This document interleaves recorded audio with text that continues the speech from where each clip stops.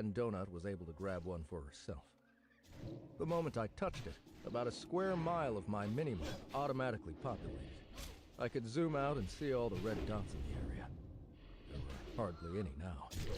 A couple of rooms with white dots appeared, and upon closer inspection, they were all tutorial guilds, all with Mordecai inside. Other than Donut, there weren't any other blue dots visible in this area. There was, however, the X of a corpse on the very edge of the giant neighborhood square, right on the edge of the main corridor. This X was different. It was twice the size and pulsing. I hovered over it, and it said, "Corpse of Crawler, Rebecca W., Level 3. I didn't know how long she'd been there or how she died, but she'd been killed less than 200 meters from the safe room. "Let's go loot her corpse," Donut said the moment she saw it on her map. I want to talk to Mordecai first, I said. I noted the location of the closest tutorial guild, and we angled over there. We opened the door to the guild to find Mordecai on his cot, asleep. He had that photo of his brother cradled in his rat arm, and a pile of empty bottles littered the floor. The upset urn had been fixed, and the ashes all cleaned up. "There are 6 main types of bosses," Mordecai said after we woke him up. His voice slurred ever so slightly, and I could smell the alcohol in his breath. "Neighborhood, borough, city, province, country, and floor bosses. There are also others, but those are called elites. You won't know that just yet." So that thing we just fought was the most common type of boss? "Yes. And now you know how to recognize their lair. It'll probably be pretty obvious to you from now on. The neighborhood bosses are the easiest to kill and easiest to find." Easy, I grumbled. My now healed legs and fists still ached with phantom pain. The one we fought, she was obviously a person from our world. Is it always going to be like that? I hadn't understood a word the woman was saying, and I was glad for it. I already had enough trouble sleeping. Mordecai didn't answer for several moments, like he was trying hard to think of a proper response. "No, not always," he said finally. "There will be a lot of recycling from previous iterations of the game. Some will be human stock, but most will be breathing humans in this world. Or they will be human, but they won't be as obvious." "It was quite a disappointing battle," Donut said. "A bronze force. That deserved a legendary at least." We hadn't opened the box. "All bosses drop consistent loot, and their corpses stay there for any crawler to pick it up. A neighborhood boss will drop a neighborhood map, as you've discovered. Higher bosses will drop other public items, which I'm not allowed to tell you about yet. But the ones who actually kill the boss also receive an achievement and a boss box. Bronze for neighborhood, silver for borough, and so forth. Also, as you can see now, there's a bronze star after your name in all notifications. You'll get a star after each boss you kill." Are there harder bosses on this level? It's not exactly fair. Most of us can level up, but we don't get anything out of it until we can distribute the points. The first 3 levels won't have any of the province, country, or floor bosses, but there are some powerful bosses out there. They're meant to be taken on by larger groups than just 2 crawlers. You can't run from most boss fights. You're so be careful. "Okay, I'm opening my boxes," Donut announced, turning away. I had 15 achievements and 7 boxes to open, including that boss box and the gold crowd control box. While Donut grunted with annoyance at all the torches and pet biscuits, I turned back to Mordecai. "Is it normal, this number of achievements?" He nodded. "It's not normal to get that legendary box you did, but the first 3 floors are designed to drown you in low-tier loot and achievements and beginner skill. By the time you have to choose a class, you should have a good idea what's going on for you. Once you hit the 4th floor, the achievements are harder to come by." "A spell book!" Donut cried when she opened her bronze boss box. I didn't have time to read the description before she glowed. indicating she'd already applied to herself. A moment later, Donut cried with rage. Mordecai grunted with amusement. What is it? Little one, you really must examine these items before you equip or apply them, he said. Donut glowered. It's a stupid spell.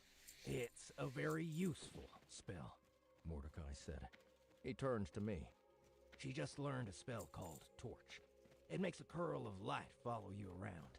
The more she uses it, the more powerful it'll become. It's a good spell, I agreed. I pulled up my notifications. I was awash with odd skills, like a skill level increase in dumpster diving and jump attacking. One was particularly interesting. You've gained a skill level. Iron Punch, level 3. When simple brutality isn't enough. Newsboy cap not included. With a skill like this, always find work as a 1920s street tough or a collection agent for a bookie. War gauntlets and lumpers will protect your hands and enhance your punching damage without losing your bare-knuckle bonus. Each level of this skill increases the enhanced fist damage bonus by an additional 10%. If I was going to utilize my bare-knuckle skill, I really needed to find something to protect my fists. Breaking my fingers every time I punched something was not a good long-term plan. My lower-tier boxes were all crap. The last 3 were more interesting. Bronze boss box, 5 out of 7. Tome of Wisp Armor. Silver box, 6 out of 7. Stick of dynamite, times 5. Blade, satchel of gunpowder. Gold crown control box, 7 out of 7. Infected spiked knee pads of the Shade Knoll Rider horses. Scroll of confusing fog, times 3. Potion of the Rider Seer, times 5. That tome is a good find, but it costs 5 mana to cast it. You only have 3 right now. I would hold on to it until you decide what your build is going to be. It's quite valuable. Or give it to the princess, said Mordecai. I'll take it. Donut said, looking up at me. He didn't even know what it was yet. I read the spell's description. Wisp Armor. Cost 5 mana. Target self only. Duration 5 minutes plus 1 minute per level of spell. Requires 5-minute cooldown. Surrounds your body with tendrils of light. While ineffective against physical attacks, this spell negates 75% of incoming damage from magic-based attacks. Provides temporary immunity to mind control effects. Higher skill levels increase both effectiveness and duration. It also makes you look all wispy and ethereal and druid-like. A great spell to have if you're a club kid or trying to bang a vegan. A magic protection spell. That would be useful. I'd hold on to it for now. The scroll of confusing fog filled the room with a mist that only the mobs could see, and the iron skin potion raised my physical armor by 100% for 5 minutes. The real prize was the knee pads. While it wasn't pants, I was happy to finally have something to put on my legs. I pulled them out of my inventory and examined their properties. Enchanted spiked knee pads of the Shade Knoll Riot Forces. Adds 10% damage reflect to all equipped armor. Cancels all momentum-based attacks. Made of skin and fur and the spiky things from the back of thorn cadavers, these knee pads are both good protection and they're stylish. Stylish, that is, if your knees are cosplaying as hedgehogs. The knee pads were built like slip-on knee bracers, so I pulled my feet through each one and pulled them up. They appeared much too small, but they magically adjusted. The spikes were thin, needle-like. Each spear was about 8 inches long. They were retractable and appeared to only magically pop themselves out when needed. I hoped I wouldn't end up skewering my hand by reaching down to scratch my legs. Remember when you said you looked ridiculous before? Donut said, looking me up and down. Mordecai, darling, is there a worst-dressed award for the dungeon? Actually, yes. Sort of. After the main episode, Tunnels, a hosted special comes on where a couple commentators discuss the state of the game. They usually do a segment on weird things happening in the dungeon. They do a lot of contestant profiles and such. Sometimes when people win boss fights, they'll pull them out of the game for 10 minutes to do an on-camera interview. The show is almost as popular as the official program, so they'll never get you watching this. Donut's eyes got big as saucers. The interview? She looked at me. Carl, we need on that show. Make it happen. That's not how this works, Donut, and you know it. And besides, I am not your agent. No, you're not. Miss Beatrice is my agent, and once we reunite with her, she'll make sure I get on that show. But she's halfway around the world. I figure we'll have to wait until the 5th or 6th floor before the dungeon shrinks enough for us to find her. I really hope we don't have to wait much longer than that. I exchanged a look with Mordecai. Sure, I said finally. Now, let's get back out there. Chapter 13. The first thing we did was angle our way toward that corpse. I asked Mordecai if we'd be able to loot everything the dead woman had. He said yes. Crawlers drop everything but the unopened loot boxes. Non-crawlers would also be able to loot her body, but they wouldn't have access to her inventory, so the woman likely had some items on her. Maybe she'll have some pants for you. Unless she's over 6 feet tall, then probably not, I said. Items from the surface didn't magically resize themselves. Still, I held out hope she'd have something. By the way, I added a few minutes later, those magic missiles of yours run out pretty quickly. You really need to start training with your claws. Donut didn't say anything for several moments. I've never done anything like that before. I'm scared of getting hurt. What if it hits me back? I don't want to get hit back. How is it you can be so reckless and timid at the same time? I can't control my instincts. I'm just a few generations shy of being a ferocious tiger stalking through the jungles. I've seen your pedigree. You're a few generations shy and nothing. Also, your grandfather was also your uncle. Both of us turned the corner, and there she was. She was sitting, leaning up against a wall just off the main corridor. She was on the very edge of the hoarder's neighborhood. The woman was naked. She had no clothes, no gear at all. The manner of her death wasn't obvious. She appeared to be about 30 years old, slight, Asian. Her hair was pulled back into a ponytail. A full-sleeve tattoo of koi and a crane decorated her left arm. The bright colors of the tattoo suggested it was recent ink. She had several other, older tattoos. I think goblins came along and took all her stuff, I said. I examined her, popping up the info box. Lootable corpse. Crawler Rebecca W. Level 3. Killed by Crawler Frank Q. Apple core. I felt as if I was slapped. Killed by Crawler Frank Q. That's when I saw it. A gunshot wound. Right in her chest between her breasts. Right in the middle of a moth tattoo. It had killed her instantly, not leaking hardly any blood. This Frank Q doesn't seem like a decent person. I instinctively looked up at my phone, looking for blue dots. There were none. Would the dots be hidden if the person was trying to hide?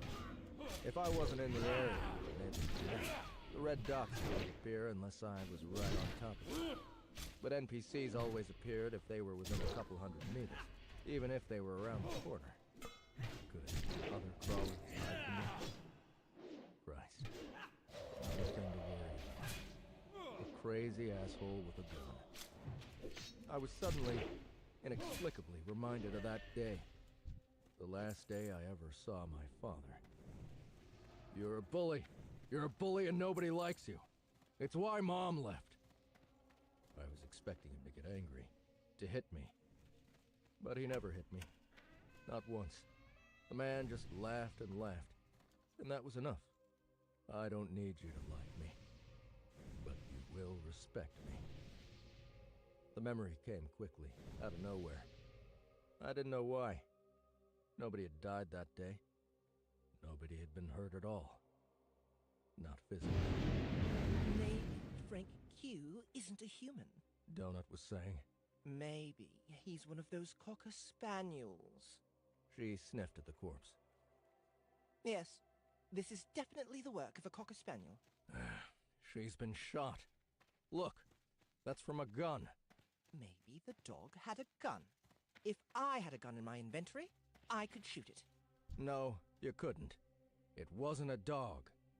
One of our neighbors in the apartment had a dog named Angel. A Cocker Spaniel. I couldn't remember the woman's name, but her dog was always barking her head off. Bee was friendly with the owner, and they were always chatting. Every once in a while, Angel would burst into our apartment, barking, running in circles. She'd pee on the floor and shriek bark at Donut, who would sit atop her cat tree and hiss and spit and poof all her hair out. We need to be careful, I said. Keep on the lookout for other players. If we come across any, don't tell them what gear we have. They can't examine it if they're not in our party. We are in a dungeon filled with killer cockroaches and drug-dealing llamas.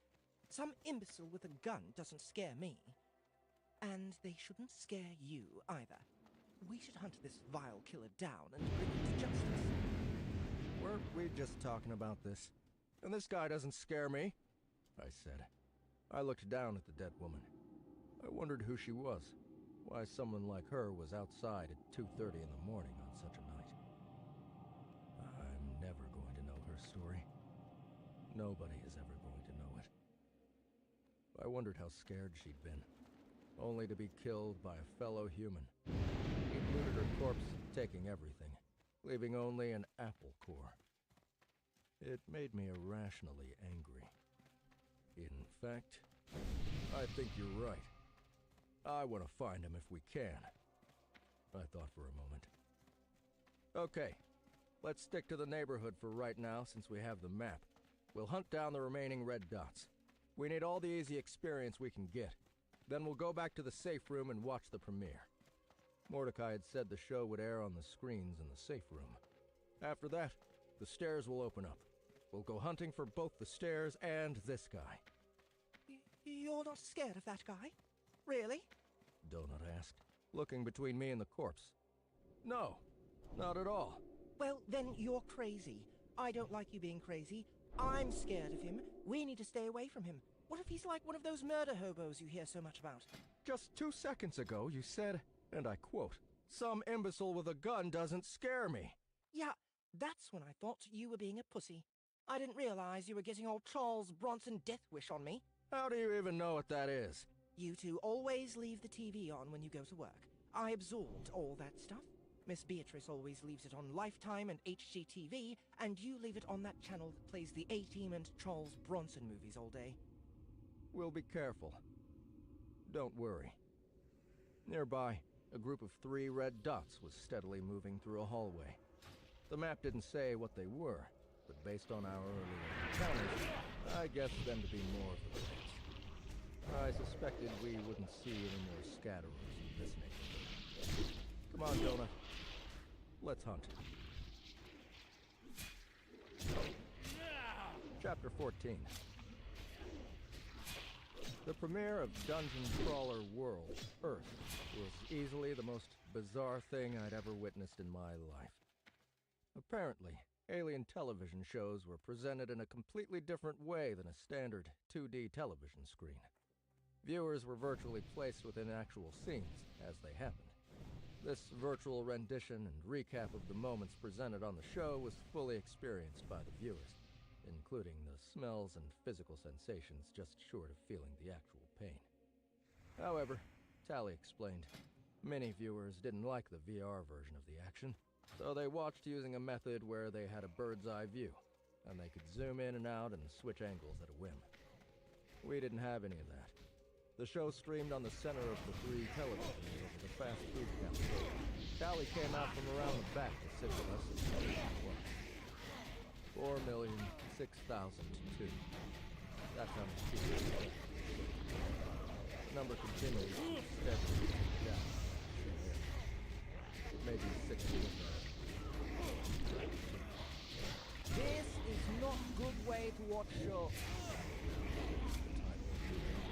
The screen jerked around, like I was watching someone play a game on Twitch. The view kept randomly zooming in and out, sometimes focusing on nothing in particular. Sometimes lights flashed for no reason. It started with a commentator in the top right of the screen. I stared at the orange-hued, four-eyed, lizard-like creature as he, she, it. Couldn't tell. Breathlessly gave a recap of last season. The sound kept cutting in and out, and I couldn't tell why. The creature sounded like it had gravel in their mouth when they spoke anyway, and even though it was speaking in Syndicate Standard, I could barely make out what they were saying. It started with a shot of a planet that looked remarkably like Earth, but with the continents all jumbled up. It zoomed in on the planet, showing buildings that appeared to almost be made of plastic, all on stilts with round, pod-like mechanisms zipping about underneath. The collapse came, but instead of the buildings all sinking into the ground, they swept away, rolling to the side like they'd been sucked up by an invisible vacuum. Next came a view of a building that looked similar to the Roman Colosseum, only bigger. The arena had multiple floors, mazes, and a level filled entirely with water. On the exterior of the building, which appeared to be the size of an entire city, was written, "The Squim Conglomerate presents Battle for the Planet Errol." Next showed thousands of furry, gorilla-like creatures screaming and rushing into battle against another group of similar creatures. Later, it showed a single, heavily armored gorilla stick a spear into the throat of a smaller, gray-colored gorilla riding a massive pig thing. The word "winner" appeared on the screen. The winning gorilla fell to his knees and appeared to start sobbing before the screen cut away. A round metal tube that looked like a barrel appeared on the screen for 15 seconds straight. There was no sound. Tally said it was a commercial. I do not like last season's version of the game, Tally said, shaking his furry head. They break the people into groups, tell them their loved ones will be safe if they kill others. Then everybody kill one another. Are they? Are they what? Are their loved ones safe if they win? Aye, they're safe. They're not safe. He's better dead. Squim saps the planet dry. It leaves planet, moves on. No more atmosphere. People live after the big fight, but they don't live. Not really. Borant at least gives people a chance. Tally's people had chance. So, you were a crawler then? No, not all worlds are mined or picked for the show. Sometimes they come and offer to take people in exchange for not mining worlds. They came, and I went. This was very long ago. Shush! Donut said. They're introducing us now. Next came a view of Earth. Music swelled, sounding almost like mariachi with an EDM beat. 3 lines of text scrolled across the bottom of the screen, all in different languages I couldn't read. Another 2 lines, one going up, one going down, scrolled on the right side, shrinking the view. A generic, naked human male and female appeared on the screen. And the next 10 minutes was a discussion of human anatomy with an inordinate amount of time spent discussing male testicles and female ovaries. I still couldn't understand most of what the commentator was saying. Next came a long line of shots of Earth, focusing mostly on urban areas. It quickly became clear that the show was cherry-picking the shittier parts of the planet, showing shanty towns and garbage dumps, bubbling pits of mud and abandoned buildings. They were throwing in scenes from disaster films. I recognized a shot from the latest Godzilla movie. They were going out of their way to make Earth look like a nightmare. Then came the movie. They were showing people shooting up drugs, killing each other, with the kids beating the crap out of another kid. A scene from the movie Basket Case, a dead horse for some reason. A scene from that serial killer movie that won Best Picture last year. An elderly woman crying, kissing the Charlie Bit My Finger YouTube video. Wow, Donut said, shaking her head sadly. I didn't realize Earth sucked so badly. Disgusting. That's not how it really is. I paused. Not is. Was. The world is gone. They're making it look like they're the good guys, saving us from ourselves. Next came a sky view version of the collapse over a dense city I didn't recognize. Next was what appeared to be a CGI rendition of the dungeon forming below the Earth's crust. It only showed the first 3 levels, which was an upside-down tiered pyramid. The next 40 minutes was nothing but scenes of people getting killed over and over. The vast majority of people who entered the dungeon appeared to be from India and Africa and South America. Some of them were in massive groups of 1,000+ people. I watched them trample each other as they ran from mobs I'd never seen, from spine-covered wolves to shapeless blobs of fire to floating, stingray-like creatures which shot magic missiles from eye stalks, like the alien ships from War of the Worlds. Why did so many enter the dungeon? I had entered because I didn't have a choice. Was it the same for the others? Eventually, they started showing people surviving their mistakes. A man with a broadsword cut through a group of floating eyeball things. A group of 10 people, armed with shotguns and bows and arrows, took down a nightmare pile of mouths and eyeballs and flesh. A burrow boss, the screen said. The first one defeated.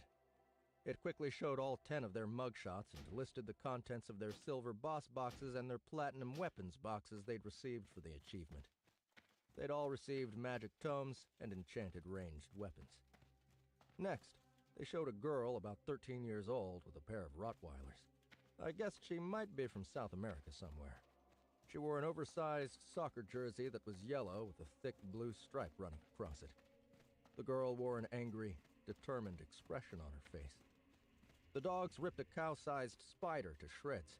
Later, the same girl held a mace in her hand and had a full set of glowing silver armor. She'd kept the soccer jersey, wearing it over the armor like a tabard. One of the dogs wore what appeared to be a chainmail sweater. The other had gained the ability to shoot lightning when it barked. We were shown her mugshot in both of the dogs. Her name was Lucia Marr. The dogs were Cece and Gustavo III. I still wasn't sure about the naming conventions. I guessed since I was the first Carl in the dungeon, I didn't have my last initial after my official name. And since this Gustavo was a dog without a last name, he had the 3 because he was the third Gustavo to enter the dungeon without a surname. After that, it showed a quick rundown of several of the mobs, the images flashing by so quickly I could barely see any of them. I recognized goblins, scatterers, rats, and dozens of the monsters shown in the earlier scenes. And that was it. The announcer said something about staying tuned for a rundown of this season's rules and surprises, and then something else about placing bets. But the screen snapped off and returned to the leaderboard image. We just stared at the board for several moments. That's it. Donut demanded, breaking the silence. She looked at me, incredulous. After that epic battle with Horda, we received no screen time. This is unacceptable! Before she could rant further, an announcement came.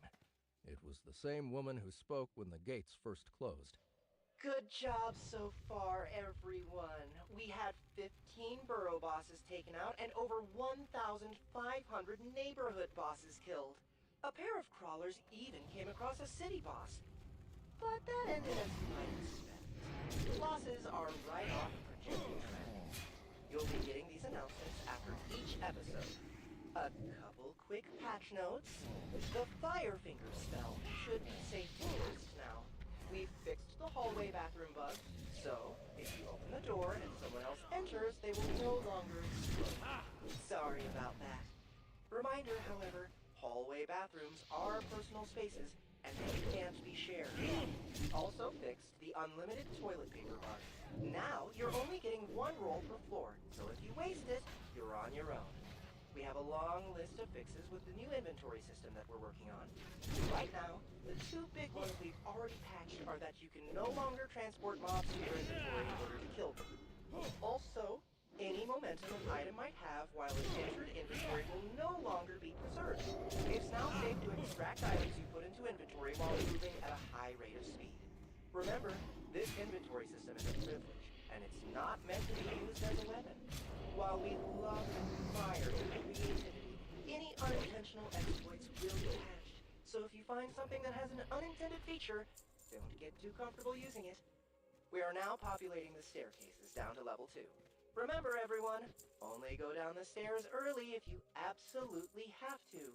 Once you descend to the next floor, you can't go back up. Also, We're trying something new this season. If you prematurely descend, you are held in stasis until the collapse.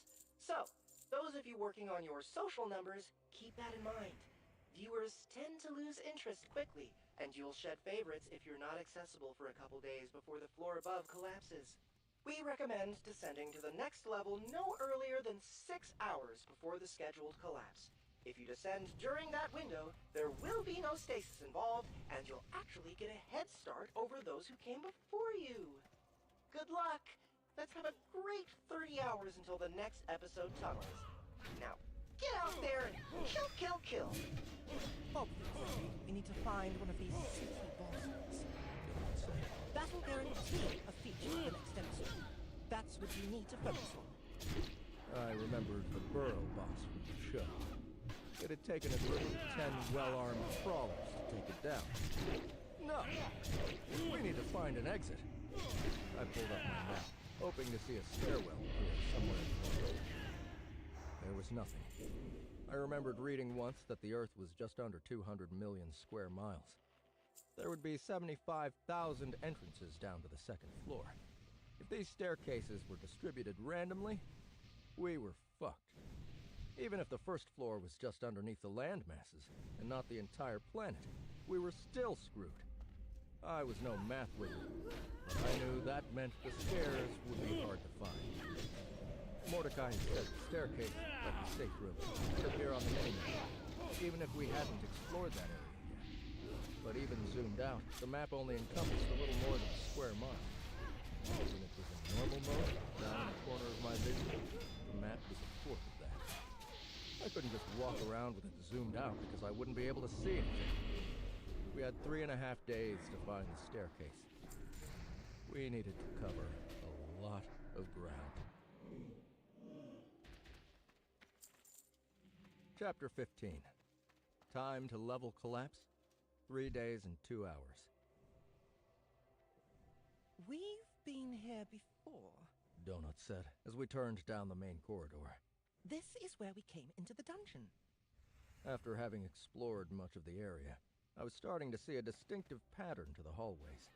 My apartment had been a little more than a half mile from the coast of the Puget Sound. The entrance I'd gone through appeared to be the very western edge of the map. The whole area was a giant grid of equal-sized squares, with the large, wide passages acting as the border. While the interior halls and tunnels, twisty, mazy, each section was still a perfect, giant square. And within each square, there appeared to be 4 neighborhoods. The Hoarder neighborhood was in the southeast corner of one of those squares. Directly west of that was the Goblin neighborhood, right where we'd entered the dungeon. Across the hall was the domain of the llamas. Mordecai had said these first few floors weren't really covering the entire planet, and I could see now that he was correct.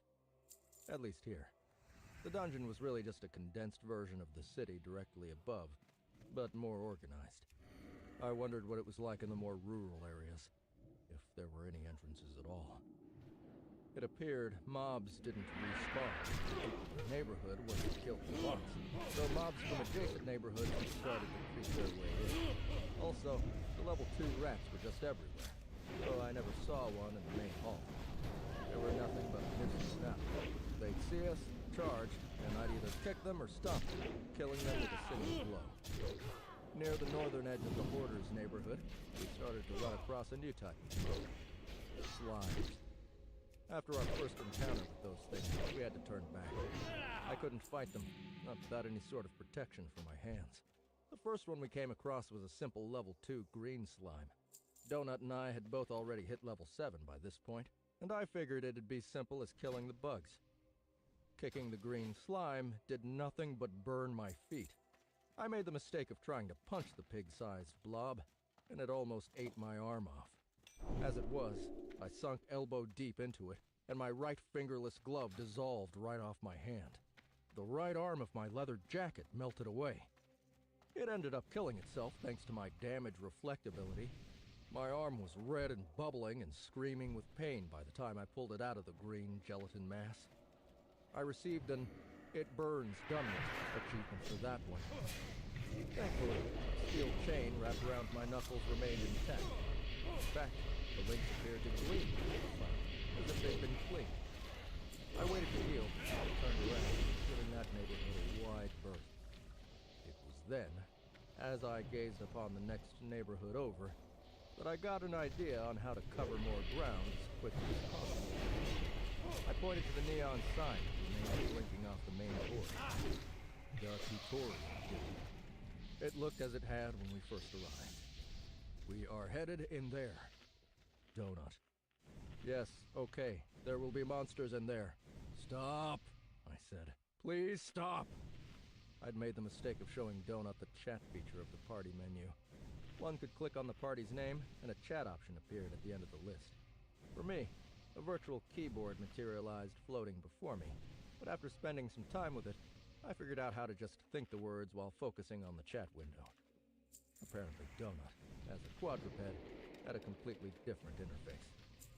When the messages came, they popped up with a haptic buzz in my brain, and it startled me every time. Donut spent a good 10 minutes sending me message after nonsensical message until I finally told her to stop. She had, until now. Using the chat is quite enjoyable to me. Donut said. Now I understand why Miss Beatrice was always on her phone. I wish it was connected to the internet. I think I'd have a lot of fun on the internet. It's good to have, but you don't need to do it when I'm right here. It hurts my head. Also, don't type in all caps. It makes it sound like you're shouting. Okay, fine. Be a grump. She said as we approached the alleyway. Thanks to Donut's torch spell, we didn't need to carry a light when we entered the pitch-black corridor. I was expecting another goblin machine to be waiting for us, but the alley was abandoned. The place smelled of machines, oil, and pineapple. I'm okay with killing goblins, Donut said as we walked. but I don't think there will be stairs this close to the edge of the map. Remember what it looked like on the show? Each floor was smaller. I think we need to head east before we start seeing stairs. We're not going to kill the goblins, I said, indicating the tattoo on my forearm, which still appeared on the exterior of my intact left jacket arm. Not if we don't have to. We eased our way down the alley, keeping an eye out for red dots. It didn't take long. We turned a corner, and 3 level 2 goblins approached, all brandishing pineapple sticks. What is with the goblins and their fruit? Donut asked as they approached, screeching. I don't know. It's weird. Before they got too close, I lifted my arm, showing the tattoo. I have free passage through this area. The goblins all stopped at that. The moment I showed them the mark, their dots turned from red to white. They lowered their weapons and looked at one another, as if confused about what to do next. They started gibbering in their language. Finally, one turned toward me. May you get that mark, human? I had a carefully prepared answer. Hopefully they would... He blew up one of your filthy tractors and smeared 3 of your friends all over the cobblestones. Donut declared. She pointed daintily south. They're in that next neighborhood over there if you want to scoop them up. God damn it, Donut, I whispered. The goblins stared at us with a slack-jawed gaze of incredulity. Let me do the talking. I'm the one with the brand. And I'm the one with the 37 in charisma. They're not going to care. Watch this. She started walking toward one of the 3 goblins. You, sweetheart. What's your name? I don't... The goblin began. I don't think I have a name. Most unfortunate.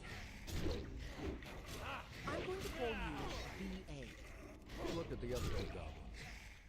And you guys are Face and Murdoch. She looked back at me. Remind me why we're here again. I want to talk to some of the goblin engineers. B.A., be a love and show us to some of your engineers. I do believe they're the gentlemen who wear culinary items upon their heads. Okay. Yes, ma'am. B.A., the goblin said. Wait, Yeah?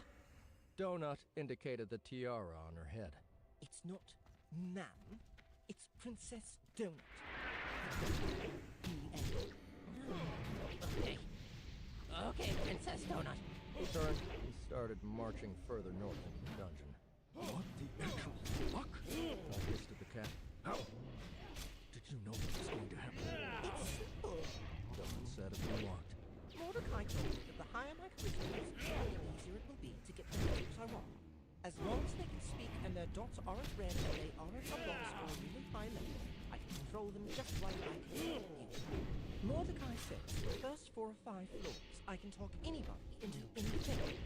How do you think I've been getting Tally to give me 5 plates of salmon this whole time?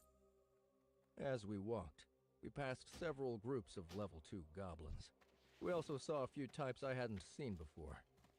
Goblin Bombard, level 5. These bastards are more unhinged and sadistic than those guys who couldn't pass the psych exam to join the military. Bombards are experts with explosives, and they strike with a variety of ranged attacks that'll blow your socks off. If the one you're looking at right now has more than half of his fingers, then he's probably very, very dangerous. One of the bombards glared at us as we passed. The goblin, indeed, had all of his fingers. He tossed a small glass ball up in the air, catching it absently as we marched past. Each of the level 2s on either side of him cringed each time the glass ball went up in the air. We turned another corner as we entered a large workshop. At the end of this room was a wooden door, based on the mini-map. I immediately determined beyond that door lay in another neighborhood boss. It appeared this next room over was almost identical in shape to that of the Hoarder. I looked about the expansive workshop, surrounded by about 25 of the engineers and a smattering of others, including 2 level 7 shamankas, who stood guarding the far wall. The engineers all wore something odd on their heads, but it wasn't always pots and pans. One wore what appeared to be a hockey helmet, another sported one of those padded helmets worn by boxers. A massive steam engine dominated the western wall, and the engineers crawled about it like ants. The wheels and cogs whirled and chugged away. On the opposite side of the room stood a line of 6 parked goblin murder-dozers. These also crawled with goblin engineers. Multiple tables covered with tools and giant greasy parts lay scattered about the room. A vast pile of coal stood in the far corner near the boss room. One of the level 7s glanced in our direction and approached. She was a female goblin, standing about 5¼ feet tall, making her tower over the others. She had well-defined muscles and wore a jet-black robe. She carried a wooden staff that, oddly, also held a pineapple at the top, but this one was actually made of wood, a part of the carving. The goblin's face was filled with piercings. It had to be fit for it. She looked like one of those body modification people who would appear on Ripley's Believe It or Not. It was hard to look at until you got used to it. The woman sneered, revealing sharpened teeth and forked, pierced tongue. Goblin Shamanka, level 7. In case you were wondering, Shamanka is just a fancy way of saying female shaman. Goblin shamans are the leader class of all goblin clans, second only to the war chieftain or, more rarely, the goblin warlord. They are without humor and are said, as part of their training, to have to pick 2 of the following 3 actions in order to graduate Shamanka University. They have to fuck, cook, and or eat their own parents. Most don't pick cook. And if that wasn't messed up enough, they specialize in anguish magic, a dark magic school designed to focus and enhance damage from other attacks. You may have a pass, but you are not welcome here, human. The goblin said. Not at this place. I took a deep breath. I want to buy a vehicle from you guys. Or have you make me one really quick. Preferably something that I can negotiate downstairs. But I'll take what I can get. We have a lot of ground to cover, and I figured you guys could help. The goblin looked at me as if I'd just asked her to eat a Twinkie out of my ass. You stupid, ugly excuse for a monkey. Do you really think you can just— Oh, honey, can we discuss what's going on here? Donut asked, interrupting the goblin. She waved a paw, indicating the jewelry in the goblin's face. Is it like some sort of performance art? Do you wear all that metal because they made you eat your parents? The shaman looked at Donut, a mask of utter outrage on her face that started to melt the moment she met the cat's eyes. It was the weirdest thing. I realized the cat was casting a spell of sorts on the goblin.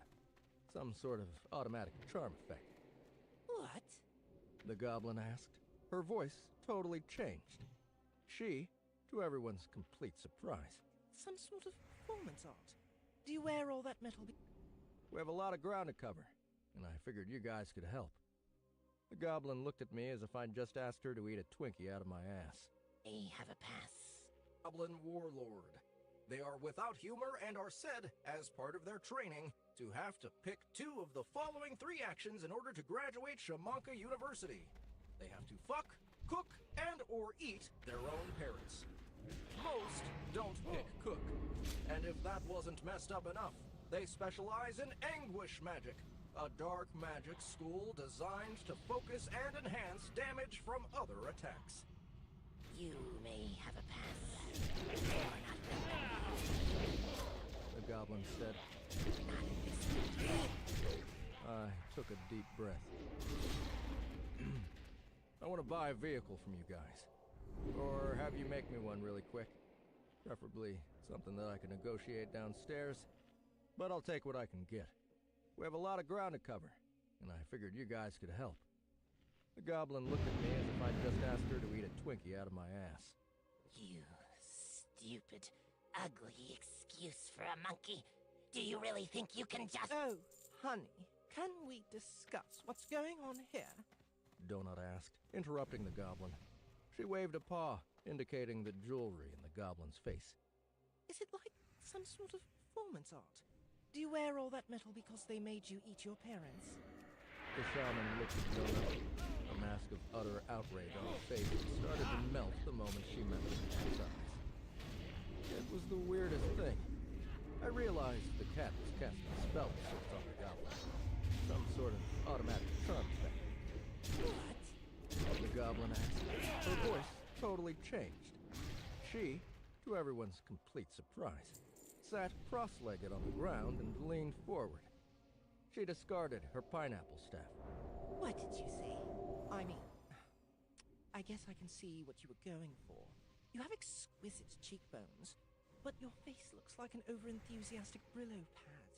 That other lady shaman down there, she doesn't have nearly as many things in her face. Though, my word, she does have that unfortunate necklace made of bones, doesn't she? But we'll get to her later. So, tell me, is it a daddy thing? The goblin didn't say anything for several moments. But then she put her face into her hands, and she burst into tears. Yes, The goblin cried. it's true. Donut walked forward and sat in her lap. The other Shamanka, alarmed at this new development, came running forward. But a moment later, the 2 magic users were on the ground, sobbing, clutching onto each other. The one with the bone necklace had a line of snot running down her face as she ugly cried about having to eat her father raw. Donut named the one with the facial piercings Rory, and the other Lorelei. So, Rory, Donut asked after a few minutes of the goblin sniveling. how about that vehicle my friend asked for? Is there something you can do for us? Rory wiped her face. We cannot part with a murder dozer. They are much too valuable, and the chieftain would literally kill us. But I will have them make a human-sized chopper. One with a sidecar. She indicated a line of 2-wheeled contraptions leaning up against the wall near the bulldozers. They appeared to be steam-powered bicycles. But we can't do it for free. You gotta trade something. I have all sorts of stuff, I said. I pulled up my inventory. I selected the satchel of gunpowder, and it appeared in my hands. It was a heavy leather sack. I wanted to keep the stuff, but I wanted to transport more. Rory thumbed over her shoulder, indicating a line of barrels right next to the giant machine. We got fun powder. I hadn't noticed the barrels before. They all had XXX marked on them. Sparks were constantly showering off the giant steam engine. If one of those sparks landed on a barrel... To offer goblins fun powder is like offering water to a piranha. She added. This went on for a bit.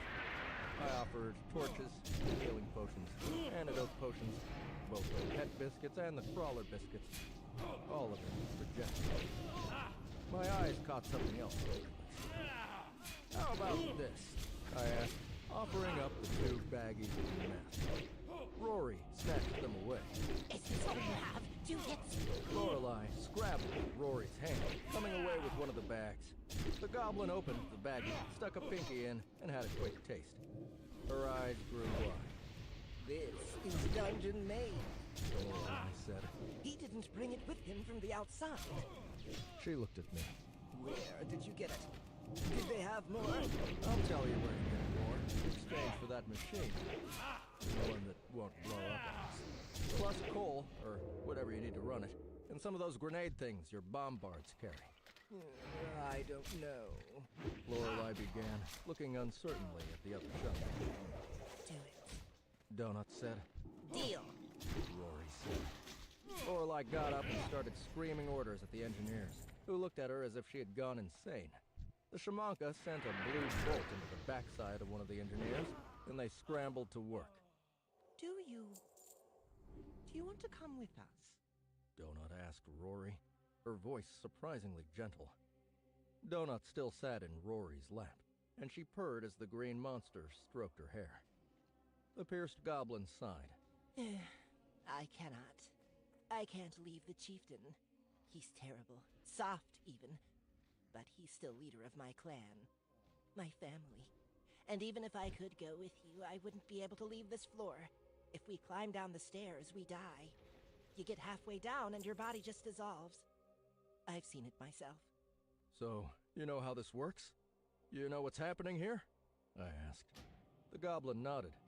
Her face jingled as she moved. I know enough. I know we are on the first floor. There are smart mobs like us, and there are not so smart mobs. The deeper you get into the dungeon, the more are smart. In this burrow, we are king. Us and the gnolls and the ratkin and a few others. Most of the monsters aren't so smart. But do you know what happens in a couple days? The floor collapses, yes. But it is only you who dies when this happens. For us, we go to sleep until the next dungeon opens. We will open our eyes, and it will be the same as it has been. Just another day. But one of these days we will wake up. Kill the crawlers, get done with killing, and you get to go deeper. And one day, eventually, we will be so deep that crawlers will never come. And we will finally have peace.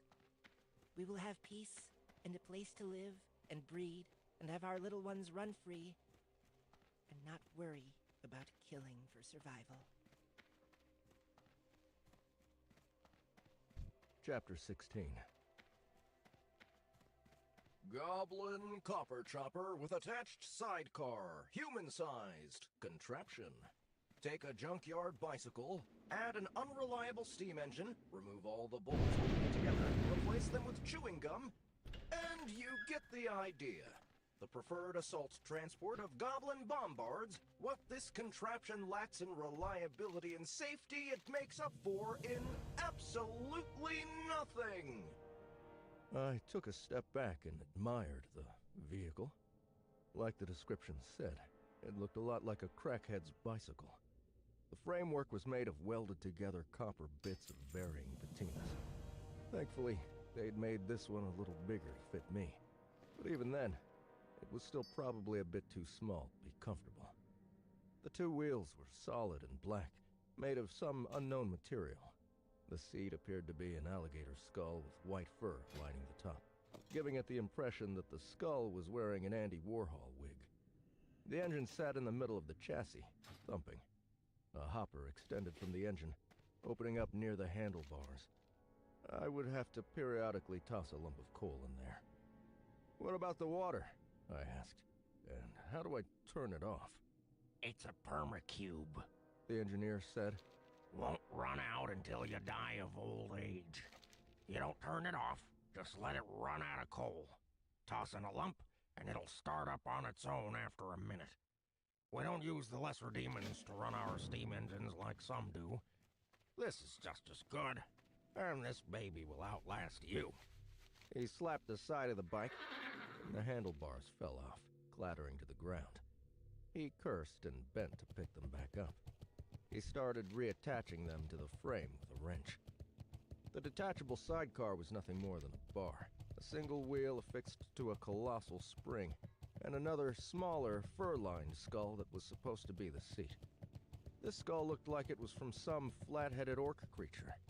A pair of bones provided a backrest.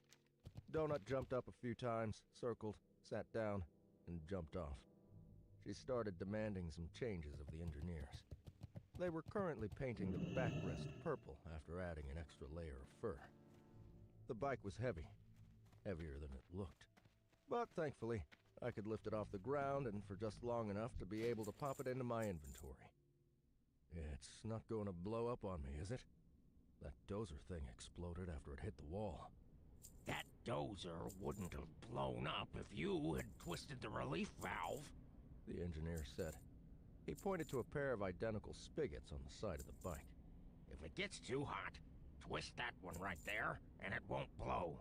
If the pressure is too high, twist the other one. Don't mix it up, or you make it worse. How will I know if it's too hot? Or if the pressure is too high? There are no gauges. He smiled, revealing a row of sharp teeth. Don't you worry about that, human. You'll know. Just listen to the chopper. It will tell you. The engineer had pointed at that stack of coal that reached the ceiling, telling me to grab all I could carry. I sneaked around the back of the heap and took a metric fuck-ton of the stuff. I had 3 piles of 999 coal lumps before the heap started to look noticeably lower. It was time to jet.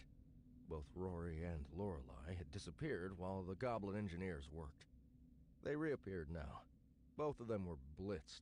Rory's eyes were noticeably slitted, and Lorelei danced seductively toward me as we prepared to leave. Wanna have some fun before you go? Lorelei asked, grasping the front of my tattered jacket. Her breath smelled of rotten fish. She'd removed her bone necklace. Oh, sweetie, said Donut. as amusing as I would find it to watch Carl here disappoint yet another woman, we're on a schedule. Banging monster girls is not the narrative we're going for with this story. Maybe next time. Sure, but you look me up later, okay? The goblin said. She reached up and pooped me on the nose. It'd be nice to fuck someone and not have to eat them afterward. She sighed and turned toward one of the bombards. You, She said. meet me in my chambers after lights out. And take a bath first. Rory handed me a bag. I examined it, and it was filled to the brim with dynamite and several types of small bombs and grenades. Remembering how dangerous this stuff was, I quickly added it to my inventory. I'd examined the items from there. Rory turned to Donut.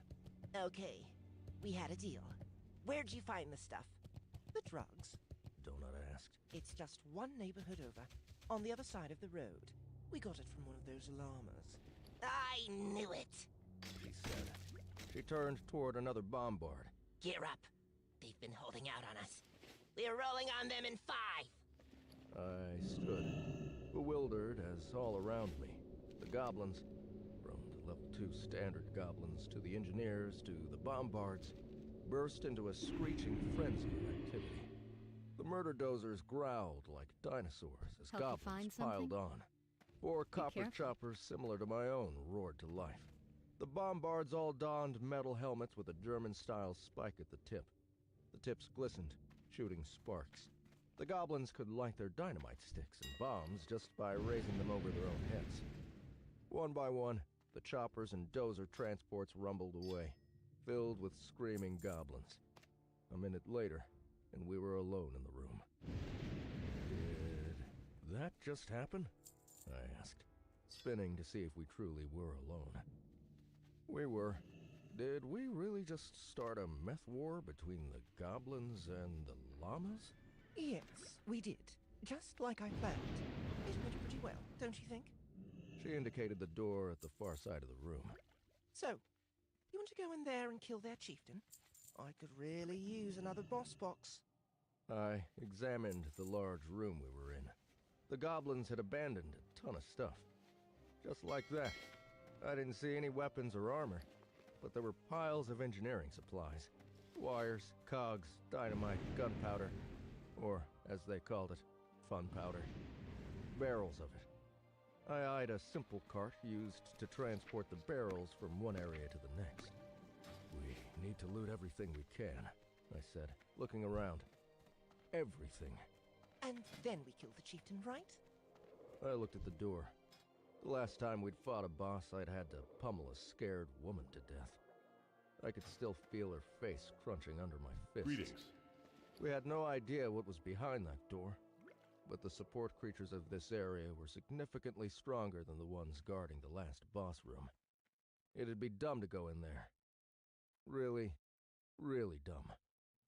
Besides, it'd be the ultimate dick move after they'd helped us. Yeah, then we killed the chieftain, I said. Donut hopped up and down, her tail swishing. This is going to make exquisite television. Chapter 17. My inventory had about 10 new tabs by the time we were done clearing out the goblin workshop. I took another 5 piles of coal. We looted tons of tools, from shovels to wrenches to hammers. Most of them were much too small to use as weapons, but I would examine them all later to make sure. We had engineering supplies, coils and coils of wick, multiple types of explosives, about 50 gallons of various alchemical liquids, and a pile of those black discs they used for chopper tires. King's honor, I even friend. took all the tables I could lift. By the time we were done, all that was left were some of the bigger tables, the giant steam engine, a greatly reduced pile of coal, and a set of barrels with XXX on them, all placed neatly on the cart and tied down with a length of rope. I'd managed to take almost a ton of the black powder, but it required me using the discarded leather sacks they had lying around. This stuff was distinctly the old-school, coarse black powder, not the more refined, smokeless powder used in Light modern bless you. firearms. I wasn't quite strong enough to lift the barrels until they were less than half full. But when they did get that empty, I didn't put them in my inventory. Instead, I lifted the barrels and placed them on the cart. We placed the cart in front of Need the help? door to the boss room. On top of the powder, I placed shovelfuls of nuts and bolts and other metal odds and ends. Then I placed the tops back on the barrels before an errant spark from the still humming steam engine blew us all to hell. Donut directed the action from the seat of her sidecar. I would put the chopper into my inventory before we proceeded.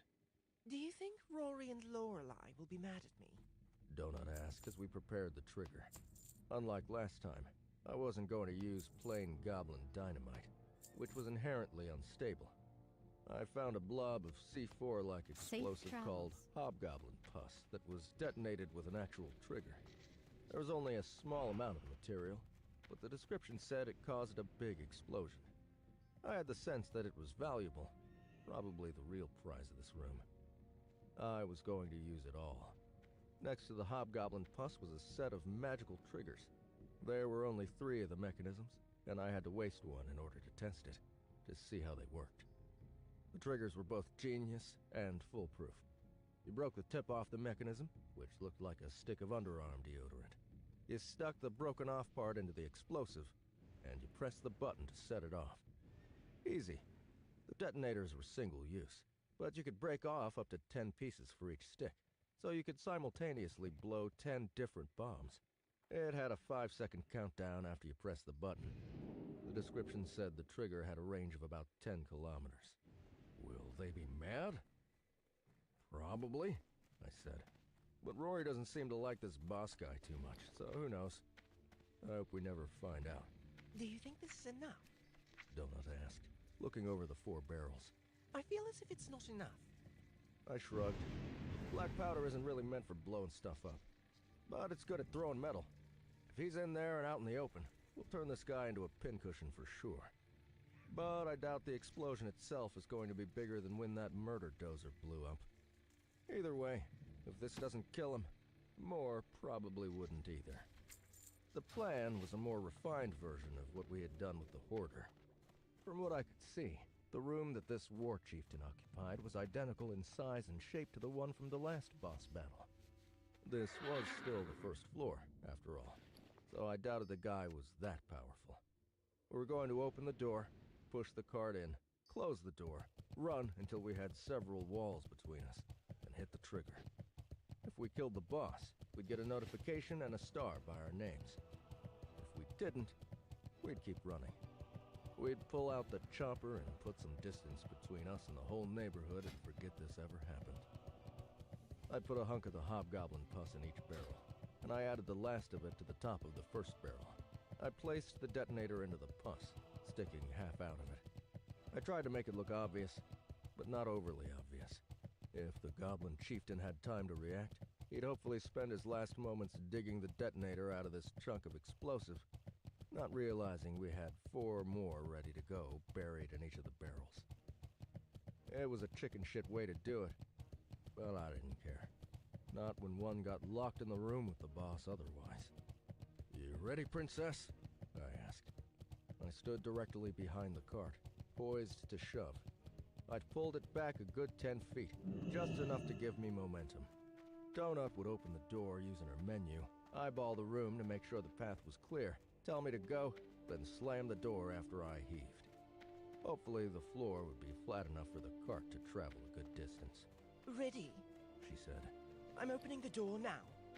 From my vantage, I couldn't see into the room, Talk to me. but I heard the heavy creak of Walk the with door you. yawning Be open. good. Walk with Do it! Watch Donut your cried. back. I kicked my legs, and I crashed into the cart like it was a What's football on your sled. mind? I'd greased the wheels, and the heavy cart moved quickly and easily. I shoved with all my might and watched the cart rocket into the room as the large door slammed. Donut had already turned and was bolting for the exit on the opposite side of the room. I scrambled up and followed. We'd practiced this part. We turned 3 times, making sure we were out of any line of direct blast. I didn't want to wait too long, but we had to put a few large rooms between us in case there was a shockwave that needed to be dispersed. We stopped at the prearranged spot, and I leaned against the wall, my heart thrashing. I pulled the detonator trigger from my inventory. "Did you see him? Was there a giant goblin in there?" I asked. Safe! Donut heaved for breath. Yes! A huge, ugly goblin. My word, I do not like running. He was sitting down reading a book. Blow it good! I jammed the button. There sure were a lot of babies in there too. Donut said in that last moment before the blast. Chapter 18. "God damn it, Donut!" I said.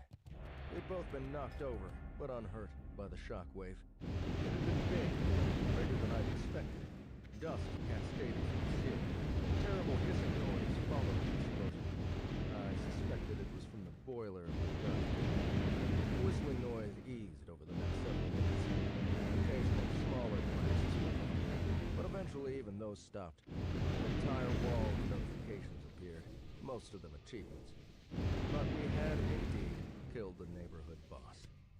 There was no fanfare this time, but another bronze star appeared by both of our names. "Were there really babies in there? Like goblin babies?" I asked.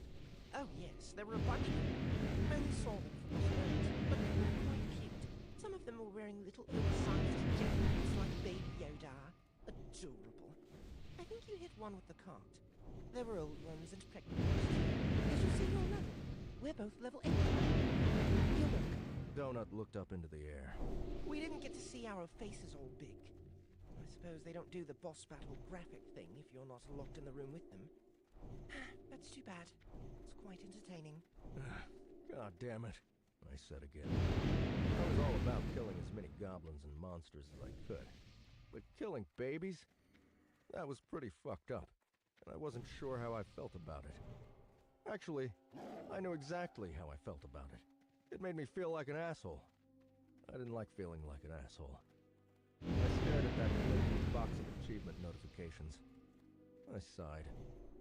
I didn't even want to click on the box. What? Donut said, looking up with what appeared to be genuine curiosity. It's not like they didn't have it coming. You didn't ask to be here. They're goblins. What kind of vile monster sticks babies in the boss room anyway? I shook my head. We need to get back over there, grab the neighborhood map, and get our asses out of Dodge before the others return. They're probably on their way now. There's no way they didn't hear that. We'll go north, heading into the next neighborhood over. The workshop had been completely obliterated. All that was left was blackened rubble. The lights on the walls were all out, but the entire north side of the room was a 15-foot wall of fire. The smoke billowed. I absently noted that the smoke was being sucked away into the ceiling. The dungeon masters were cheating, offering some sort of ventilation system. Otherwise, this entire area would have been filled with black smoke by now. We could only take a couple steps into the room before it got too hot. I looked about. The large tables were just gone. Large chunks of stone had fallen from the ceiling. Donut jumped on my shoulders as I examined the room. The boiler on the enormous steam engine looked like a baked potato that had been peeled open with a bunch of copper sticks coming out of it, like tentacles. A steady cloud of angry steam still hissed from the interior of the wreckage, mixing with the black smoke. The room was ankle-deep in water, and the water sizzled and steamed as it came into contact with the burning wall. We probably should have taken all of the coal from that pile, not just half of it. Donut said. We're not getting to that dead boss now. She was right. The coal had ignited, and now our only way into the boss chamber was blocked off. I was relieved. I wanted that map, but not as much as I didn't want to go in there. I didn't want to see the dead baby and other goblins. I felt sick thinking about it. I noticed the line of white dots on the edge of my mini-map headed in our direction. The dots wouldn't be white for long. Donut's charisma had ticked up to 39 once she hit level 8, but I doubted even that would be enough to save us once they saw what we'd done. Let's get the hell out of here, I said. I plotted out a quick escape, leading us into unknown territory. We'd have to fight through a quadrant we hadn't explored yet before we could get to another artery. Hopefully it wasn't filled with slimes or some other mob I couldn't handle.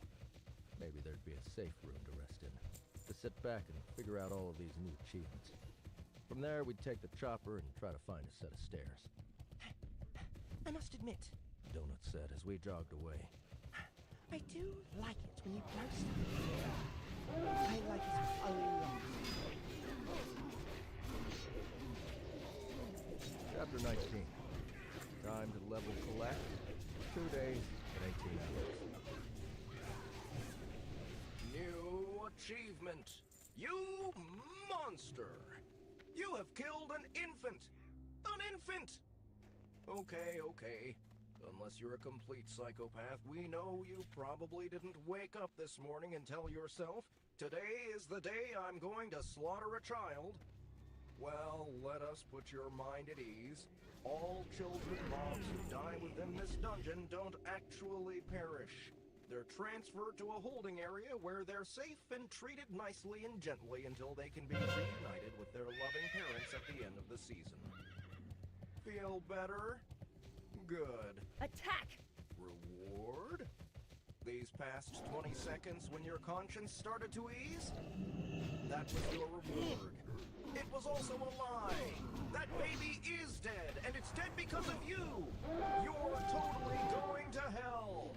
You've also received a bronze assholes box. New achievement, War Criminal. You've killed more than 20 non-combatants in a single attack.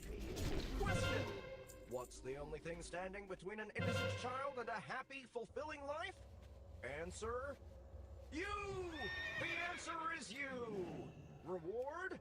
You've received a gold assholes box. We'd found a safe room halfway through the neighborhood of the rot stickers. The monsters were small and round. They looked like little black food raviolis that ran on the walls and ceilings and suicide bombed themselves against you. All the ones we'd seen so far were only level 1 and 2. If they managed to stick themselves to your body, they'd explode.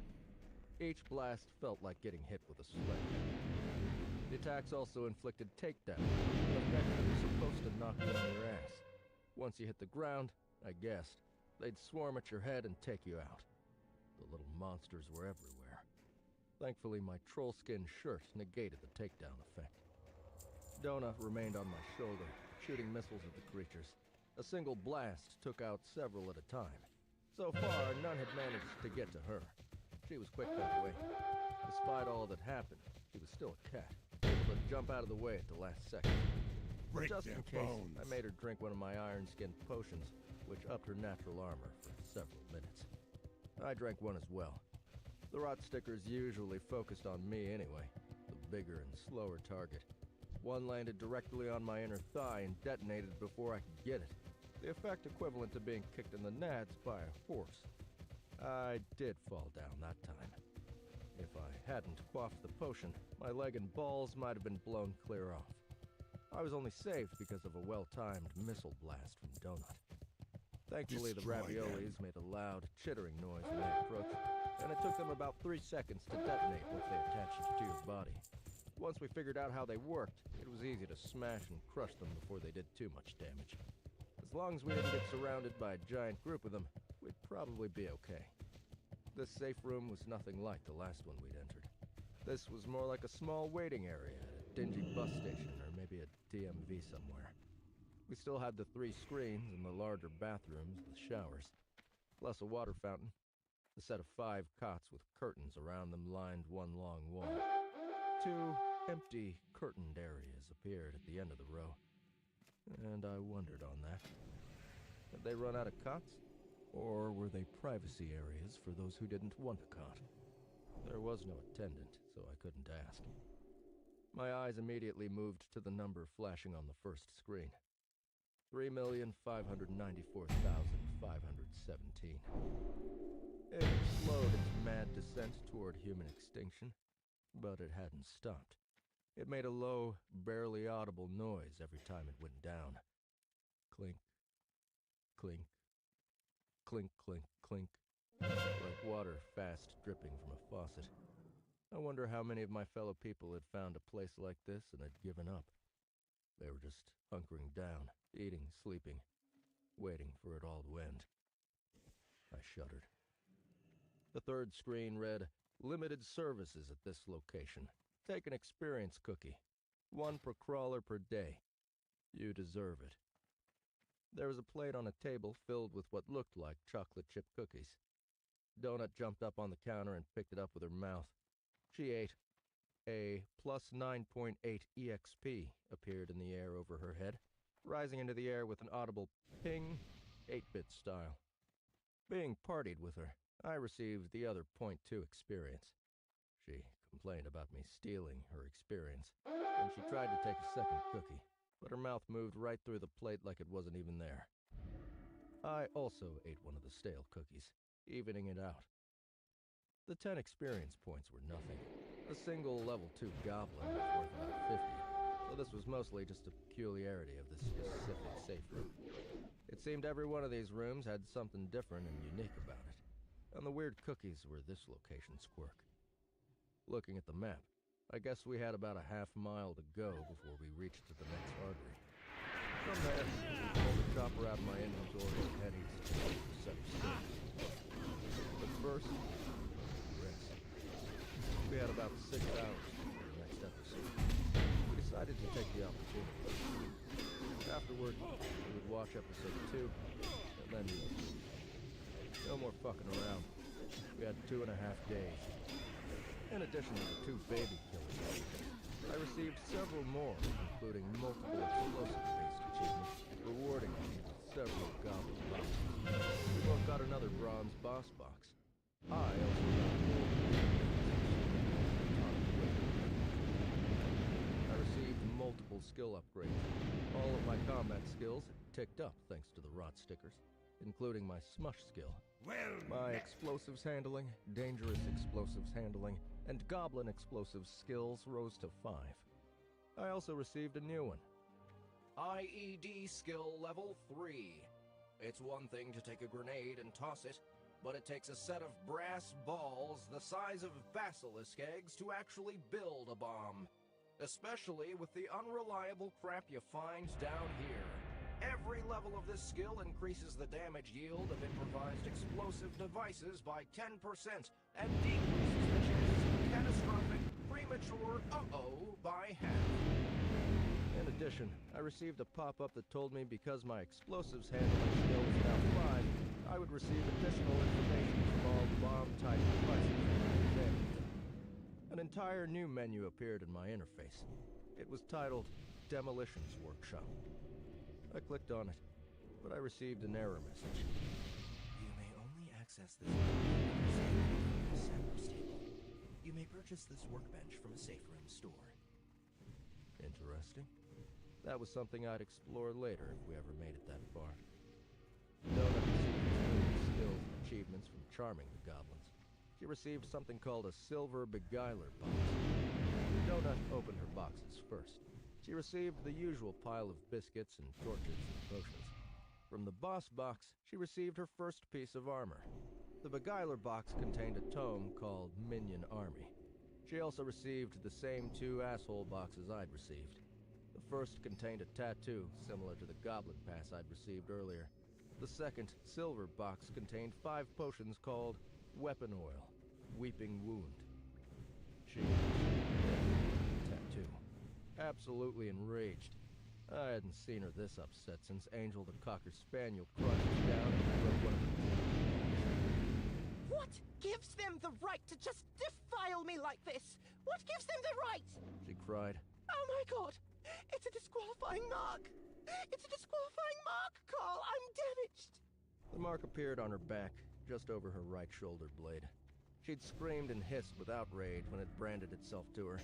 It was hard to discern what it was. While it glowed through her fur, she had so much hair that it looked like nothing but a gold-colored splotch. I suspected I would get one too in a few minutes. I gently touched it, and it let me read the description. Desperado Pass. Great! Now you're running with the type of kids who sit in the back of the bus. What would your mother say? This pass allows access to the Desperado Club. Warning! Holding a Desperado Pass negates the ability to obtain a Vanquisher Pass. That was it. It didn't explain anything about what the hell that meant. Donut continued to bitch about it for several minutes. Finally, she moved on. With a pop, the silver scale armor appeared draped over the back half of her body. It reached about halfway down to the floor. I couldn't tell how it was attached to her, but it seemed to stay put. It was like a skirt, almost, though it didn't cover her stomach. It had a slot, especially for her tail. She started turning in circles, trying to look at it. How's it look? How's it look? Does it cover the tattoo? It's fine, I said, as I examined its properties. It doesn't cover the tattoo, not even close. But it looks great. Enchanted Fey Scale Quadruped Crupper of the Fleet. Boy, is that a fucking mouthful, by the gods. +2 to dexterity. Light and flexible, this scale armor is made from Fey steel. While not as strong as elven mail or even good orcish steel, it's the strongest alloy that fairy folk can wear. It's not the best protection, but it'll make your ass look oh so pretty. The Tome of Minion Army taught a spell that cost 50 spell points to cast. It caused hostile enemies to fight for you instead of against you. It was a great spell, but Donut only currently had 24 spell points, so it was useless for now. She tried reading the book anyway, but it wouldn't let her. Apparently, you couldn't teach yourself spells you couldn't cast. She pouted for a good minute straight afterward. "Don't worry," I said. "We'll either trade it in for something better or you can use it later." The last item she'd received was that oil, which was something one could apply to edged weapons to make the wound bleed longer. It was my turn. I also received a ton of crap. More potions, more dynamite, another lighter, a couple smoke bombs, more scrolls, using fog. I received no pants or shoes. I got the exact same items from the 2 asshole boxes, though my tattoo appeared on my goddamned neck. I couldn't even see it, but it burned as it was magic. It's a dagger, dripping blood.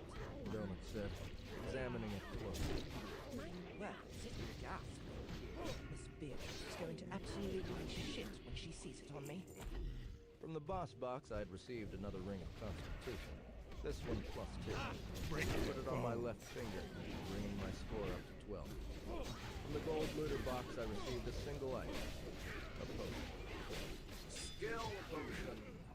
Drinking this adds a single level to the determined value skill. Hopefully, now you'll realize all those Magic the Gathering cards are nothing more than just meaningless pieces of paper, and you should have spent your money on something with actual value. Like a treadmill. Shampoo. I immediately added it to my hot list at direct. Nothing seemed to happen. But when I opened up my inventory, I had a new ability. While this first level of the skill didn't tell me the actual worth of any of the items listed there, it now allowed me to sort them by value, which I did. The first item on the list was that tome of wisp armor. The second was the chopper, and after that was the single hobgoblin detonator I still had.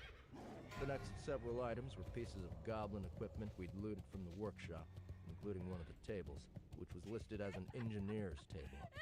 The list didn't include the items I currently had equipped. I suspected my troll skin shirt would be at the top of the list otherwise.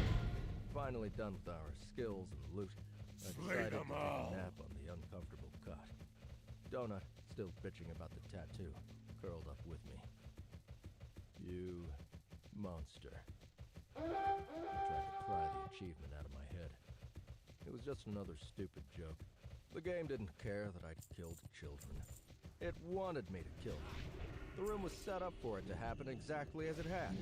We were supposed to kill or otherwise clear out the workshop. We were supposed to either blow up that room or do exactly what we did. It was a trap just as much as the bulldozer had been a trap.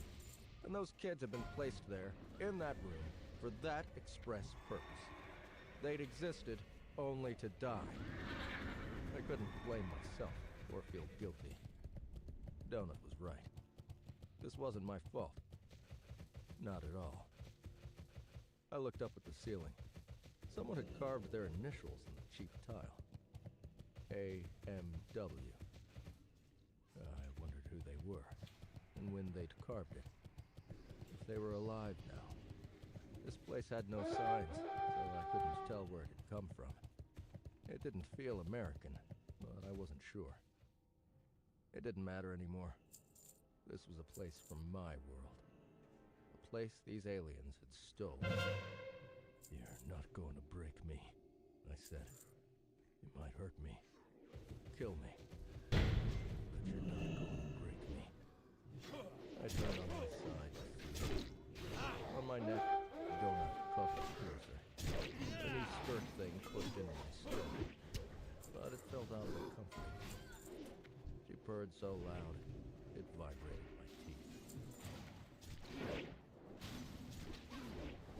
Chapter 20. I was awakened by the start of the show on the television. The orange, lizard-like announcer was saying, still spoke in that odd, barely recognizable version of the Syndicate Common speech. It was like trying to understand someone speaking with a deep Cajun accent. Sure, they were speaking English, but to my brain, they might as well be speaking Klingon. Do you think we'll be on it this time? Don't ask. Scrambling out of bed to sit on one of the chairs. We blew up half the dungeon. That's got to count for something, don't you think? My word, I'm so excited I could just wee. Actually, I do got a wee. She scrambled from her chair and headed toward the women's room, which would have a litter box waiting for her. But she rocketed back from around the corner just a minute later. Carl! Carl! He's here! He's in the bathroom! The women's bathroom! The killer! The guy who killed Rebecca W. I leaped to my feet. I immediately saw the blue dot on my map right there. Ow! Surely I would have noticed it the moment I woke up. I'd gotten used to keeping one eye on the map. I always looked out for others. I mentally kicked myself as I rushed forward. I focused on the dot. Brawler Frank Q. That was him, all right. Come on, I said. I pushed my way toward the side hallway with the bathrooms. We met in the hall, the man stepping out of the restroom, smiling apologetic.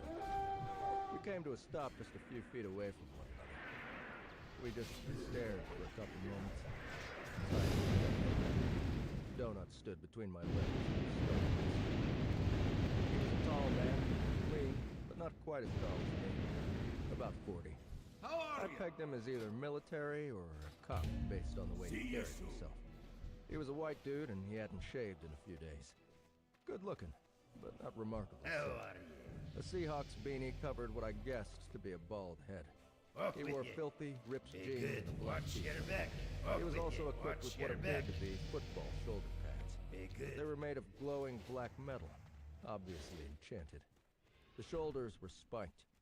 It wouldn't let me examine the properties. He wore heavy boots, which I eyed jealously. I assumed he had a gun hidden away somewhere, but I didn't see it now. Instead, he carried a massive battle axe over his shoulder. The iron, single-headed weapon looked well used. He also wore a belt with a line of throwing knives. I examined his properties as he did the same to me. Crawler number 324,119. Frank Q. Level 8. Race, human. Class, not yet assigned. He did not have any stars by his name, which meant he'd never killed a boss. But he had something else. 3 skulls. I knew exactly what the skulls were going to indicate even before I focused on them. Crawler killer times 3. I suddenly felt very cold. Sorry, I didn't mean to startle your cat. The man said. He had an authoritative voice. Definitely a cop, or some sort of law enforcement. They taught you to speak that way in training. That is a cat, right? I thought if I slept in the bathroom, nobody could sneak up on me. I didn't realize the bathrooms in the safe areas were different from the ones out in the hallways. He paused. Where are your pants? And your shoes? Have you been walking barefoot this whole time? He looked me up and down, alternating between me and the cat. A look of wry amusement. So, what's up with your name? Royal Bodyguard? So you were asleep in there? In the women's room? I asked, ignoring his questions. He paused. He tilted his head, as if deciding whether he wanted to answer or not. Yeah, He said finally. I hadn't slept in over 24 hours. I found the safe room, dragged one of those cots in there, and I passed out. I must have been out for 12 hours straight. Stupid, I know. If that was true, then he'd have been asleep when we'd arrived. Hadn't Donut used the bathroom? I couldn't remember. Carl, Donut, did you use the bathroom before we went to sleep? Donut. I did not. I went in the hallway bathroom before we found this room. I never saw your dot on the mini-map, I said. You don't see the icons of sleeping crawlers. Have you ever seen someone outside your party sleeping in a safe room? Their bodies become translucent. If you touch them, your hand moves right through them. Are you from Seattle? I'm still pretty close to where I came in, but I haven't been able to find any staircases down to the second level. Donut, who had been hissing and growling this whole time, couldn't take it anymore. You killed Rebecca W. He shouted. The man just stared at the cat for several moments. Holy shit.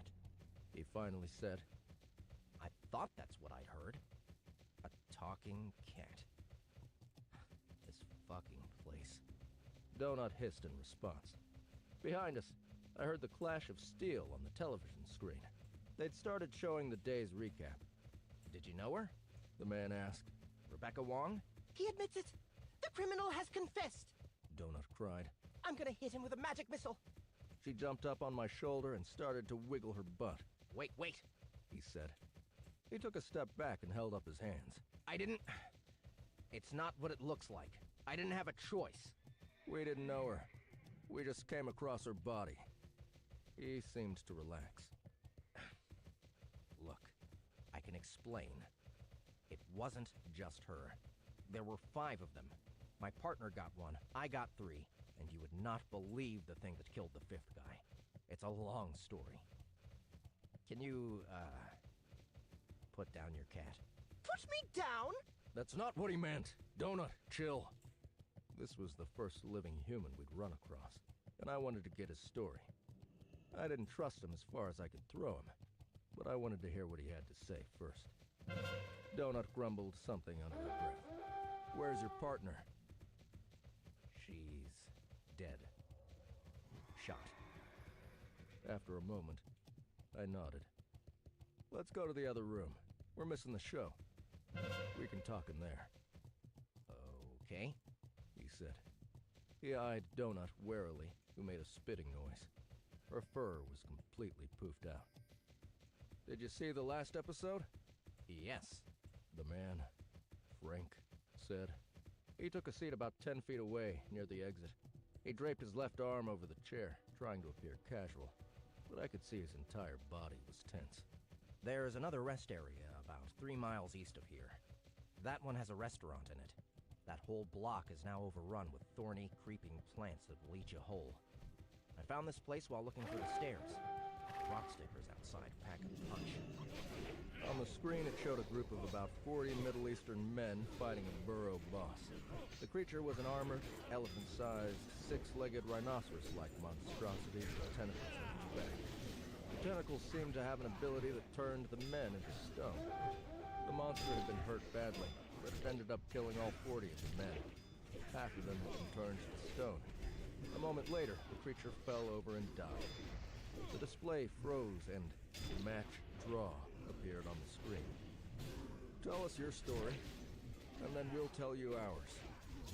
I kept one eye on the screen, which was showing one adventuring disaster after another, and one eye on the man as he recounted his tale. Frank claimed he and his partner, a woman named Maggie, worked for customs enforcement, which was a nice way of saying he was a Fed, and he worked for ICE.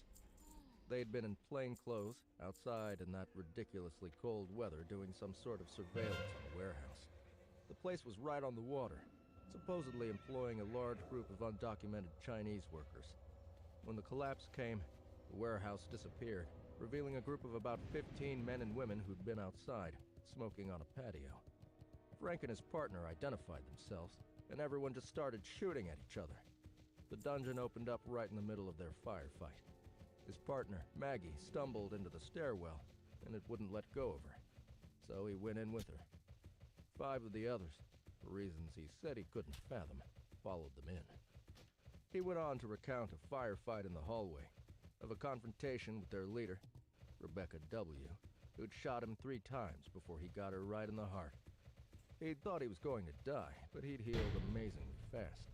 He'd looted her body and chased down the last one, only to see the man get eaten by a plant monster, a thing that came out of a giant pod. It was called a vine creeper. I'd seen one of them during the show's premiere. From there, Frank found a tutorial guild. His wounds were fully healed. And here he was. He'd been using his gun and the ones he'd looted from the others. He was now out of ammo. That one, he said. Rebecca. Rebecca Wong. She was the boss of the operation. A human trafficker. A modern-day slave driver. We were days away from taking down the whole operation. You poor man. Donut said at the end of his story. Her demeanor toward him had made a complete turn. I am just devastated about your partner. He shrugged. I appreciate that. He went up and grabbed a cookie. He ate it, and the plus 9.8 EXP notification dinged over his head. Was this Rebecca, the one who killed your partner? I asked. I watched the notification over the man's head fade away. No, he said, shaking his head. The man sat back down. One of her goons. The same guy who got killed by the vine creeper. He shot me. The man lowered his head. The show had moved to the second half of the program, showing humans who were performing well. A woman dressed in snow gear and what looked like a Valkyrie helmet had an enchanted crossbow that shot firebolts. It showed her plowing through a group of dog-faced goblin things. Gnolls. Hey, since you looted those guys you killed, I don't suppose you have any pants that might fit me in that bag of yours? Or shoes? He paused. Sure, boss. If you don't mind wearing the clothes of a dead man.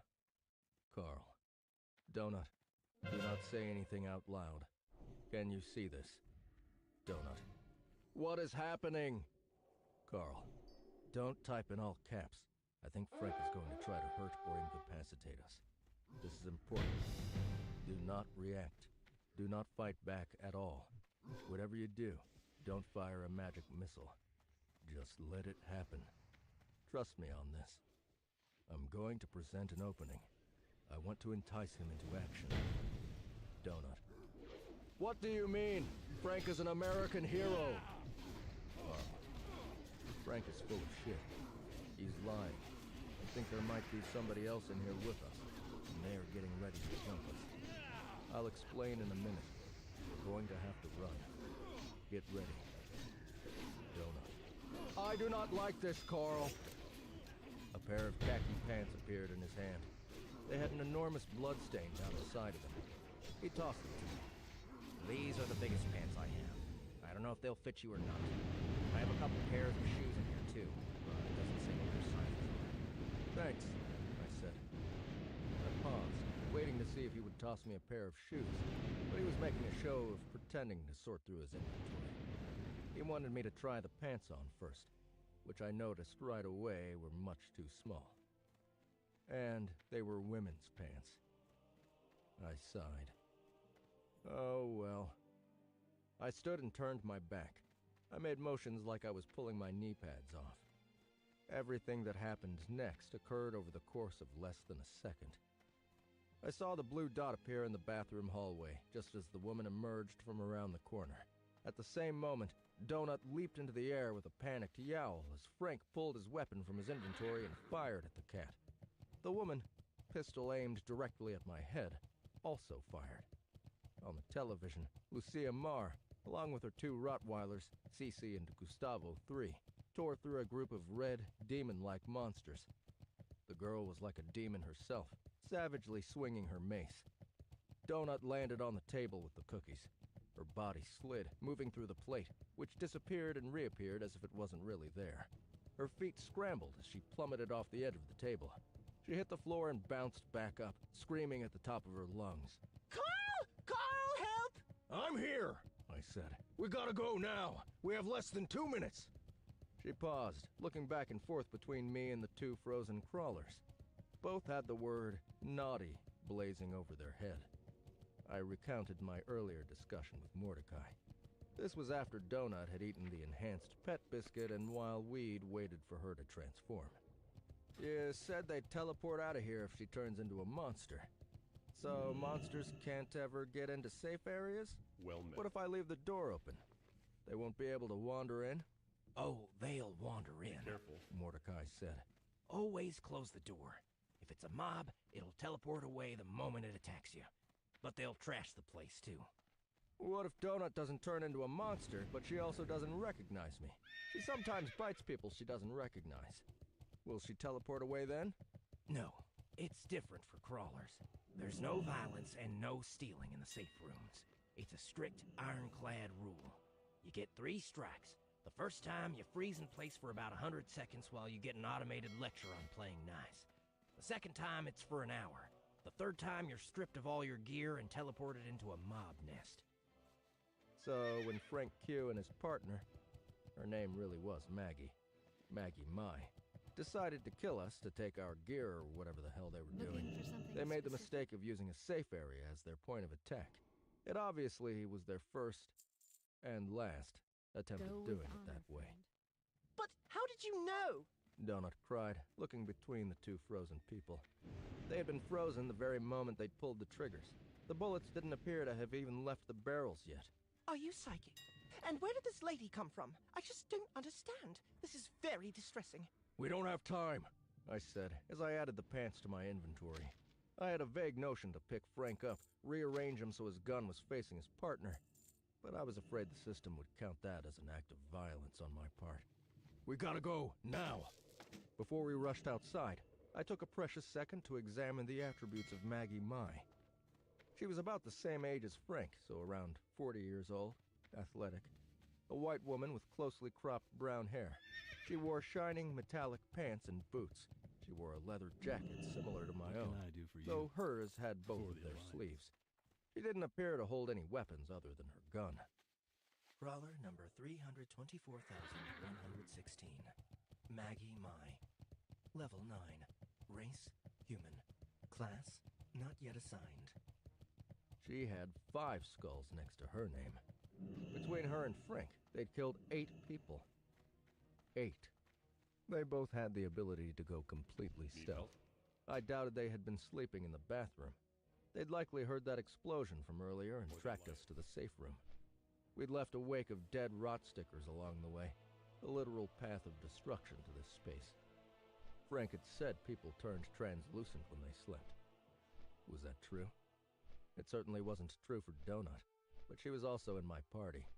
Maybe they had meant to sneak up on us and kill us in our sleep, but when they realized they couldn't, they'd gone to the bathroom to wait. Maybe the plan was to sneak up on me from behind while I went to the men's room. I didn't know. We jumped outside, and I plotted a path to the closest main artery. I downed an iron skin potion and gave one to Donut, making her drink it. A couple of red dot clusters appeared between here and there. I didn't want to waste time fighting them. The hallway was too thin, the ground too bumpy to use the chopper. Plus, one blast from a rot sticker was likely to turn the powered bicycle into a bomb. So we ran. I wanted to avoid the mobs if we could. Every mob we left alive was one they'd have to deal with. Why are we running? Donut asked. We can take them. I don't know if we can, I said. They both have guns. He's level 8, the same as us, and she's level 9. Getting to 9 is hard, so she probably has a lot of skills. Besides, I really don't want to have one of those skull markers by my name. Even if they have it coming, everyone else we meet won't know that. We will never get anyone to talk to us. But if we don't stop them, they'll hurt somebody else. I stopped dead in the hallway. I looked at the cat. It was a very un-donut-like thing to say. But worse, it was the truth. God damn it, Donut, I said. I looked back over my shoulder in the direction of the safe room. They'd be awake already by now, though I suspected, and hoped, they wouldn't just come running. They probably were going to hurt somebody else, if they could find someone. But what could we do?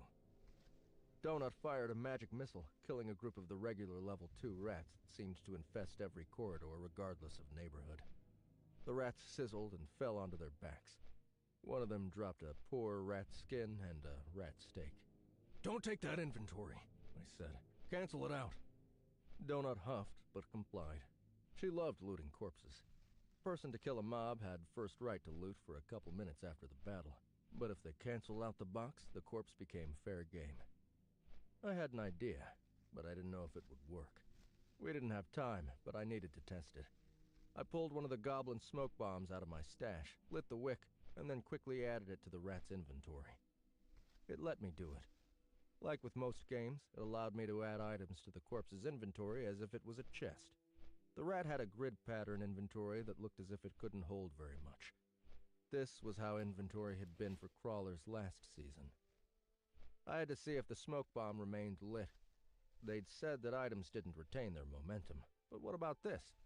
Thanks to my level 5 in explosives handling, now when I examined incendiary items, I received some extra information. Goblin smoke bomb. Type, deflagration.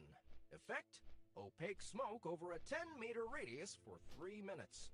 Status, good. 89 out of 100. Emits a stinking cloud of billowing, multicolor smoke that lasts for 3 minutes before dispersing. Used to either confuse enemies or as a stage prop at a hair metal concert. It didn't say the bomb was lit. I pulled the bomb out, and to my relief, the wick still crackled and spit. I quickly added it back to the rat's grid. Everything was the same, but the status had changed to discharge imminent, 34 out of 100. I then examined my pile of goblin dynamite. They were all out of 50, not 100, and all of them were either in detonation imminent or danger. It appeared the danger warning appeared once the status was below 15. I gingerly removed the most unstable piece of dynamite I had, one that was 10 out of 50, and added it to the rat's inventory without lighting it. I noted, despite me handling the dynamite as carefully as I could, it had gone down to 9 out of 50. Jesus. I was lucky I hadn't blown myself to bits earlier. This next one was at 13 out of 50. I lit it, and then quickly added it to the rat's inventory. If they followed, they'd likely come down the same hall. That guy had picked Rebecca W.'s corpse clean, including her clothes. People who did that were the type to loot everything. If they came across the rat, hopefully they'd think we'd been in too much of a hurry to stop and loot for ourselves. Rats didn't normally drop stuff other than skin and meat. It was suspicious as fuck. But maybe we'd get lucky.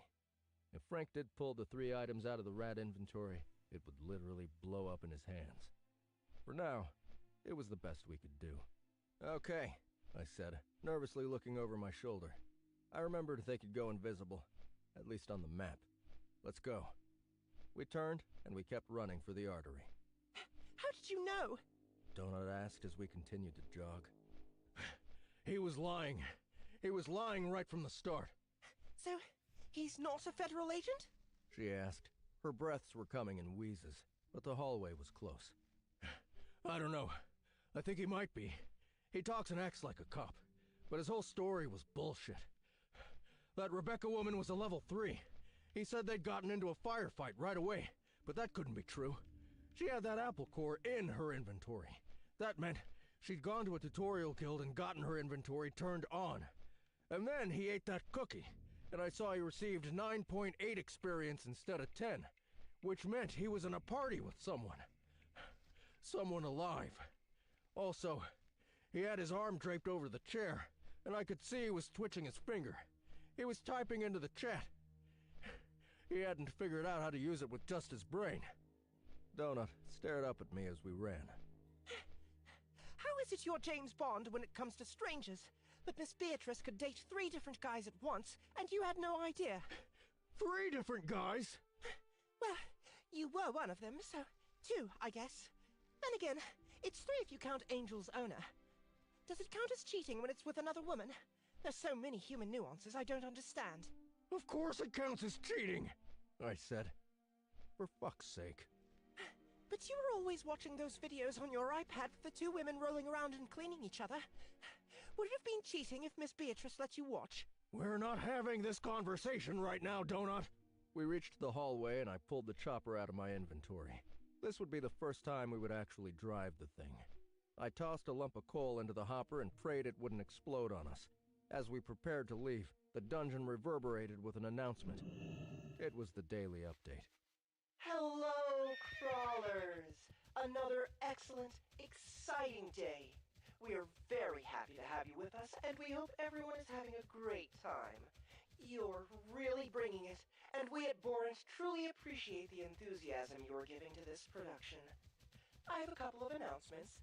First off, we want to assure everyone that we have quashed all the bugs with the new toilets. Both the exploding issue and the, unfortunate suction issue with some of the units have been resolved. There is absolutely no need to be afraid of them. Those of you who have been using the hallways to relieve yourselves, please stop. We don't want to have to start using punitive measures. A couple additional patch notes. We have added support for all of the languages that were missing from our library. So, for those of you who are hearing this and finally understanding what I'm saying for the first time, welcome! You'll figure the rest out, I'm sure. Also, with the languages, we've implemented full cross-support for native speech. So now, Mandarin speakers will understand English speakers, and so forth. The feral rabies debuff is now curable with a health potion or spell, and the contagion is no longer airborne. Sorry about that, New Zealand. We've removed the Blender Fiend mobs. The mob's difficulty level appears to be too high. Their collective gets stronger each time they, blend, and after working their way through a group of 15,000 crawlers in a single day, we've been forced to take action to prevent a premature extinction event. Rest assured they will be reintroduced on a lower floor. The Street Preacher neighborhood boss has been upgraded to a burrow boss.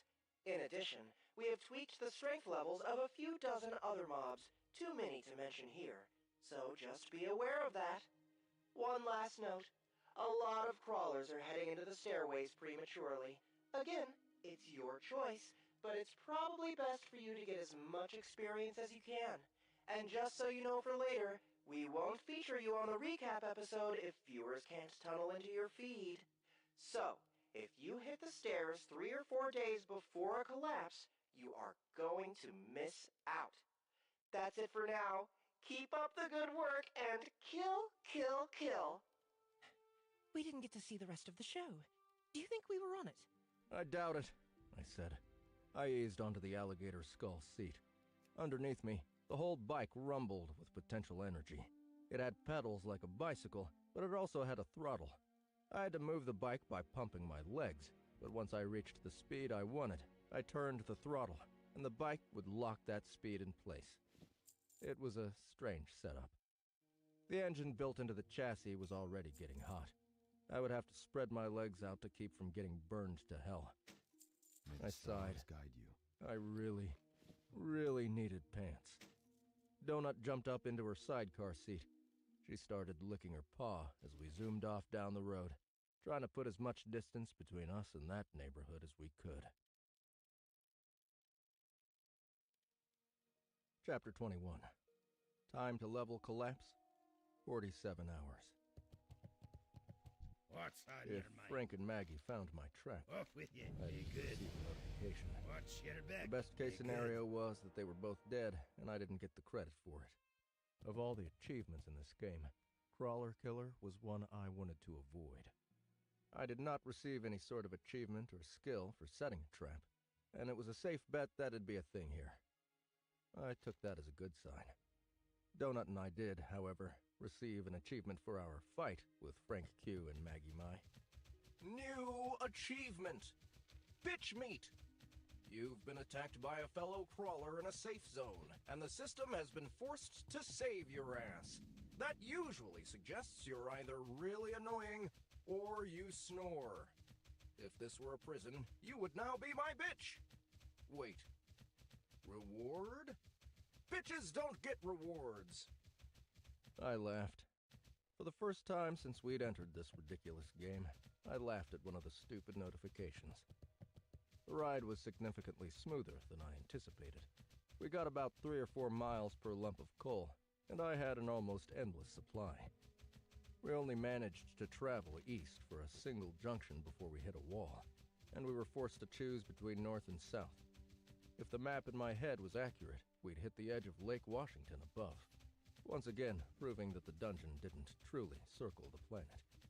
We went south, traveling down a rough approximation of the I-5 corridor for a short time before passages that went east and west started reappearing.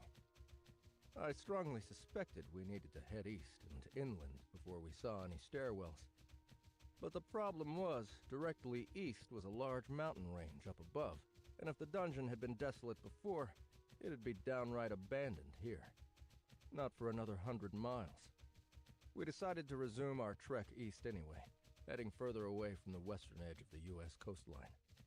We drove for hours, seeing no sign of people or mobs or stairwells. It was difficult to gauge how fast we were actually going, but I guessed it was about 20 miles per hour.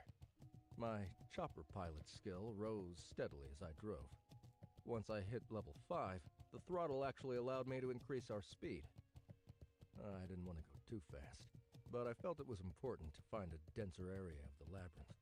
From what little I'd seen on the show, I knew there were areas different than this.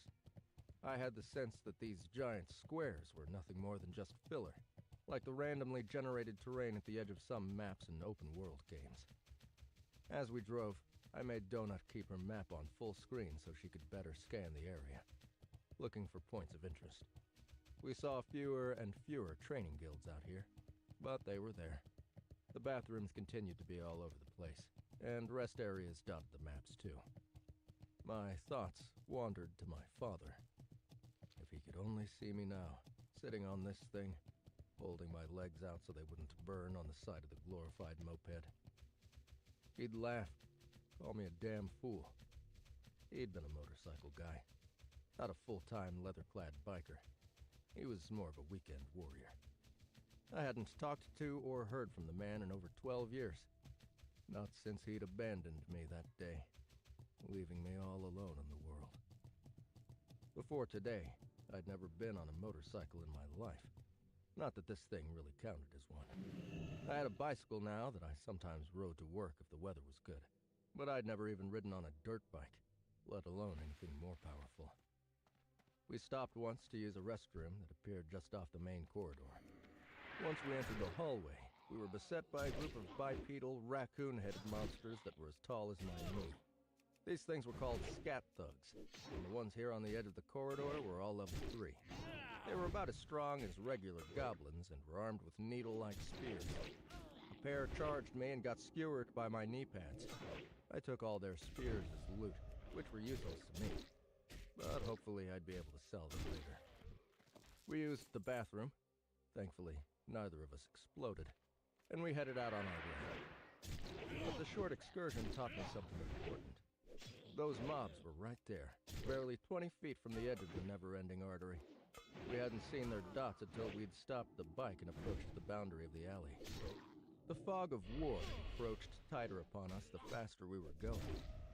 That was important to know. We needed a skill or a spell or some sort of special ability that would allow us to navigate better. We were literally driving blind, and I didn't like that. It was only a matter of time before we drove headfirst into a trap. We decided to go back on the road, heading deeper east. I moved slower. And then, after several hours, we finally saw something new. I stopped the chopper, examining the spray-painted sign on the wall.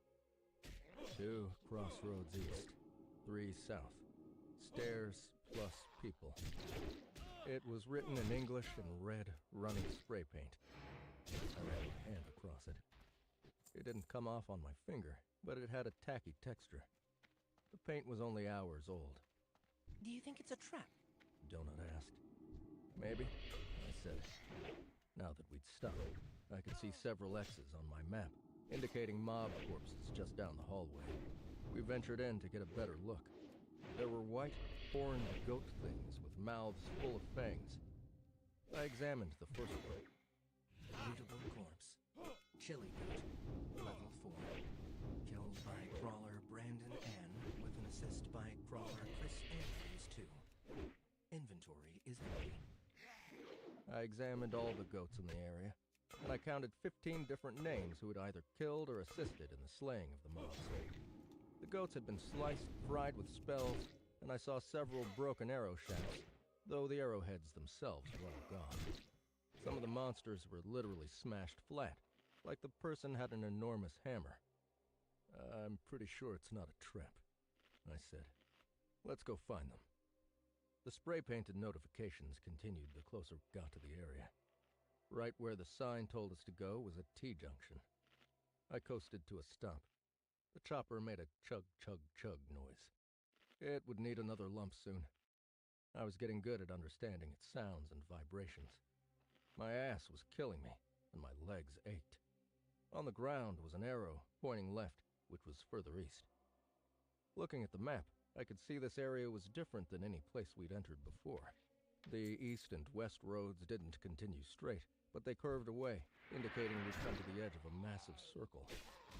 I suddenly had an uneasy feeling about what might be at the center of this area. I see the stairwell. Donut said. If you zoom out the map, it's right on the edge of what we can see. Sure enough. In the area immediately south, and presumably in the center of this giant loop, there appeared to be a stairwell. I hovered over the white square on the map, and it simply read, Stairwell to Floor 2. I didn't see any other blue dots or anything else. Just the empty expanse of the fog of war. Look, there's something written on the ground. Donut said, pointing down the left hallway. After a minute's hesitation, I stored the chopper, and we went toward the sign on foot. This road is safe. We are gathered 1.5 miles this way. Do not go deeper into the spiral or you will activate the burrow boss. Shit. Mordecai had said the bosses wouldn't be guarding the stairwells until the 4th floor. I wonder what's in there. Donut said, looking at the solid wall to our right. Just as she said it, the wall rumbled as something rushed past on the other side. It was like we were standing on a train platform. Whatever it was something fast. Something big. Very, very big. We walked on foot. After about a quarter mile, a rounded portcullis appeared on our right, leading toward the center of the circle.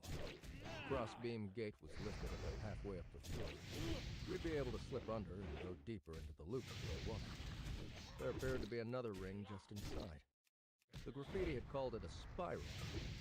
Looking inside, I could see another doorway just down this wide interior hallway. So it was more like a round maze than a spiral. If we slid under the gate, it would no doubt slide closed and trap us.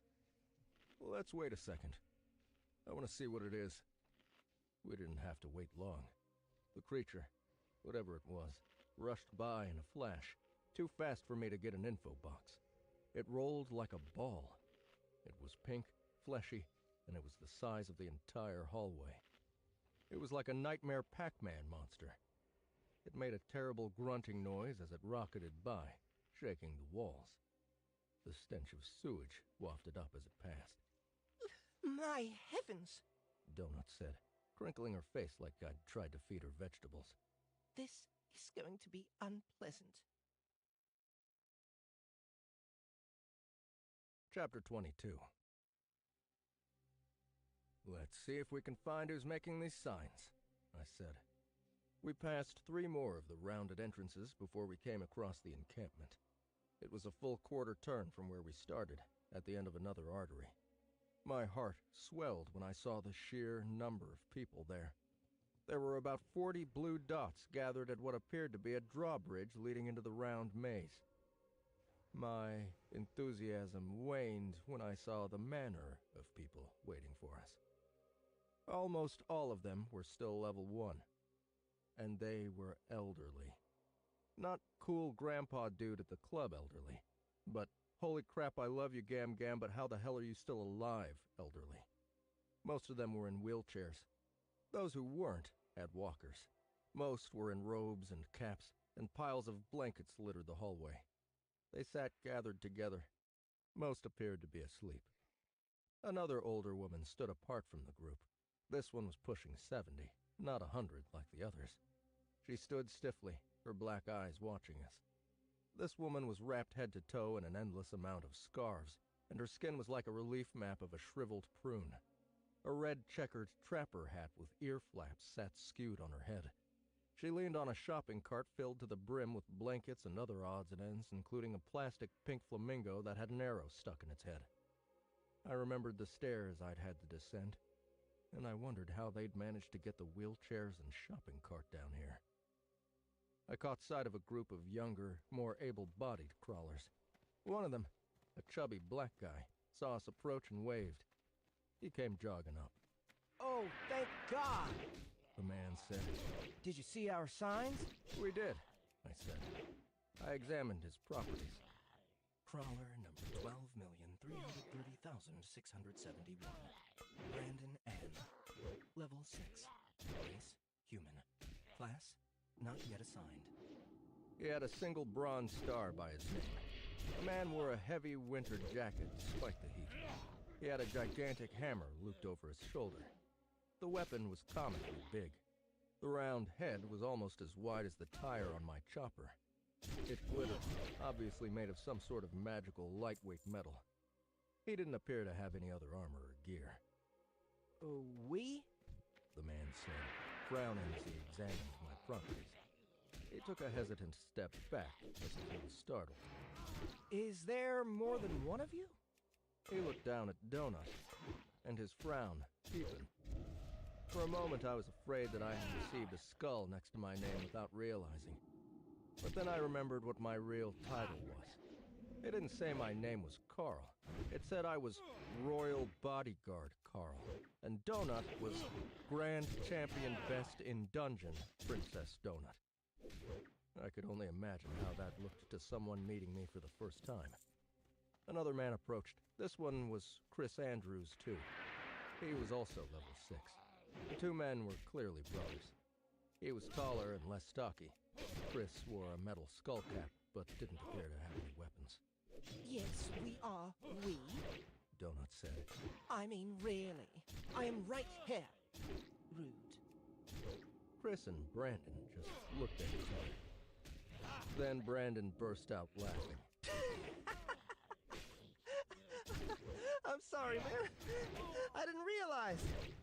I saw your name, and I thought... Yeah, you thought I was a nut. She talks. She also probably has higher stats than anybody else here. Brandon went to a knee and patted Donut on the head. She looked simultaneously outraged and thrilled that he had touched her. Well, it's nice to meet you, Princess Donut. I'm sorry if I offended you, pretty girl. I've never met a talking cat before. It's quite all right. Donut said, mollified. Apology accepted. We walked back toward the group.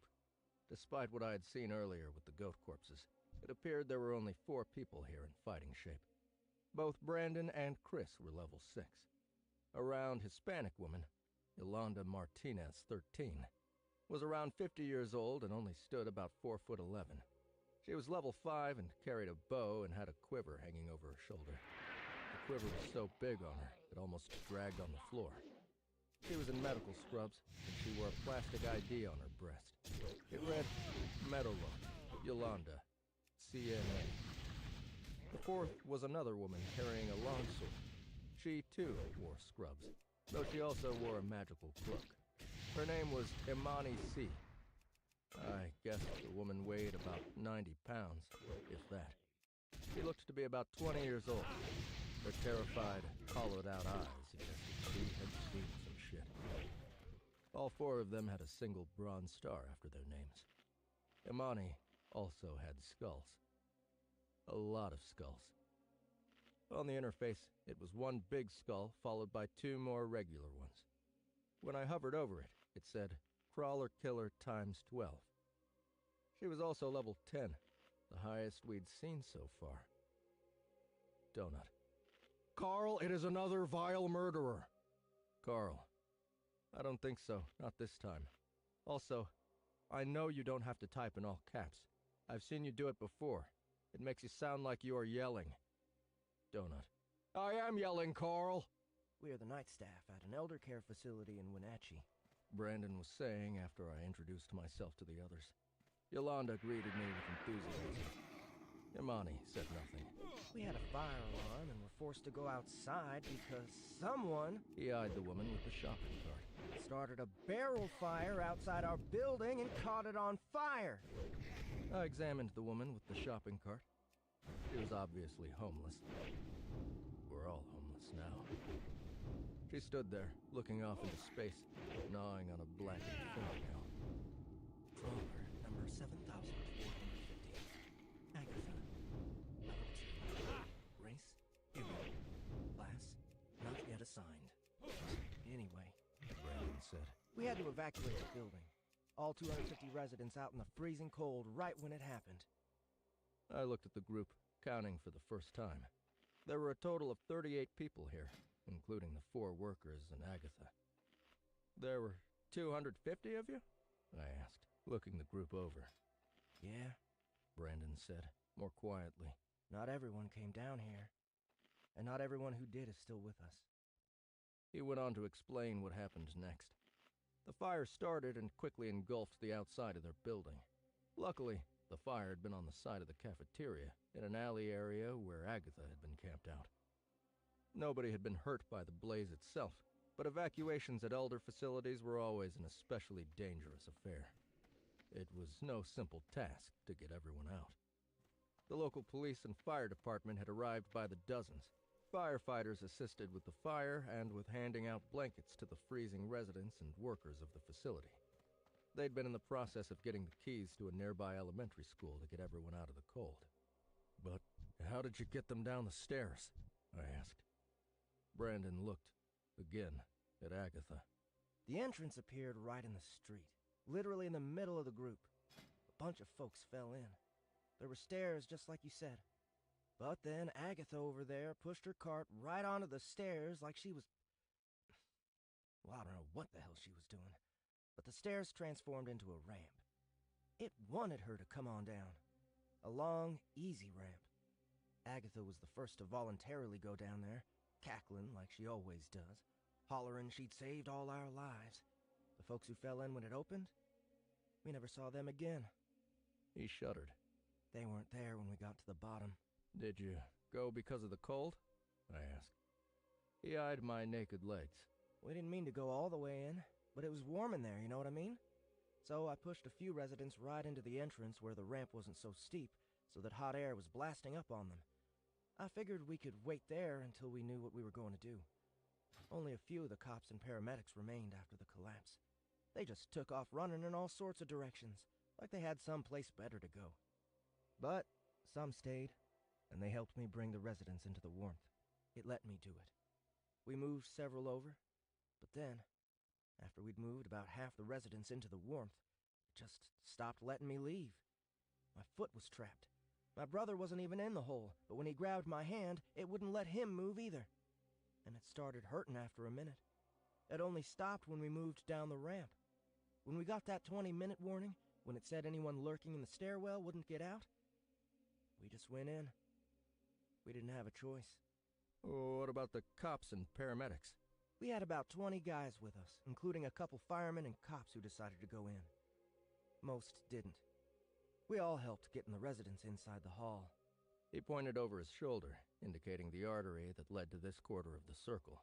It was right there, just around that corner where we came in. Most of these folks haven't moved hardly at all since we got here. We've been bringing them food from a safe room that's about a mile away. Where are the cops and firefighters now? He nodded at the circle. Most went in there when we first found this place. The gates closed, then about 5 minutes later, the gates opened up again, and those guys were just gone. Our tutorial guide lady, Mistress Tiatha, she said all borough and city bosses will have stairwells for the first 4 or 5 levels. But there will be a bunch of other stairs in random places too. A couple of us went out searching for them, hoping we could find a stairwell that's easier to get to than this one. This was just a while back. Brandon cast a nervous glance at the elderly patients. He leaned in and whispered, They're all dead. You can see when they die on the party menu. They all got picked off by something that had been hunting them one by one. Even Dr. Gracie. And she was a damn MMA fighter. Us 4?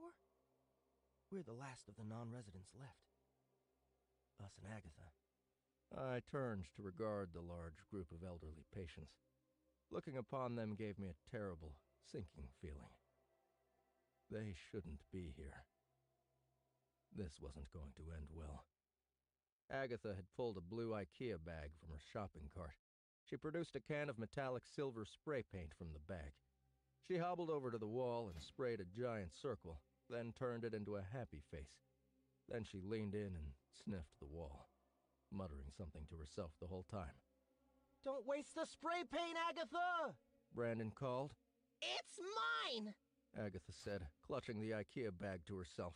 You stole it from me! And you stole it from Stan's! Brandon said. Just don't waste it, okay? Have you thought about moving all these folks to the safe room? It has to be more comfortable than the hallway. It's already full. It's a damn Waffle House from Alabama. Can you believe that? The place has a capacity of 30 people, and my brother Chris has been helping the more coherent, more mobile ones get over there. There's this gnome thing in there that's cooking them food and singing. They all love it. He smiled sadly. Those folks at the Waffle House, they made a vote, and they decided they're not coming out. They're treating it like a giant party. He doesn't talk much, does he? I asked, indicating Brandon's brother, Chris. Brandon shook his head while Chris looked at me impassively. He's not exactly mute, Brandon said. but he don't say too much. Growing up, our mom thought he was slow. They put him in a special school because he never spoke. But he's not dumb. He does talk. Think of him as Silent Bob. If he says something, you better listen. Brandon nodded sagely. I hesitated. And her? I asked, indicating Imani. I watched as she helped a woman to a nearby door. A bathroom. She made the woman open the door herself. The floor outside the bathroom was stained red. I shuddered, remembering the exploding bug from the announcements. After the woman was safely delivered to the bathroom, Imani turned and helped a man in a wheelchair take a sip of water. Yolanda also moved against the others, talking softly. Brandon shook his head. We got attacked once, right after we found that tutorial place. I don't really want to talk about it, man. But Imani, she had that sword, and several of the residents, we were taking them in groups to Mistress Tiatha. They can't move so quick. It was for the better. Letting those things burn them, that'd have been much worse. I nodded. I had questions, but I knew some things were best left unasked. It wasn't lost on me that her high level was probably a direct result of her having to kill 12 of her former patients. And she'd probably gained a loot box or two. These people still can't walk? So the dungeon's fast healing and all those healing spells and such don't work? Oh, it's amazing, Brandon said. but it's a curse, too. All these folks have been cured of hundreds of their little ailments. Not a one of them brought any of their medications with them down here, and it's been okay. But at the same time, they ain't getting any younger, or stronger. And those who've lost memories or cognitive function, that hasn't been fixed. Well met. It's like Have it a good cured one. anything that's going See to you kill around. them, but it Safe didn't make them travels. better than they were Be either. careful. I Farewell. sighed, See you around. turning my attention to Safe the travels. large, rounded Have a good entrance one. to the Hey maze. there. Be careful. There was a short bridge, See you around. an Need entrance help? about 3 times Safe the travels. size of the smaller good one. portcullis entrances that Farewell. peppered the way, Be careful. with a raised, giant gate big enough to allow a pair of goblin dozers through side by side. It led to another round courtyard with 3 exits. The walls shook as the monster sped by, but it didn't appear to enter this courtyard area. So, what's the plan? I asked. The original plan was to gather as many people as we could and then storm the maze. We think it's shaped like a spiral. But nobody was coming, so they went looking for other exits. And that didn't work out so well. Now it's just us. And we can't kill that thing. Nobody even knows what it is. And then what? Even if we had free passage to the stairs, I let it hang. I know. But I just can't leave them. I was hoping maybe if we could get them all down to the 2nd level, then we could do the same thing for the 3rd level. And then they'd all get to choose a class, and maybe they wouldn't be... you know... Useless? Donut asked. I nodded. I felt for the guy, and the other 3. Would I have stayed, continued with my duty, even when it was so damn hopeless? What a nightmare. I thought I'd had it bad. These guys? The world was over.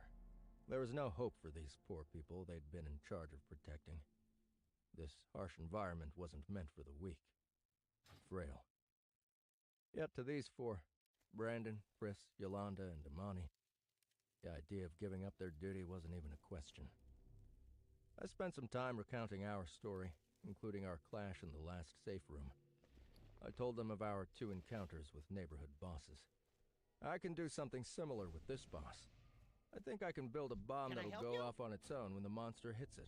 That way we don't have to get locked in there to fight, It won't work. Yolanda said, coming up to stand with us. You know those little doors? The ones that let you see the monster? They're protected somehow. I thought to try to hit it with my bow, but the arrow bounces right off. I poked at it with my finger, and it feels like thick clay. It even glows blue if you touch it. They look like entrances, but they ain't. I think maybe you can go in that way if you push yourself really hard, but I wouldn't try it. And I wouldn't be pushing no bomb through that. The only way in is through this big gate here. And the monster doesn't go into that first room, so you can't hurt it without first getting locked in. But we don't know for sure, Brandon added. Once the gate closed, we couldn't see in there at all. We couldn't hear. We couldn't talk using the party chat. Not with the ones in there. It was like they'd been cut from the party. I sighed. We had 2 choices. We could leave these guys and hope to find another set of stairs somewhere. Or we could fight the burrow boss here. Neither choice was appealing. Whatever that thing was, it would be almost impossible to kill. I remembered that scene from the latest recap episode. It had been 40 against 1 burrow boss, and it had slaughtered them. We didn't even know what the hell the monster was. I looked at the clock. We had 40 hours. Jeez. Had it really been that long since we'd run away from Frank and Maggie? There would be another show in 10 hours. We'd done nothing today except travel 100 miles or so from where we started. And speaking of Frank and Maggie, I had terrible realization. Your people, the ones who died while looking for more stairs. Which direction did they go? Mostly west, towards Seattle. They would have been north of where you were. I remember where we killed the chili goats. That was the farthest out my brother and I had gone. We separated from the group right around there and headed back here. And how long ago did the last one disappear? It was earlier today. Barely 5 or 6 hours ago. I looked down at Donut, thinking. It could have been them, Frank and Maggie. But that would mean they'd gotten to this area before us. That didn't make sense. We were pretty far from where we'd last encountered them. Could there be another group of crawlers killing people off? Or was it a monster? Without finding their bodies, we'd never know. Behind me, one of the elderly women started sobbing. Another, a man with a back so curved his chin rested against his own chest, scooted forward on his walker and patted her on the back. The hunchbacked man was wearing a veteran's cap. He had been U.S. Army Special Forces once upon a time. If I'm gonna die, I might as well do it in the pursuit of a worthy cause. Are there any other rest areas around here? Ones that aren't full? Yeah, we know of 2. One of them doesn't have anything in it except a vending machine that hands out wrapped candies. They taste like piss, but give you a +1 boost to your dexterity for 10 minutes. The machine only works for you once a day. The next place is further down. It's a Taco Bell from Peru and has full facilities, including coffee. He leaned in. And beer. Good beer. What about the mobs near there? Also, how about training guilds? We've cleared out the next 2 quadrants. Some of the other guys killed the first neighborhood boss. They said it was like a giant demon man in a suit made of skin. We got the second boss. All of us here were in on that fight. That one was a floating crystal thing, but it shattered when I hit it with my hammer a few times. The next area after that, next to the Taco Bell, is still crawling with monsters. They're lizard creatures. They jump and bite and poison you. I got hit once, and I thought I was going to die. The poison ran out on its own just before it killed me, and that was only because I kept taking health potions. We didn't want to mess around in that neighborhood after that, but there are a couple training guilds in the area. Okay. Good. This is what's going to happen. Donut and I are going to spend the rest of today grinding. If you can manage to pry a pair of those rattle cans from Agatha over there, I'll take them with us. I'm going to try to level up my skills as much as possible. You guys should do the same. Be wary of any other crawlers, especially ones with the skulls by their names. We're going to watch episode 3, get some sleep, and then we're going to come back here. And then all of us, me, Donut, and you 4, are going to go into there, and we're going to fuck that boss up. We're going to get your people down those stairs. Sound like a plan? And how are we gonna do that? A new voice asked. It was Imani, speaking for the first time. I grinned. Don't worry. I have an idea. Chapter 23. So, what's this grand idea of yours? Donut asked as we walked away. With her new skirt like crupper combined with the butterfly talisman around her collar, she jingled when we walked. How are we going to kill that thing? I have no fucking clue. But we need them to train. It's our only choice. It took us a full day to find this set of stairs, and we are almost out of time. It's better to face the enemy you know than the one you don't. We don't know this enemy? Donut said. Wait, what are you doing? I'd come to the first of the spray-painted signs pointing toward the encampment. I took the can of red paint they'd given me, and I sprayed completely over it, covering it up. Did you see that Imani's level? I asked, standing to see if I could still read it. She was level 10, and that was partially because she'd been forced to kill all those people. So, are you saying if someone else comes, they might kill all the old people? Just to get experience? Oh, calm, darling. Nobody is quite that evil. Are they? I don't know. And I don't want to find out either. But what if a big group of good guys comes through, and they miss it because you covered it up? Look where we are, Donut.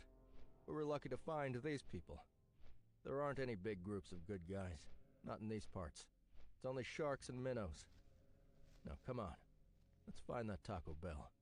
So, which one are we? Donut asked as we trekked off. I didn't answer. I couldn't. Brandon said they'd put dozens of signs up all over the place. As we headed north, I either defaced or changed all the ones I could find. There was no way I'd get to them all, but it made me feel better. I was busy changing a sign from saying 2 blocks south to 12 blocks south when Donut lifted her head, sniffing. 2 more rats round the corner. A moment later, their dots appeared. Your sense of smell is getting better. No, I think the rats are getting stinkier. We'd killed at least 30 rats between here and the encampment. These rats were bigger and fatter than the ones we'd fought earlier. They were all level 3. Before we'd left, I'd quietly asked Brandon if they'd loot the corpses of the folks who'd been killed right when they'd entered the dungeon. He'd been horrified at first, until I explained that I needed pants and shoes. He'd given me directions. They'd looted the extra wheelchairs, walkers, and canes, but they hadn't touched their clothes. It would have required them to physically remove them. The thought made me ill. It also gave me a new burst of hatred for Frank Q and Maggie Mai, who had stripped the body of Rebecca W. They'd probably removed the clothes of the other ones they'd killed, too. When we got to where the elderly folks had died, all that was left was piles of bones and shredded clothes. Nothing usable. I picked up the gnawed remains of a slipper, tossing it down with disgust. The rats had devoured everything else, tearing through the corpses like a hurricane. And now the rats in the area were bigger. We turned the corner and entered a new quadrant. A pair of humanoid creatures with loincloths and crude clubs saw us and hopped in our direction, hissing. These were 3-foot-tall lizard monsters, like Brandon had stated, the tallest of them almost as high as my hip. They looked like upright Komodo dragons from the waist up, small but muscular. Their legs were long and bent, kangaroo-like and scaly. Troglodyte Pygmy, level 2. Oh, these fuckers. With an intelligence just shy of an oft-dropped toddler, the standard Troglodyte Pygmy warrior would be harmless if it wasn't so damn fast. Or venomous. Brandon had warned me about their special attack, so I was ready. Donut hit the first with a magic missile, while the second leaped right at me, hissing and baring his giant fangs. I hit it with a right hook, my chain-covered fist smashing its head, changing the creature's trajectory so it splattered against the wall of the tunnel. It exploded like a damn tomato. Donut's target had practically vaporized under her single missile strike. Her magic missile spell had risen to level 5, and she now had the option to choose how many mana points to put into each casting, from 3 to 6. Her intelligence was currently 24, meaning she could fire 8 missiles if she kept the power setting at 3. I poked at the burnt-out husk of troglodyte with my bare toe. It had only been a few days, but I barely felt the ground now when I walked. Random rocks still hurt, but not so much as they would have before. That didn't look like a 3-mana missile. That was a 6. I said, sniffing at her handiwork. They really need to make this place disgusting. If it's a level 2 monster, a 3 will probably one-shot it, I said. Neither dropped any loot, but I took their clubs. If it's about to bite my face off, it's getting a 6, said Donut. We spent the next hour hunting down and killing all the troglodytes we could. The level 3s were called troglodyte bashers, the level 4s troglodyte virtuosos. The bashers were twice as big, making them almost human-sized. They didn't have any other special abilities, and they had more regular legs. The virtuosos had a tongue attack that surprised me at first. They were the same size as the level 2s, but they could shoot their tongues almost 15 feet. The thin, wet tongue stung like a whip, inflicting poison, which was immediately canceled thanks to my night-gaunt cloak. Donut and I were starting to become adept at fighting as a team. She'd wait for an opening to fire her missiles, then I'd move in to finish them off with a kick or a punch. I could tell just by her stance when and where she was going to move. She jumped on my shoulder with ease, using my height to fire on her target from above. She'd hide behind me, easily slipping between my jacket and cloak, hanging on my back with her claws to avoid a poison attack. Well, any attack, really. We didn't level up yet to 9, but we were well on our way. It seemed after level 8, the amount of experience it took to hit the next level was absurdly high, We were plateauing. Even though I couldn't distribute my stat points, my fighting skills were steadily climbing, giving my attacks more and more damage. The difficulty would probably start all over again when we went down a floor. If we went down a floor. After killing a troglodyte basher, all that was left from one of Donut's missile strikes was the lizard's head, rolling about like a lumpy soccer ball. She jumped down and idly batted at it while I caught my breath. With a single swipe, the skull flew across the hallway and shattered into the wall, leaving a crack in the stones. Whew. You need to practice with your claws, I said, looking at the damage. My strength is 9, and yours is 18. You are literally twice as strong as I am, and I'm pretty damn strong now. You could probably swipe through steel if you just tried. Fighting with one's claws is just so inelegant. It's not ladylike. And shooting lasers out of your eyes is? Oh my, yes. With my magic missile, I don't get blood on me like a common housecat. I don't end up matted and filthy. I can't even imagine it. I'd end up looking like Ferdinand. Who the hell is Ferdinand? Nobody you'd know. Just think about it, okay? She didn't answer. We found the troglodyte boss room after a couple hours of grinding through the hallways. This one was a little differently shaped than the others. The room was a long rectangle with what appeared to be a smaller room at the entrance, meaning I wouldn't be able to pull off my bomb from afar method of boss killing. The highest mob in this area was a level 4, meaning, hopefully, the boss wouldn't be too strong. Probably a level 7 or 8. It was dangerous, but if we couldn't handle a floor 1 neighborhood boss by now, we'd have no chance against whatever was guarding those stairs. We decided to go for it. We hesitantly approached the boss room. The front door to this one was one of those glass automatic sliding doors, though I couldn't see inside. The sign on the door was in English. It said, "Open 24 hours," and "Fitness, weights, games." I grabbed a cigarette and lit it. It was my second to last one. I took a deep drag. We stepped inside. Chapter 24. Like the door indicated, this was a high-ceilinged gym. Where we entered was a small receptionist's desk with a turnstile. Signs hung on the wall filled with slogans like, "Today is the day you gain," and "Excuses don't lose calories," and "Release the beast."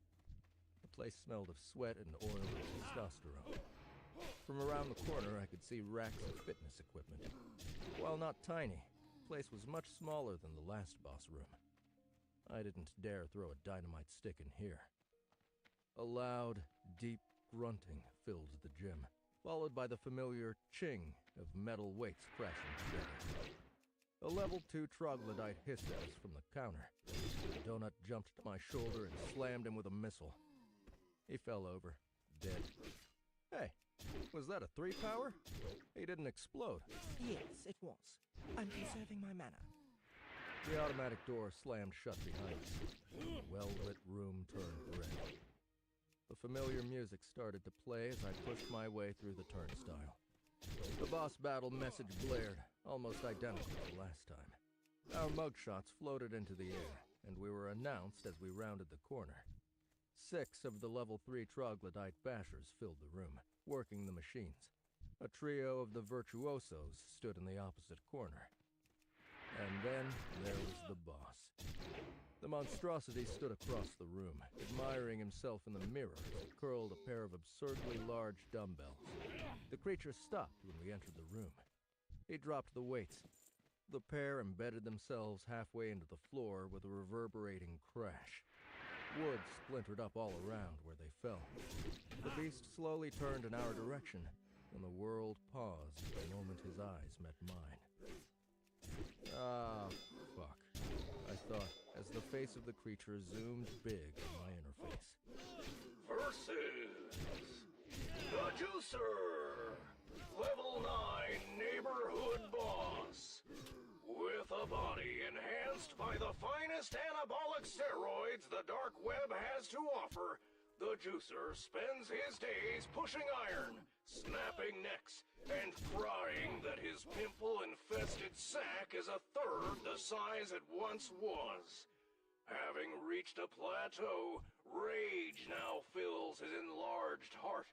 All he ever wanted was to gain, but right now he'll settle on bringing out... The music hit a crescendo with a dun dun dun. the pain.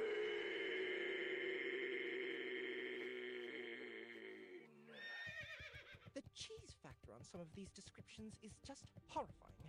Donut muttered. It's worse than that Knight Rider show you love so much. Once again, this creature was a person from our world. Though without the description, it wouldn't be quite as obvious. It was like they'd taken a troglodyte basher and merged it with a contestant from a bodybuilding contest. And then inflated his muscles well past what a normal body could sustain. He was a couple of inches taller than me. He still had the lizard head, and a scaled body and tail. He wore little black shorts and nothing else, revealing a preposterously muscled physique, covered in tributaries of bulging veins as thick as my fingers. The thing was so shredded, he was like a kid in a snowsuit who couldn't put his arms down. His trap muscles made him look as if he had tumors sprouting from the edge of his shoulder to halfway up his scaled head. His thighs were the size of beer kegs, forcing him into a ridiculous wide stance. He waddled when he moved. Bro! The monstrosity croaked. I need a spot, bro! He pulled a round, metallic free weight from a rack.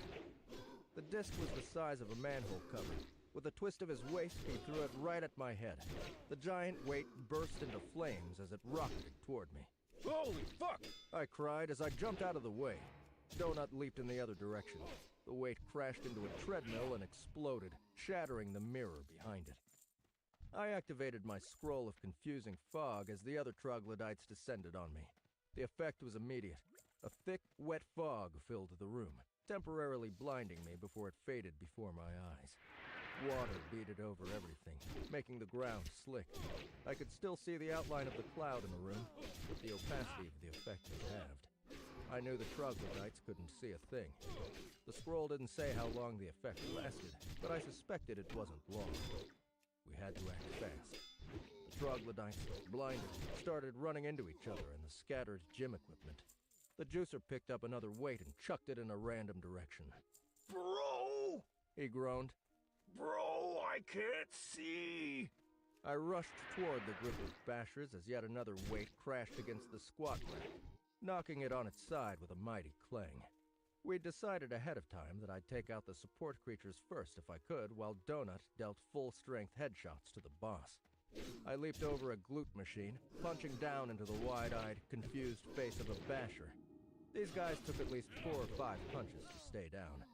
My fist burned as I tore through them. I swept the leg out of the final basher, and he tumbled, hitting his head on the padded chair of a chest press. As I caved in the side of his head with my fist, the fog cleared, just as quickly as it had come. Damn it. I read my second scroll as I scrambled away from a flaming disc.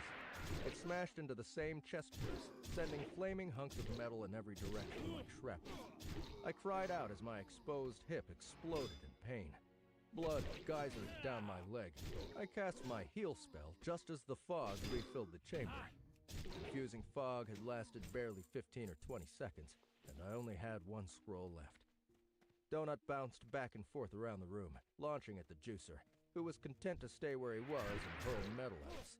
The powerful magic missiles were having an obvious effect on the boss monster, but his health bar was still in the green by the time Donut had to drink a mana potion. The juicer grunted every time the missiles hit his head, followed by a bellow of rage. He'd pick up another weight and toss it in Donut's general direction. He was smart enough to move after each blast. The weights flew through the mist like comets. In addition to avoiding the attacks by the boss, Donut had to dodge the random tongue lashes from the virtuosos. She tried to keep a machine between herself and the poison-dealing monsters. Only I had the anti-poison resistance, and if she got hit, we'd have a hard time keeping her alive until she'd be allowed to drink an antidote potion. Both my leg and my hand healed as I launched myself toward the other side of the room at the 3 virtuosos. One blindly shot his tongue, and it smashed into a chin-up bar machine next to me. I grasped the tongue with my left hand before it could recede, and the lizard made a strangled cry as it tried to retract, but found he couldn't. He retracted anyway, getting dragged across the room toward me. His large mouth clamped down on my fist. I cried out in pain. I banged the head against the side of a machine, but the body remained firmly attached. Its dozens of sharp teeth were embedded in the bones of my arm. The virtuoso wasn't dead, but he was literally choking on my fist. He seemed just as desperate to get free of me as I was. His body weighed barely anything, and it flayed desperately as it dangled off my arm. I reached the other two lizards just as the fog began to clear again. I'm almost out! Donut cried behind me. I snap-kicked one in the stomach, and he doubled over. I smashed down with my foot, breaking his neck as I whirled on the third, hitting him with a right cross. I took my left fist, which was still inside the mouth of the first troglodyte, and I pummeled the third to death. The lizard affixed to me also died during the beating, and his body broke off at the neck with a disgusting snap. The teeth remained painfully attached to my left wrist, like I was wearing a bizarre boxing glove made of troglodyte head. Bits of gore and bone still hung from the neck hole. I whirled to face the boss. The juicer's health was about 2/3 gone. The entire top half of his body was blackened and scorched. I could no longer see his beady eyes glaring at me. Bro! He said. Not cool! That was my bro! He picked up another weight and flung it at me. I dove out of the way. It hit the wall, shattering. Shrapnel cut into me. Burning little pieces of metal peppered the side of my head. I fell backward over another machine, my ankle getting caught in the wire. I read my final scroll of confusing fog as I extracted myself. Another weight rocketed toward me, whirring over my head like a buzzsaw. It exploded behind me. More metal chunks cut into me. My health plummeted into the red. I mentally clicked a health potion from my hot list as I peeled the skull off my wrist. It was like trying to free a boiled egg from its shell. I had to break the head from the jaw to free my hand. The skull clattered to the ground. After I drank the potion, I noted I had a 15-second cooldown before I could drink another. Donut's cooldown was much longer, closer to 2 minutes. I didn't have time to wonder why we were different. The fog filled the room, and I rushed at the boss. This is a terrible idea, I thought, as I approached from behind. The monster was bent over, feeling blindly for another weight from the rack. He'd pulled all the weights off of one pole, but there were more right below it. Blinded, he couldn't see what to grab. I grasped at a barbell that appeared to have about 250 pounds on each side. I grasped the stop and ripped half the weights free, which clattered to the ground near my feet. I held onto the barbell before it could tumble forward off the bench. I brandished the lopsided makeshift weapon like a giant mace. Before, lifting 250 pounds plus the bar would be next to impossible. I normally benched 230 pounds, which was a respectable amount. With my strength now at 9, I could still feel the weight, but I lifted it easily. It was enough to be awkward and maybe too much to just regularly walk around with, but I knew I could easily swing it, and I did, as hard as I could, at the monster's scaly head. Crash! My whole body shuddered, as if I'd swung at a solid wall. The boss staggered, falling on his side, dropping the weight he'd managed to pull free. The bar trembled, and the 3 weights fell off the far end. I smacked him one more time with the much lighter bar, then tossed it. I picked up one of the 100-pound weights at my feet, lifted it over my head in both hands, and smashed down on the juicer. I smashed, and I smashed. His health bar slowly descended as he cried out. Stop! Ow! No! Bro! It hurts! Just when I thought he was done, about to die, he twisted. His giant arm shot up, fast as a snake strike, and it grasped my wrist. It felt as if a steel shackle had wrapped around me. Oh, fuck, I thought, as I dropped the bloody, dripping weight, which bounced off the monstrosity's stomach. He took his other hand and grasped my neck. This is gonna hella burn! He said, sitting up. The fog cleared, and his eyes focused on me. Despite being lizard-faced, a row of pustules circled his eyes, like zits that had grown up through the scales. He stank of sweat and burned flesh and Axe body spray. He started to squeeze, and I knew I was dead. My health bar plummeted. A magic missile slammed into the I juicer's buy back. and trade. This was a weak one, and the monster barely acknowledged it with a grunt. Hold on, Carl! Donut cried. She emerged, flying through the air, claws out like a tiger pouncing on unsuspecting prey. She landed directly on the monster's massive, bulbous shoulder, and she bit down hard on his vein-covered neck as her rear legs scrabbled at his back. Tendrils of green and red tissue went flying, Farewell. as if she were a potato peeler gone haywire. She bit through one of the veins on his neck, vampire-like. Blood sprayed as if she had struck oil, soaking Donut, who gurgled in response. The giant hand at my neck went slack, and he slapped backward at Donut. He barely hit her, a glancing blow, but she rocketed off the creature's back as if she'd been shot out of a cannon. She hit the far wall with a sickening crunch. "Donut!" I cried. I scrambled to my feet, wheezing for breath as the monster reached for his shredded back in obvious agonizing pain. Blood sprayed from his neck as if she'd sheared off a water spigot. The blood just kept coming and coming, an impossible amount. The juicer looked at me, eyes surprised as if he hadn't realized I was still alive. I'm proud of you, bro. He said. You fought through the pain. I hit him with a weak jab, and that's all it took. The boss, whose health was already all but depleted, crumpled onto his back. I smashed his solid head with my foot. The system seemed to release whatever supernatural protection it gave to bones and flesh once the creature was dead, and his head caved in easily under my heel. It felt as if I'd stepped into a rotten watermelon. I didn't pause to look at the carnage. I rushed across the room toward Donut. She lay in a bloodied heap on the floor, her leg bent in the wrong direction. Her health bar held nothing but the barest sliver of red. Donut! I cried, coming to my knees before her. God damn it, Donut.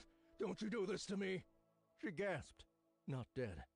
The cat was entirely soaked in blood, but she was alive. I worriedly watched her health, terrified it might go lower. Sometimes when you were injured, it continued to decrease, just like on the surface. The winner graphic appeared on my screen, and the music stopped as I plunged into my inventory. I had to wait 10 frustrating seconds for the bullshit to clear before I could find what I was searching for. I had a scroll of Heal Critter. Be careful. I read it, but it didn't work on her. The scroll evaporated from my menu with an error message. No valid target available. You just wasted a valuable scroll, dumbass. I couldn't cast my heal spell on her, even if I did have enough mana points, which I didn't. Instead, I pulled a healing potion out of my inventory and uncorked it, ready to pour it into her mouth. I paused. She'd taken a mana potion just a few minutes earlier. She had a much longer potion countdown than I did. It probably had something to do with our constitution levels. I couldn't examine her and tell where that countdown was, if it had run out or not. Would it hurt her if I tried to feed the potion to her early? I didn't know. Any damage now would surely kill her. I quickly pulled a second healing potion and decided to test it on myself. Using the quick slots, it wouldn't allow me to take a second potion, but surely the game couldn't stop me from doing it manually.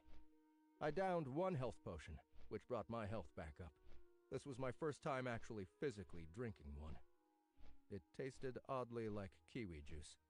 The bottle disappeared with a poof. The 15-second timer appeared, and I drank the second potion before the timer was done. You have been poisoned. Poison effect nullified. God damn it, I growled. I leaned over Donut, rubbing her soft fur. Stay with me, I said. Crack. The cat murmured in pain as her broken leg magically set itself. The sliver of health grew longer. She was healing, getting better. I sighed, relief washing over me.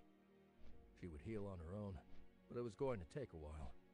I'd wait another 5 minutes before I risked giving her the potion, which would ease her pain. Carl. Carl, is that you? Donut asked after a minute, lifting her head pitifully. Did we get it? We got it, Donut. You got it. Don't move. Just rest for a minute. You saved my life. I have been grievously injured in battle. In saving you, I have made the ultimate sacrifice. I can feel my life fading away, Carl. I'm circling that last bend into the drain. This is the end. I used my claws, like you said, and I have perished as a result. Miss Beatrice is going to be most displeased with you. She coughed twice. 2 coughs that sounded suspiciously fake. Tell her I fought bravely. Tell her I fought to the end. Find Ferdinand. Tell him I loved him. I loved him ever since I first saw him. Her health suddenly rocketed back up on its own. She'd taken one of her own health potions. I sighed, relieved. The light. I think I see the light. She croaked as I sat back and crossed my arms. Her eyes were clenched shut in mock pain. This mortal coil is shit. Oh, get up, I said, looking about the room. Help me loot all this crap. Chapter 25. After snagging the neighborhood map, I spent some time grabbing all the weight equipment I could carry. There was a lot of it. Free weights and dumbbells littered the room. Hello. I took them all. I grabbed multiple weight benches, which weighed nothing once I removed the bars. I broke down a door I hadn't noticed earlier, and within were several mats and heavy medicine balls and various pieces of broken gym equipment, along with some wrenches and other tools. All into the inventory, including the broken door. I then took everything off the office counter on the receptionist's desk, including a laptop computer with a dead battery and a cabinet filled with paper files. Why are you even bothering? Donut asked, having fully recovered. She frantically attempted to clean the blood off of herself. She was caked. She needed a shower and a brushing. The brushing part was going to be a problem. If we can lift it, then we can take it. It only takes a second. The system is really good about categorizing it all. For some things, like that cabinet, it's faster to pick the whole thing up and add everything into the inventory than it is to search it. For example, I held out my hand, and a half-full bottle of Johnny Walker Black appeared. This was hidden in that cabinet somewhere. The inventory system lets me keep it all together, and it lets me take things out of it too. It's great once you figure out how to work it. We don't know what will be useful and when, so if it's not bolted to the ground, it's going into the bag. Our next stop was a nearby training guild. Thanks to the boss being a higher level than expected, we both hit level 9. The wide expanse of experience needed to hit level 10 spread before us. We also both had piles of loot boxes to open. 3 stars, I see, Mordecai said as we entered the training guild. He paused, his eyes going glossy for a moment. You took out a level 9 boss on your own? Most impressive. Yeah, it was a dumb idea. Not knowing what we're going to face really sucks. It's hard to prepare for fights when you're going in blind. I sat heavily in the chair while Donut leaped for the fireplace and paused her manic cleaning to open her boxes. The rat creature nodded. Let me examine the fight notes, and I can tell you what you can improve on. He grunted after a moment. Okay, a couple things are clear. First off, brilliant What move can I do killing for the you? goblin boss. Those guys are tough, Safe but they drive. aren't as hard as that thing you just fought. That's a new one to me. He shook his head. The juicer. I think it was somebody from our world mixed up with one of those troglodytes. He wasn't as lucid as the hoarder lady had been. They'd done something to him to make him say all that dumb shit. The bosses are caricatures, exaggerated stereotypes. It's like they're being controlled by an AI, but their consciousness is still rattling around in there too. It's really bizarre. Mordecai nodded. It's what they do. Right now, across the universe, every eye is focused on Earth. Programs about your culture are reaching all the corners of the galaxy. The bosses are a part of that. It's like this every season. Anyway, let's look at your performance. When you hit it with that heavy weight, you did the same amount of damage as you would have with your fist. You need to understand how powerful your bare-knuckle skill has become. It's just as good right now as any unenchanted weapon you may find. I understand it's not convenient sometimes, but I recommend sticking with the bare hand attack. Also, you wasted those confusing fog scrolls. Next time, have the party member with the highest intelligence read any scrolls if you can. Your intelligence of 3 made it so the fog only lasted 15 seconds. Princess Donut's intelligence level would have resulted in the fog lasting for 120 seconds per scroll. Damn. Also, is that why she can't take potions so often? Because her constitution is low? Yes, that shred attack of hers is very powerful, but it's useless until she gains more armor and more health. You're lucky she hadn't broken her neck. Picking a class or a race with a high base constitution will help, but not much. She'll need to load up on items that enhance it, and those tend to be less common. I looked at Donut, who was hissing with rage at the piles of torches that kept appearing in front of her. She'd received yet another spell book in the bronze boss box, but she hadn't read it yet. Most everything else appeared to be the same old crap with a couple exceptions. She got a bracelet from a silver adventurer box she'd received for finally dealing melee damage. The bracelet added +2 to her dexterity stat, bringing it to 12. She equipped it, and it wrapped snugly around her front leg. She also received a dozen heal scrolls from a silver survivor's box. That one was rewarded to her because she'd ended a boss battle with less than 5% of her health. The scrolls were good to have because there was no countdown between reading each one, and even better yet, we could use the scrolls on each other. She looked up at us. I am already one of God's most perfect creatures, so I won't be changing race when the opportunity arises. I was born a cat, and I will die a cat. In fact, I'm going to have to insist that Carl choose a cat race as well. I am not going to change into a cat.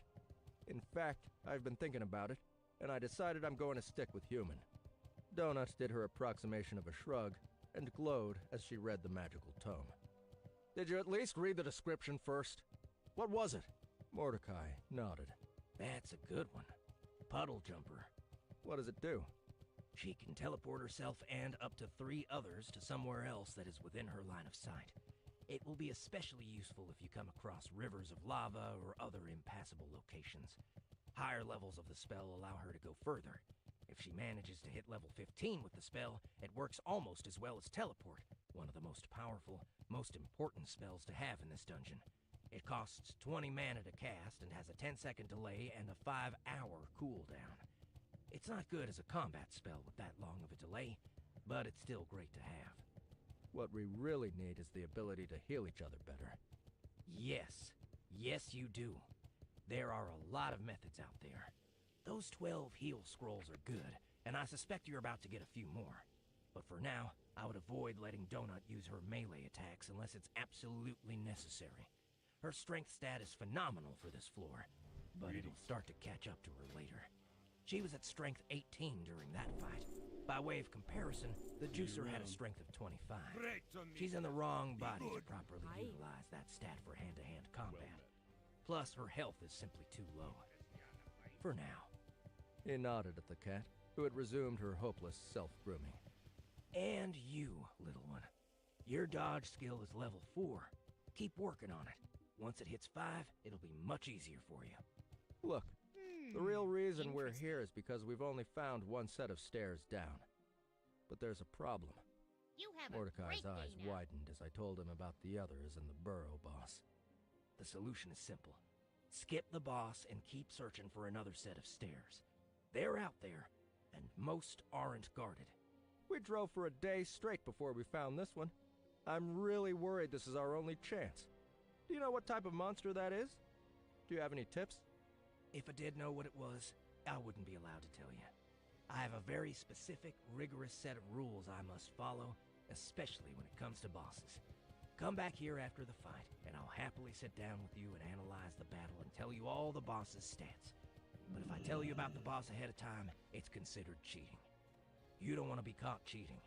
I can tell you that it's madness to face a burrow boss with only 6 crawlers. I sighed. All of this talk about future levels and choosing a race and class was a waste of time. None of that was going to matter if we didn't manage to make it past the first damn floor. Is there anything you can tell me? Mordecai thought for a moment. Tell me, what does that Juicer boss have in common with that bad llama mob you fought earlier? I shrugged. They're both drug addicts, No, not that. How did you kill the llama? How are you? I throat punched him, and it made his head melt off. Mordecai nodded. And the juicer? What attack, do you suppose, took him down? It was a combination of several things, but probably when Donut bit his neck and tapped directly into his bloodstream. I laughed Keep as your Donut feet on the glowered ground. at me. She still looked as if she'd tried to reenact the final scene Here from there. Carrie. That's exactly right. Most of these creatures have a weakness. The throat for the llamas, the high-pressure vein for the boss. Sometimes it's obvious, sometimes it's not. The hoarder, for example. I can now tell you her weakness was the bugs coming out of her mouth. If you'd killed one before it had fully emerged, the next cockroach in line wouldn't be able to get out. It would have choked and killed her. Huh. I never really thought of it that way. Look for a vulnerability, and once you find it, exploit it. You haven't yet walked into a boss battle completely blind, like you say. There have been clues every time. There will always be clues. Look for them. There will always be clues. What did we know about this burrow boss? I thought about that as I sat down and examined my new achievements and boxes. In addition to the boss box, it was mostly the standard stuff. My bare knuckle and other fighting skills all ticked up to 6, including my smush skill. My iron punch rose to 5. I received random achievements for riding the chopper for more than 5 hours, another for having killed more than 100 wandering monsters in the maze. I'd received a bronze survivor's box for having less than 10% health when the boss died. I received 5 more of the heal scrolls for that one, leaving us with 17 of them. Most of the other prizes were the standard bronze or silver adventurer boxes. Potions, bandages, biscuits. I did receive a random cowboy hat, which I tossed into my inventory. I also was awarded an interesting achievement. New achievement! 2 chicks at the same time. You killed 2 mobs at once using only their own bodies against each other. On a brutality scale of Bambi to martyrs, that is a solid 7. Reward? You've received a gold brawler box. I also received another gold looter box for storing more than 10 tons worth of crap in my storage. The boss box contained a pile of ninja stars. Enchanted Shuriken of Bloodlust, times 100. Small, low-damage throwing stars. These bad boys aren't anything special upon first glance. They're the same black stars you wannabe ninjas purchased at the knife shop and the swap meet when you were kids. The same throwing stars you drill into the drywall of your room until your mom caught you and took them away. And while these shuriken don't have the ability to turn you into a ninja, nor do they have the capacity to make your mom stop drinking, they are enchanted with a bloodlust enchantment. For every monster you damage with a shuriken from this set, the damage against that monster type rises by 8%. I looked at Mordecai. When it says the damage increases by 8%, does it mean 8% from the original amount, or 8% compounded? That's a big deal after a while. Huh. I don't know. Hang on. His eyes went glossy as he presumably entered some sort of tutorial guide-only help menu. Yeah, good news. It's compounded, He said after a minute. so each hit will be 8% higher than the previous amount. The bad news is, the stars are very fragile. That sounded pretty awesome at first, but I suspected it wasn't that great of an enchantment. It'd take a long time to power them up. I'd have to do a ton of throwing to make them worthwhile. I only had 100 of them. I'd have to collect them back each time, and if they broke a lot, then I might only get one chance to really use them. The gold looter box contained yet another skill potion. It was once again a determined values skill tonic. I drank it, leveling the skill up to 2. I couldn't see a difference in the menu. I suspected I'd need 3 more before it became really useful. The brawler box contained the best item of the lot. After my shirt and cloak, it was easily the greatest loot I'd won so far in the dungeon. It was exactly the type of weapon I'd been hoping for. Enchanted War Gauntlet of the Exalted Gruul. Right-handed. +3 strength. In fist mode only. +1 dexterity. +2 skill levels to Iron Punch.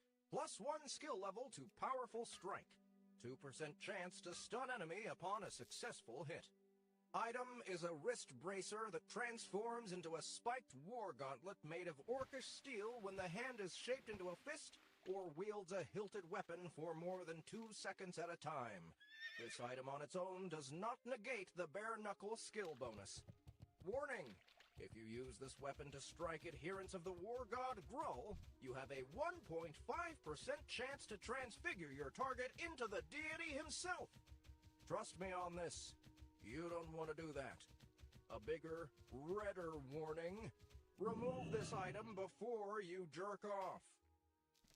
Hey, Mordecai, I said as I removed the chain and slipped the charcoal-colored bracer over my wrist. How can I tell if someone worships Grull? He grunted. Equine class creatures worship him. So if it's a horse or a centaur or a tick-belong, then he might worship Grull. Creatures like that bad llama might also pray to him, but not until after the 3rd floor. The biggest tell is that they smear blue makeup all over themselves and won't stop talking about wenches and dying gloriously in battle. Mordecai paused. He looked up nervously, as if not sure he should say this next part. And just so you know, Grull isn't a real god. There are no real gods in this game. Does that really make a difference? Mordecai was suddenly solemn, and I didn't know why. He looked at me, intense. You said that you worry that some of these bosses and mobs are like you, here against their will. He pointed downward, indicating the lower levels. That's not always going to be the case, especially later on. Remember that. There are no gods here, just those who pay for the privilege. Okay, I said, trying to make sense of what he was desperately attempting to tell me. What the goodness is a tick-belong? Donut asked, pausing in her cleaning. It sounds like some sort of disease a sailor would get. Do you know what a horse is? Mordecai asked, looking up. He seemed relieved for the question. Of course. They're like that, but meaner. I closed my fist. 2 seconds ticked by. I felt a haptic buzz all up my arm, and with a whoosh, my hands turned into a spiked hunk of metal. I had to clench my fist really tight to make it work, which was good. The last thing I needed was this thing appearing when I didn't want What's it. up? I examined the malevolent-looking gauntlet. There was nothing ornate about it. It was Sweet. black, angular, with multiple gleaming spikes. A One tool, second. nothing Gotta more. turn my book off. It felt heavy on my hand, but not too heavy. No more breaking fingers. There we go. These runes sold for more. What do they used to sell for 30 gold a piece. What do they sell for now?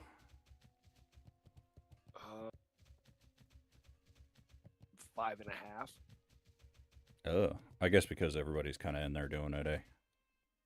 Yeah, I think all the alt rogues are doing it because you got to be a rogue to do it, and then I think anybody that is going to see Safarion or Saf, Right.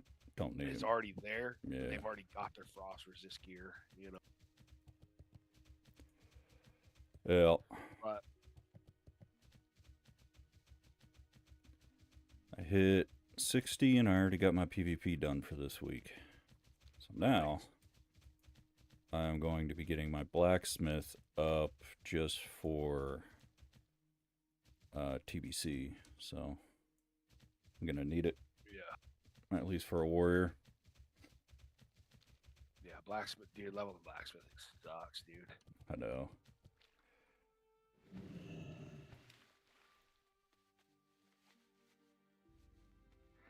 Man, I don't know if I got lucky or if somebody really needed them or what, but because I grinded my last 3 levels on the owlbears in Winterspring, and they dropped a whole bunch of those fucking feathers. And dude, I sold, it's a stack of 50, and I had 400 of them, and I sold them for like 33 gold a stack, God damn. which was fucking nutty. Because it drops so much. I think it's people are lazy, dude. They don't want to. It's the rep. You turn in the feathers for the rep um, to get the fucking fur blog, outfit and all Oh, that bullshit. I gotcha. Yeah, it was. I don't know. Now I'm only like they're only selling for like 7 or 8 gold a stack, but still, for the sheer amount that they drop, it was fucking easy mode. So Yeah. I almost got enough for my epic mount. Oh hell yeah. Well, dude, don't buy your epic mount, Yeah, that's bro. what I was. Yeah, because I was Get the on the rank fence of, 11. you know. Rank 11 it only costs you 90 gold. Oh, really? Yeah, you get the black Oh, mount from rank 11, and it's only shit. what is it right here? You get the Storm Pike Battle Charger, Hmm. or which you're human, right? So you Yeah. get the Black War Steed Bridle. Yeah, that's right. I forgot about the PvP mounts. I thought that AV was the only one you can get, but I guess you're right. Once you hit rank 11, Yep. I think that was. That's the. If you plan on just PvPing and getting your rank up, don't even fucking waste 1,000 gold right now. Yeah. Because to get to rank 11 only takes, it don't take you long because you already capped for this week. So that'll get you to rank 4. And then rank 7, and then rank 9, then 12. I think it is. Let me, Yeah. because So I got you that. gotta, yeah, you'll go to 7, 9, and then if you get 500,000, you get to rank 12. So last weekend was AV. No, the weekend before. So I think this coming up weekend could be AV, and that you definitely want to cap. It's so like you'll get your 110,000 in fucking a couple hours. Well, shit, dude. I was. Let me pull it up. Where you at? There you go. So yeah, I'm at 43,000 honor, and I shit you not, I only PvP'd probably 2 hours, maybe. Yeah. And I kind of went to the site that this kind of recommends that calculator, and I kind of, doing 12 to 15K an hour. The hardest grind is going to be that 500,000, which is Oh like yeah. fucking 33 hours, but still 33 hours in a week. That's easy. Yeah. Just do fucking 4 hours, 5 hours Yeah. a day. And then on AV weekend, fuck. Yeah, I'm gonna hop on my rogue. I'm gonna PvP on my rogue. I'll get to rank 4, and then I'll PvP with you on my rogue. Oh, I'm mining right now. Like Yeah, no, you're capped for this week. Yeah, yeah. I'm gonna get capped, so I'm rank 4, same Gotcha. as you for next week, and then I'll fucking grind with you. Though it's a little, dude. I find it way more fun when there's It's more so than on just a. by yourself, Well, and honestly, in AV, man, you don't really fucking do anything. Yeah, No, you literally- dodge the first like wave coming at you, hoping that they don't think you're the slowest gazelle. You know what I'm saying? And then sit and drac, and all of a sudden they don't even wait for their towers, nothing. It's exactly how they do it in retail. They just race to drac and then down them. Yeah. I'm gonna go respec my fucking talent to an actual PvP. And with pre-patch coming out the 13th of January, that was announced. It's 9 weeks away, and it takes 8 weeks to get 14. So now I got a new goal. Nice. Getting rank 14 before the TBC comes out. But I still want to do all the fucking atonement shit. Like right now, I'm queued up for LBRS because I want to get the key for UBRS. Well, not only that, there's some of my pre-raid gear and fucking UBRS that I need. Yeah. Fucking. Oh, it doesn't have you take Rogue PvP best. It doesn't even have you take prep. Preparation? Yeah. It's situational. I mean, I used it, but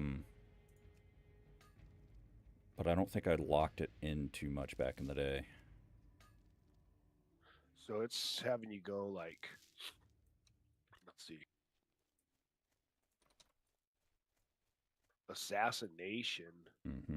Cold blood. all the way down to where you get cold blood. And then basically subtree. For hemo, I where think it you're- goes far, right? Oh no, you do get. Oh, okay, premonition. Yeah, you don't want premonition. That's worthless. Yeah, basically it has you taking 5 in master deception, 2 in elusive, 5 in camo, 3 in initiative, and then 3 in improved sap, and then 3 in serrated blade so you can get hemorrhage, 2 in dirty deeds, 1 in prep, and then 2 in heightened senses. Heightened senses is good with druids. For some reason, other rogues I was always able to kind of like see, but druids, man, I just couldn't see them. Dude, I still remember that fucking macro you gave me back in the day, the sap macro. Yeah. Where you just spam it.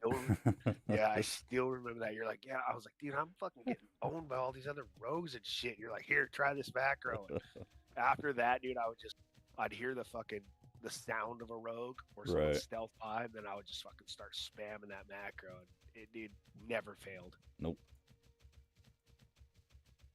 I hated those fucking you don't have a target so you couldn't spam it. Yeah. I'm not going back in that mine. Let's go this way.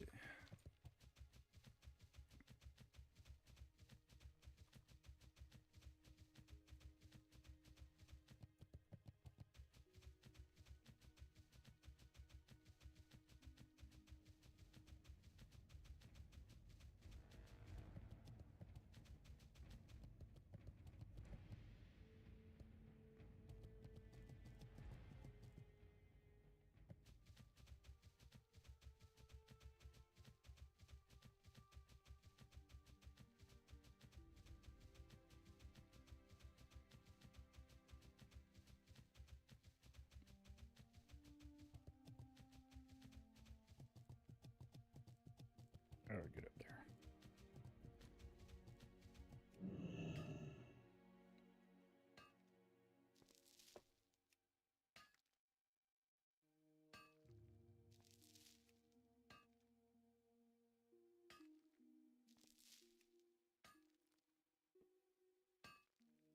Oh, what do I need? I need 160 copper bars and 200 rough stones.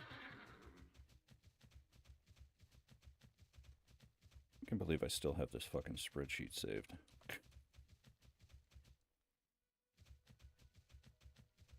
Gives you like the cheapest fucking option to get skill ups and how long to do it and how many you need. Fuck man, I used to get balls deep in this shit.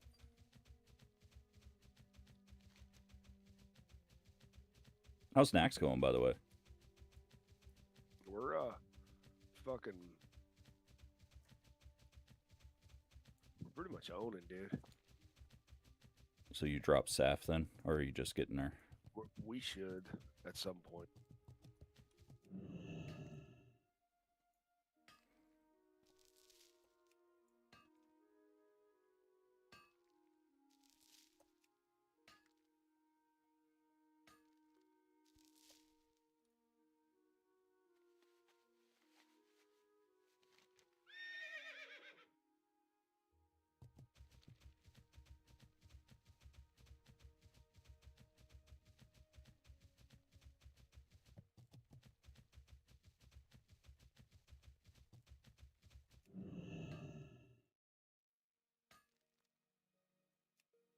Fucking, it was 2v2 Mm-hmm. in the middle of the field. I went stealth, sapped the mage, or I sapped the warlock, and it was a warlock and me.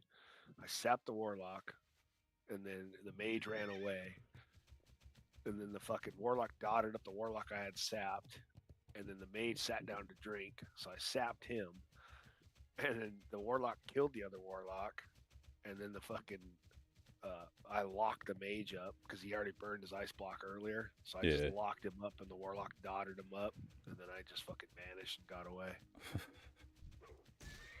That was another thing about being a rogue too. You chose when you wanted to fight, and then you can run away if you wanted to. Yeah, it is nice.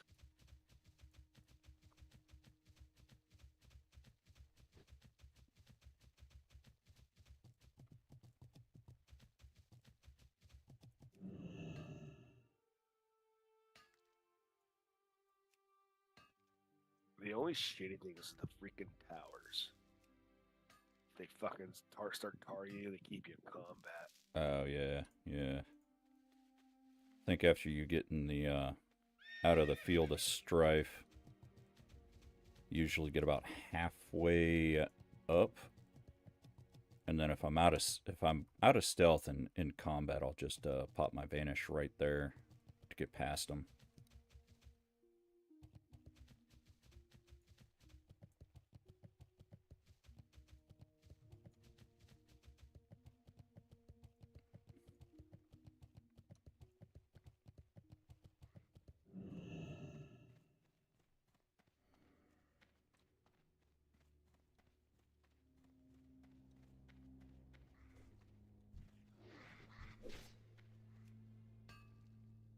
Oh, this guy's screwed, dude. 53 rogue, 3 fucking alliance, and he comes out of stealth to sap. Like, you stupid? I think he's gonna fucking gank somebody in that shit.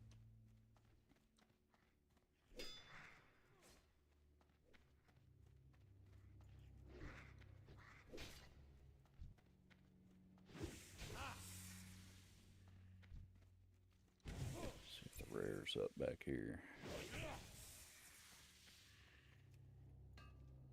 Doesn't look like it.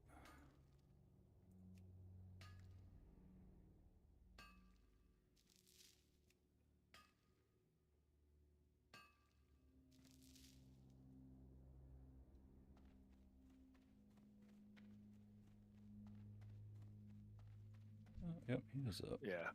And I gotta stay stealthy as fuck. I'm so squishy.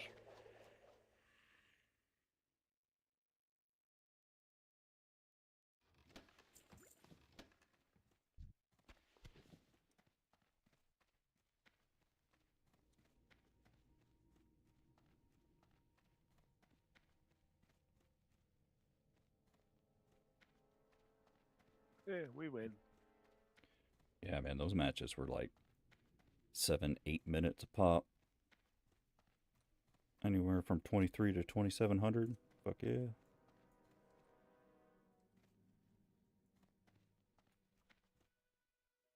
Yeah, that win was 3,000. I didn't even do anything other than sap a couple people.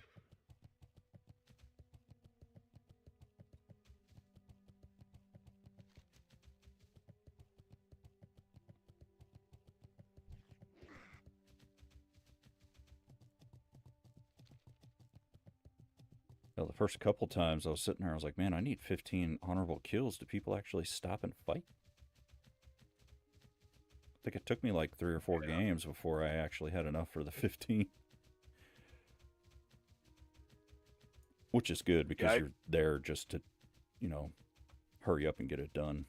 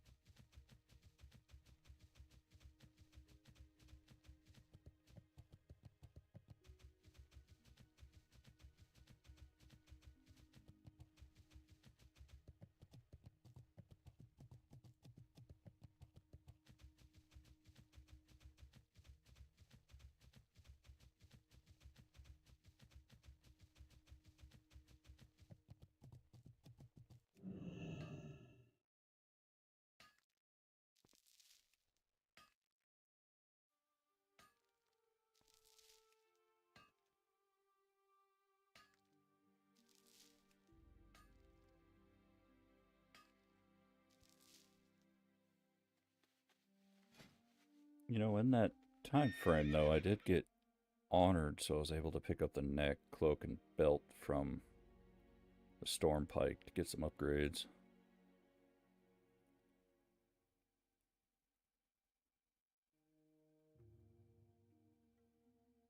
And then I got the, what is that, cadaverous armor, the chest piece out of Sculio today. And I also got nice. there was no rogues, but the Shadowcraft cap dropped, and I was like, fuck, it's 20% Fury upgrade. Might as well take it. Yeah. Warrior running around in fucking rogue gear. It's kind of what you got to do, though, for Fury, so...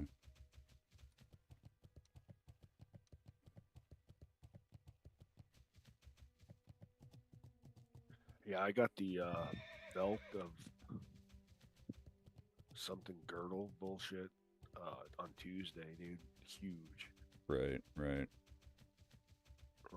That's off Instructor Regis. It's the girdle of the Mentor.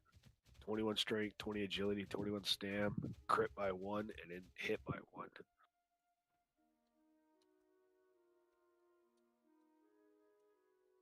I mean, that's huge.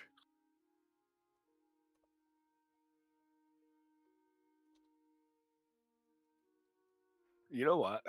What's that? I'm gonna be just an asshole. Mhm. I'm gonna stay stealth on the bridge, and hopefully people are auto running. I'm just gonna fucking distract them and have them fall off. Yeah. It's the best. Is there anything over here? No.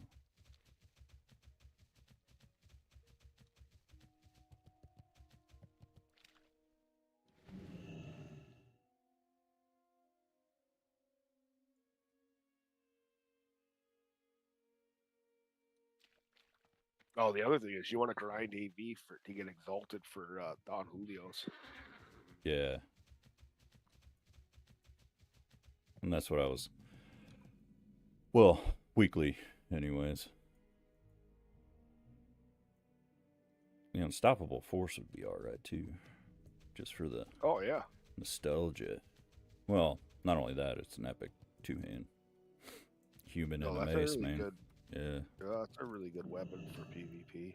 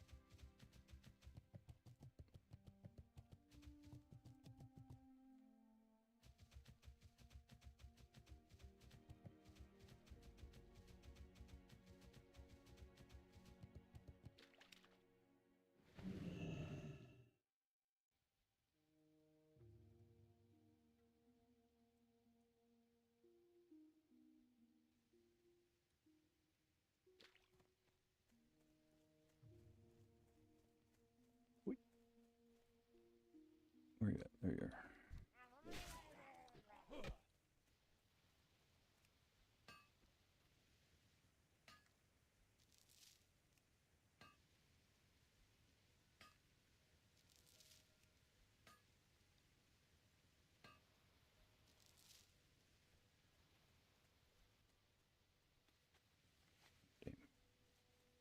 Man, I still got mining retail locked in my head. So I'll mine this thing once and start running away, and it's like, oh fuck, wait. I know. I wish they would have done that the same. It's so dumb. Yeah. Although I kind of like it in Classic that way, just because if you're running with friends and you're both level in mining, it's like, all right, let me get one tap, you get one tap. Right, right. That is true.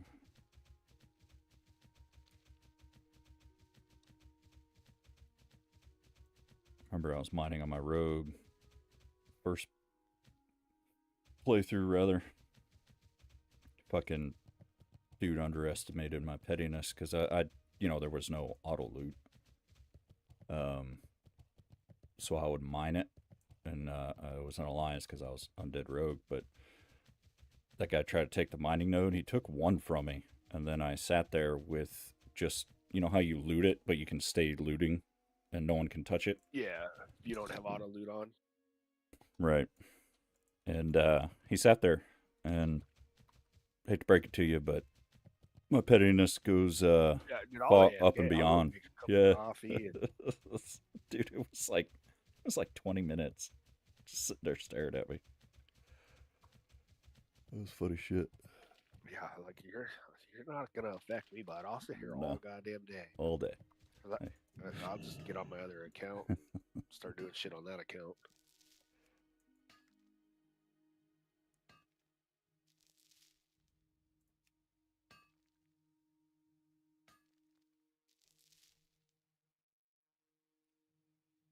Oh, shit.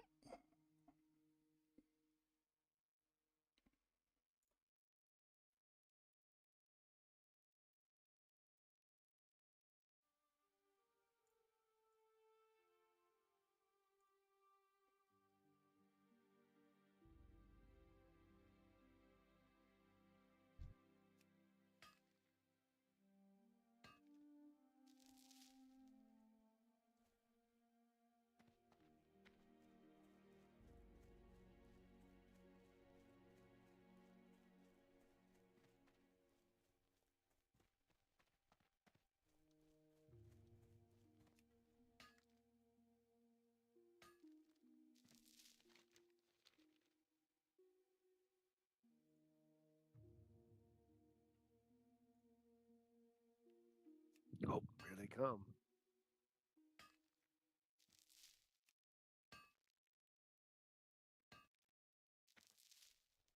That, and I found out you don't need the fucking marks for gear anymore. You used to have, like, you needed 20 marks or 40 marks to get that shit. Now it's just gold and rep. Yeah, dude, they definitely nerfed it. Yeah.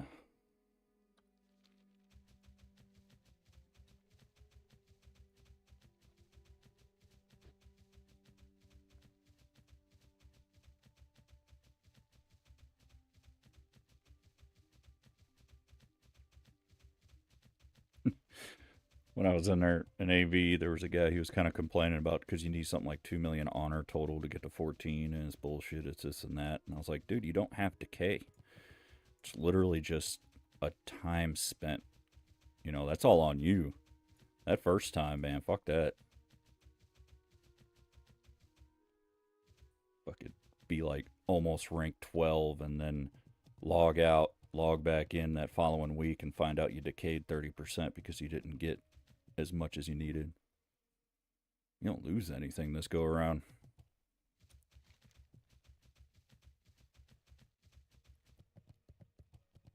Yeah, which is that's why you got so many rank 14 fucking players. You don't have to be good. You just gotta put in the time. Yep.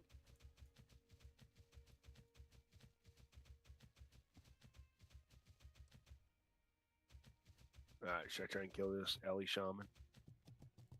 Go for it.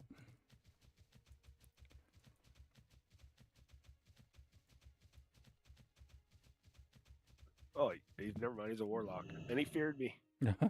Mistakes were made, dude. Come on now.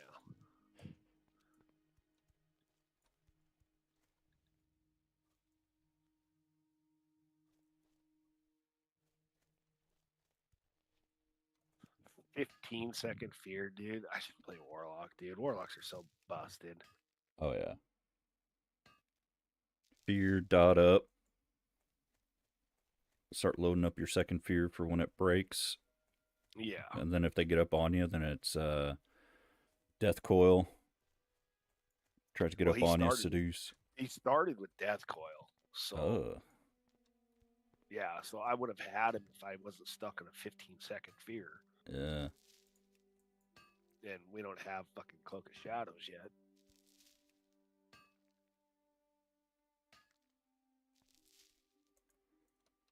Or Shadow Step. Oh yeah, Shadow Step would be nice. There's a level 53 something or other. Oh no, that Warlock's still here.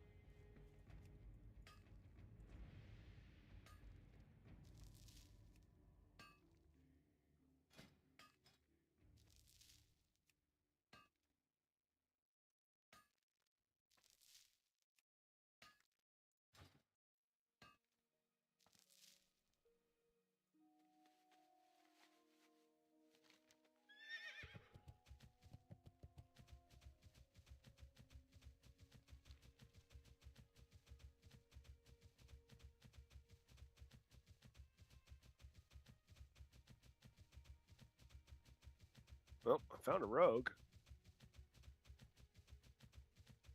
But he found me first.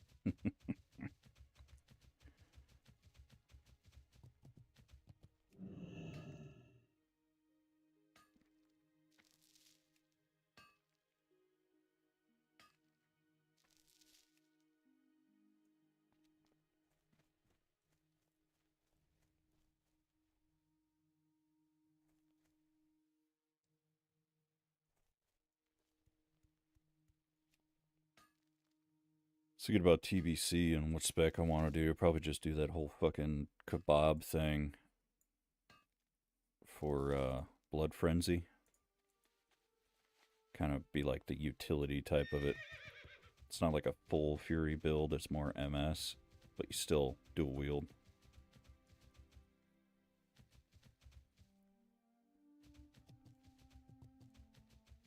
Oh, interesting. Yeah. It's really raid utility more so. Because now it's a melee, 4% melee increase for everybody in the raid. As long as you got a bleed on them, it doesn't come off.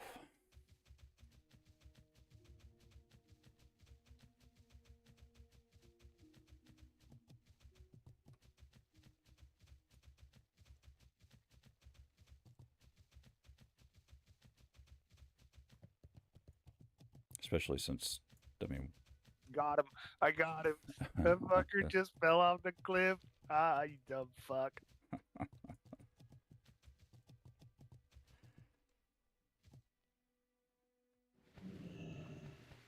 Oh, I'm gonna fuck this.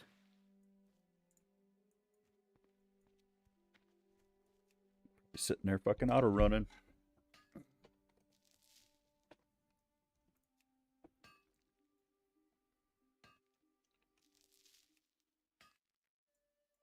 Oh, I got sheeped.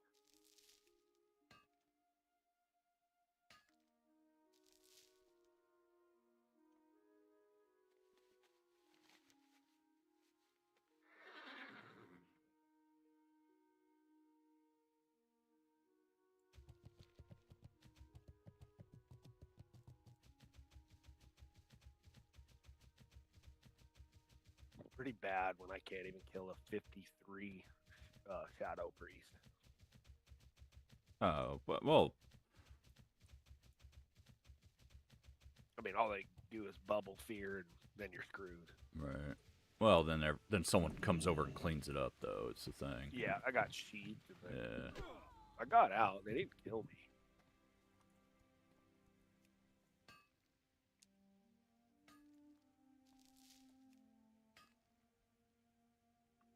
I still don't know how we haven't killed the boss yet. I think the greatest thing, you know, well, maybe not in Classic. I don't know if they changed anything, but in Vanilla, as a rogue, was going into the Warsong Glutch flag room with like 5 people, and then literally just ganking the mage or the warlock in the middle, and then vanishing out before everybody knew what the fuck happened. Yeah. I think I got like 3 or 4 clips from back in the day like that, but again, the quality's 420. Or 240, actually, not even 420. 240. Yeah, dude, the recording back in the day was bad. Bro, I was using fraps. It was funny. I forgot all about that shit until I watched that.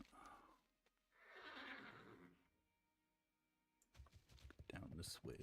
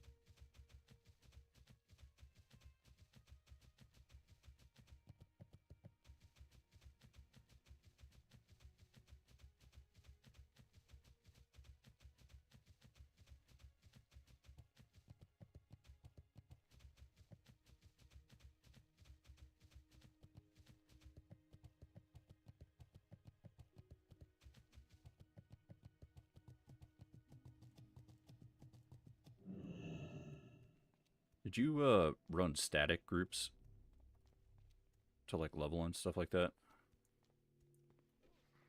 What do you mean? So like I've been kind of doing some TBC research and stuff, especially for like rep and shit like that. And some dungeons you have to do like fucking 10 times, right? Like Black Morass. Or even keying, you have to do a lot of dungeons for Karazhan and shit like that.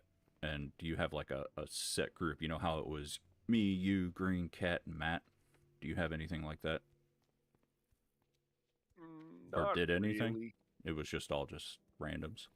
No, it's basically like, I mean, you got your kind of core people that kind of stick together, but like as far as like running dungeons, like we got enough people to where it's like it won't be an issue getting in. Like there's not like, oh, these five are always gonna run together. Right, right. I mean, your best bet to level, fucking one spec be DPS, your other spec be tank, dude. You just Yeah. say, fuck, I'll tank a dungeon, let's go. Then you just need a healer and 3 DPS, and you'll always get a spot. Yeah. And that's what I was thinking about doing too. Especially now that I need dungeons for gear, it's like, fuck it. Let me just go grab a couple tank pieces out of the auction house and just do it now. Are you going Fury Prot or Deep Prot? Nah, I was gonna go Deep Prot. I'm not good enough to do the Fury Prot or the MS Prot.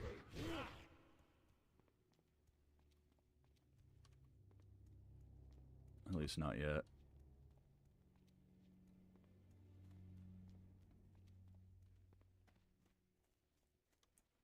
That mine was cleared out.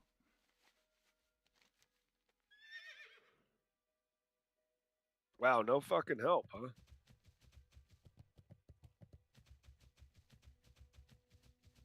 What? Why? Why would you burn a Druid battle res in PvP?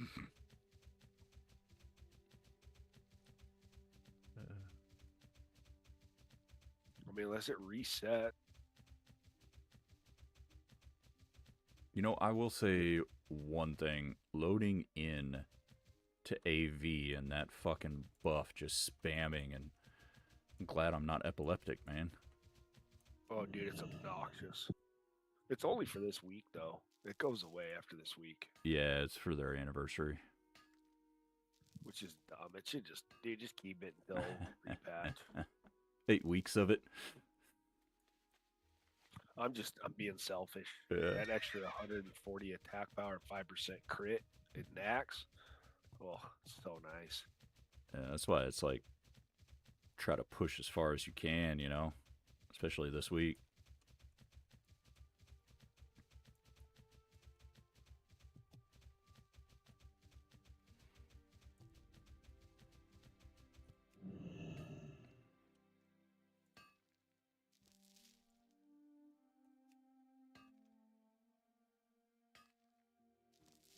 The buff is definitely forgiving, though, that's for sure. Yeah. But it would be really sad to be able to down Saf, down KT this week, and then next week not. Yeah. Well, then that'll kind of, well, not really point the finger at what the issue is, but I mean, if that little bit across a raid is what's stopping you, that's where it's like, okay, guys, you gotta strap in. Well, I mean, that'll that's be not mental a little mistakes. bit. 10% spell damage or 10% spell crit damage. That's huge. Oh, I was thinking melee was 140 attack power. I guess that's okay. That's like what, an extra piece or two of gear. Well, it's 140 attack power plus 5% crit. I thought that was just for crit. That's no, it's 10% for if you increase critical chance of spells by 10%, melee and ranged by 5%, and grants 140 attack power. That's huge. I thought that was just ranged 5% and then crit for spells, but you're right, it does say melee. All your warlocks and mages, they all get 10% crit, dude. That's huge. Damn.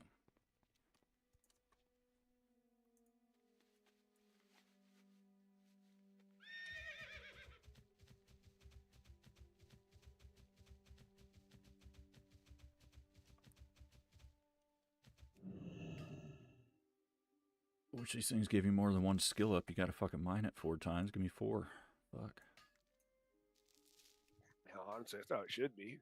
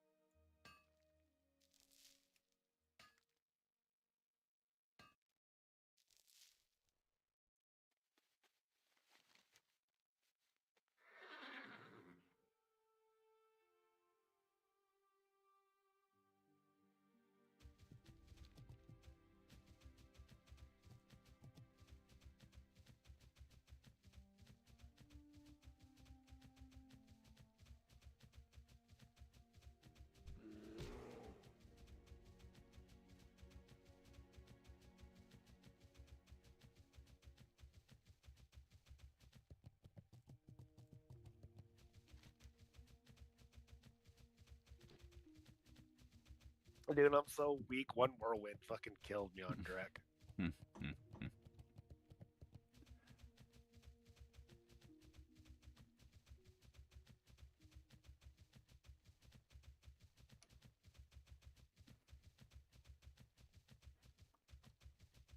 And he reset. I don't understand why the Horde doesn't do the same thing, or why it takes them so much longer. And honestly, I think it's because they do the whole, we're going to peel off and slow them down and try to turtle, I guess. I mean, I even got into a match which you brought up is just better to just leave it. And even then, the Horde had complete control of everything, and they still, like, didn't kill the last boss for some fucking reason. They're just farming honor at that point. That's the thing is dude, it was like back in the day, bro, like when we were Horde, all we had to do was turtle it, and we won every. All we had to do was stop. If all Horde does is just meet Alliance in the middle of the battlefield as they're running down, we always won them. Yeah. We would never lose. Because honestly, I saw it in that match too. It was like once they did break, everybody started quit. You know, they just quit. Yeah, they give up. Yeah. They're like, oh, fuck this shit. Yeah, nobody wants the PvP anymore. They just want the points. So it's Yeah. like that at this point, Blizzard honestly needs to just redesign the entire PvP system. Yep.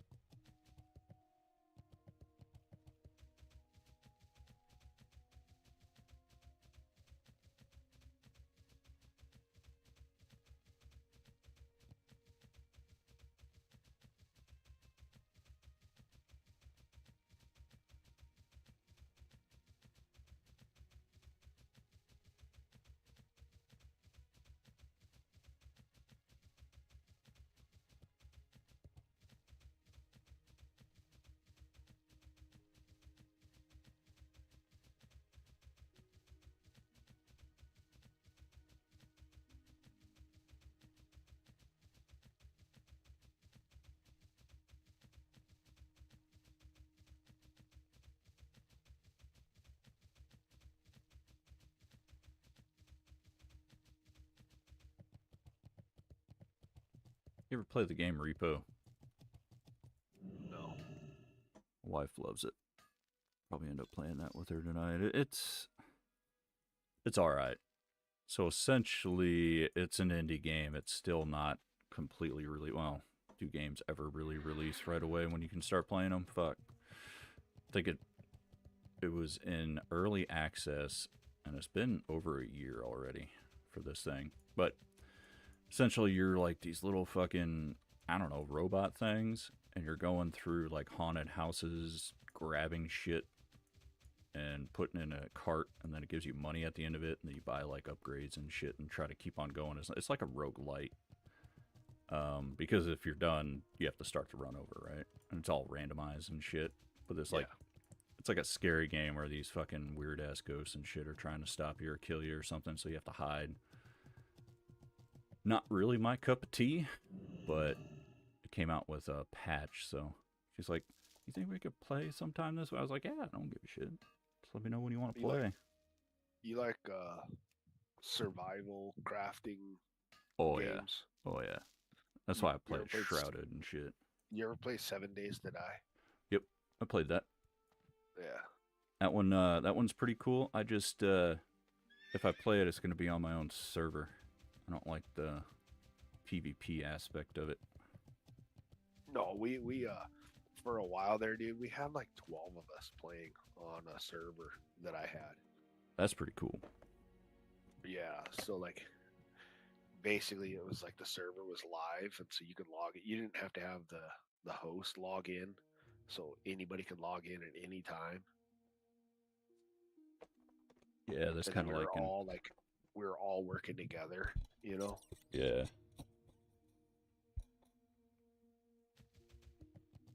The best part about it was we had a couple people that just like two of them just loved to stay in the base. Mm-hmm. That's all they did was stay And in the build base and shit. Yeah, they built, organized, cooked, cleaned. I was like, oh, this is amazing. The shit I hate to do in the game. It's just like Heather. Like, I'm not creative enough to fucking build houses and shit like that in games, but Heather is. So I would go out and fucking just get all the mats, kill all the mobs and stuff. She would be building everything. That's what we did in Valheim.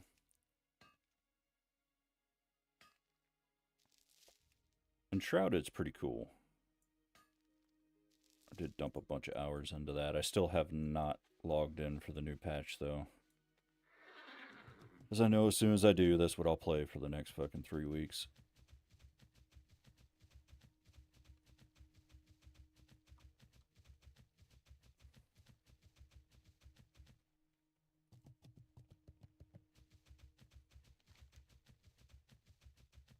What a troll thing to do. Put up a fucking portal to Ironforge right at the gate.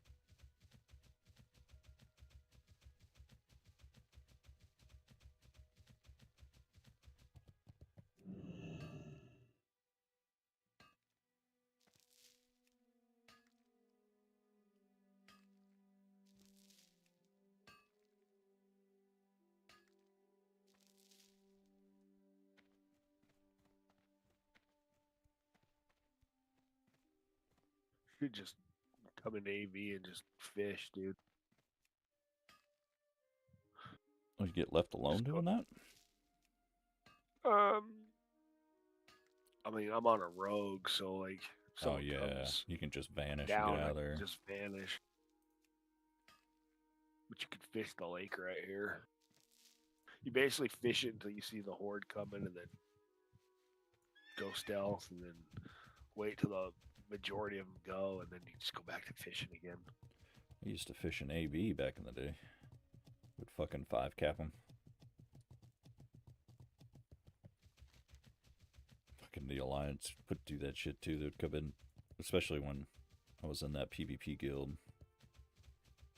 We would fucking be a set group against a pug, and they would just fucking go in that little pond and start fishing.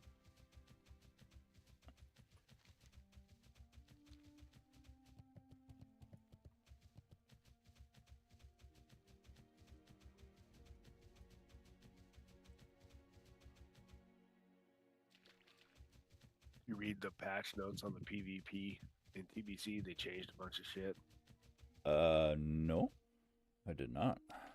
Yeah, they reduced they slightly reduced the pricing of items. And then you know how like back in the day you made a team, like say like me, you, and one other person, a threes team, you had to stay on that threes team. or you had to leave Oh. that 3-steep to get on a different one. They Yeah. changed it to where it's like it's your individual rating now. Oh, that's pretty cool. Yeah. I And guess. they also, you can pay every week if you say like you suck and you drop to like a 1200 rating, you can pay gold and get your rating back to 1500. Oh, I don't know how I feel about that. It's them just handing the gear out. It is. Shit. But the thing is, just because you go back to 1500, you still gotta you get your rating for that week, and if you're at 1200, you're only getting points for 1200. So it's kind of a catch-22, I guess. It doesn't really hurt you, and it doesn't really help. Well, the only way it helps you is it allows you to reset and start that week at 1500. But if you still suck, you're still Yeah. going to drop below 1500. I guess I'm trying to think what the purpose of something like that would be then. It's for people that suck. Maybe you just get on a shitty team, and maybe you're an Oh. okay player, and you get stuck with two shitty players, and you're like, fuck, I'm never PvP with those two again. Reset my rating to 1500, and then go PvP with two other people that are just as Yeah. good as you. And then you say you stay at like 15 to 1700 rating. I'm wondering if it's also, let's say you were at 1500, you didn't have the honor to buy the gear, you drop to 12, next week rollover, you need to be 1500 to buy gear. Maybe that too. I don't know. Yeah, I could see that too.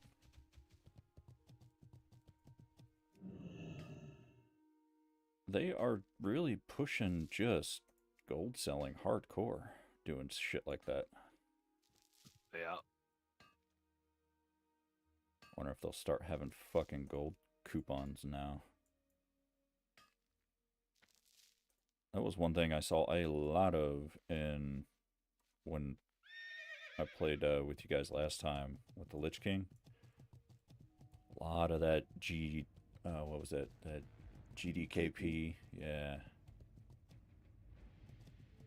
So that got banned. Oh, did they get rid of that? Well, if you get caught doing GDKPs, it's Yeah. a permaban on your account. Oh shit. That's why nobody's doing GDKPs in Classic right now. Okay. I was about to say, I was like, I haven't seen shit about that, and that's all I saw last time. Yeah, I like GDKPs. Well, For filler. they're like 50-50. I like them and I hate them all at the same time. I like them how you can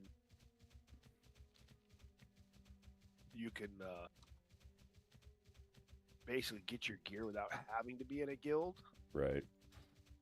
But I hate them because it doesn't build that guild atmosphere kind of thing, you know? Yeah.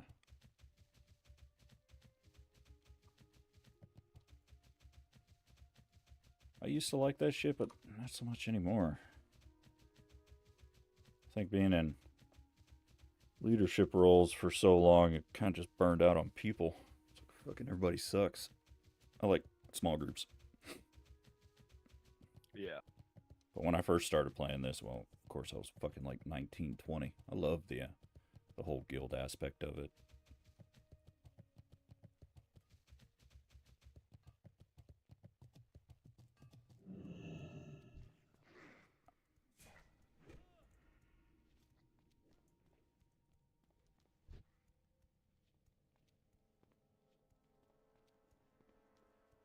Like that night when you guys were in Discord talking about all that stuff. Now, granted, I was couch locked, but at the same time, I turned to Heather and I was like, oh my God, it sounds like I'm at work.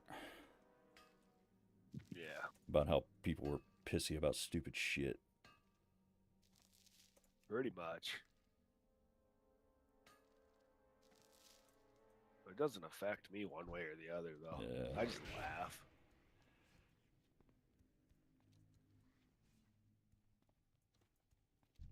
I mean, when it comes to loot, if you don't understand that if you're progressing and you're not pulling your weight, why in the fuck would you think you get loot? It should go to the people that you know are going to help you progress. Exactly. Well, that's why like they funneled me so much loot last couple weeks, because so like just to give you an example, like easiest way to do it is like I was rocking a 67 gear score. Our other warriors, not all of them, but most of them are like a 72 to 74 gear score. Right. And I was out DPSing every single one of them except for 1 to 2 guys with half the gear score. Yeah. Yeah. Seeing those other dudes that are on the bottom that are, you know, let's say they even have their four piece, you know, tier 3.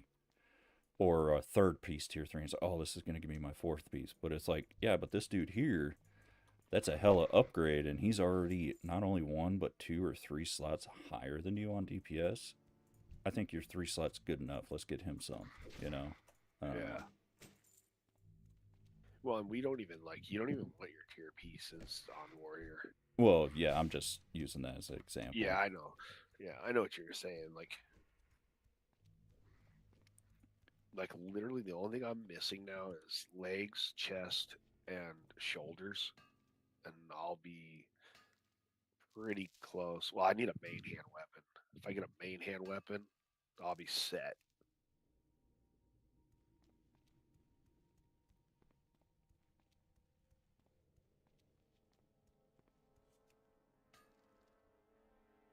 But now I really don't care. Like, the fucking pre-patch has been announced.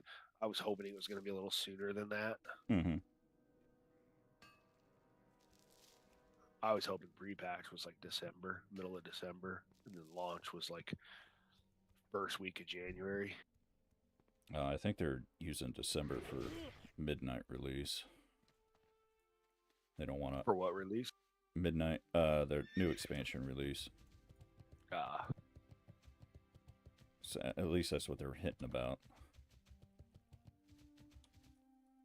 So that's another thing that sucks about December. Sit there, you got fucking brand new Monster Hunter update. They got fucking World of Warcraft update. Yeah, I never played Monster Hunter. Oh, dude, I didn't really care for it. Matt's always been really fucking hardcore into that shit. I see fucking Matt's posts all the time, like all fucking just giga chatted out. Yep. And I'm like, damn, that guy plays that a lot. Oh yeah.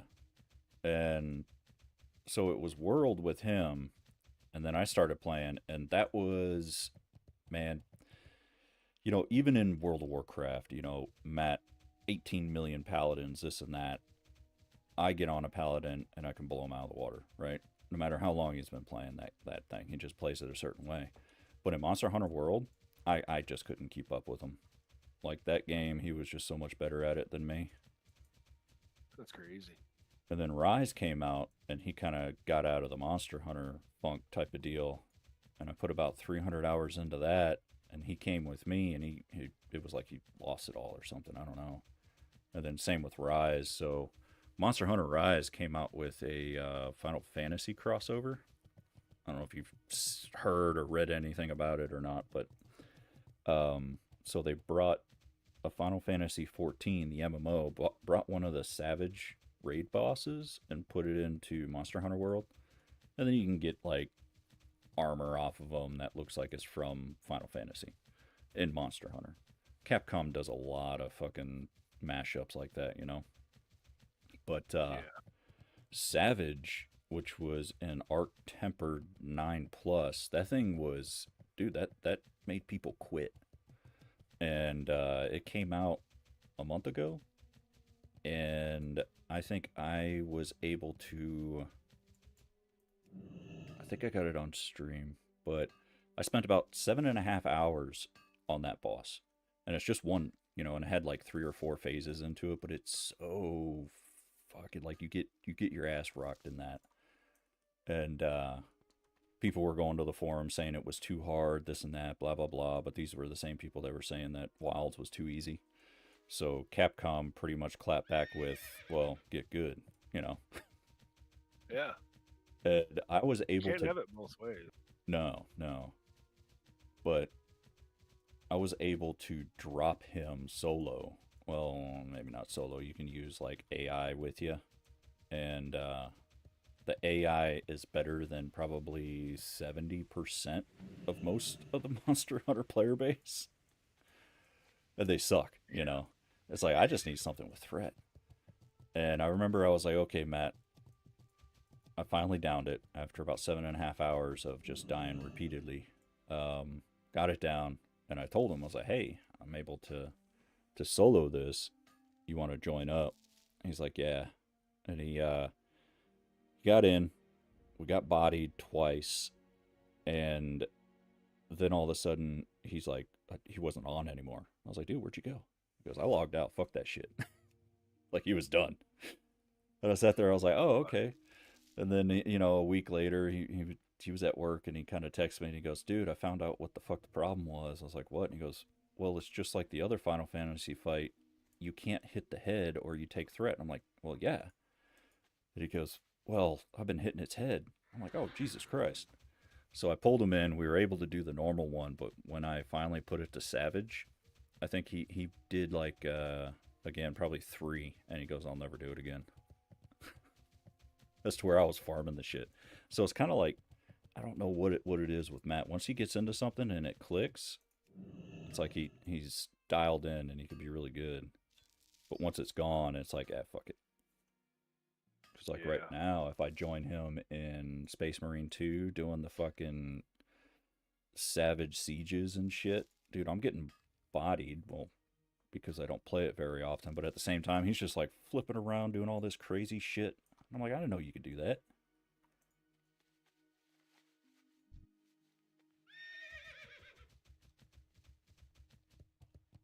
But he's pretty adamant about not coming back to any kind of classic or anything like that, which kind of sucks. Yeah, it'd be nice if he came back Looking for for something TBC. specific? Yeah. You know, the one time we actually play on the side he wants us to play on, has always wanted us to play on. Yep. We finally do it, and he don't want to play. He don't want to play. Yeah. I'm like, God damn it, what the hell, man? See you around. I think that's that's enough. Should be. 2, 3, 4,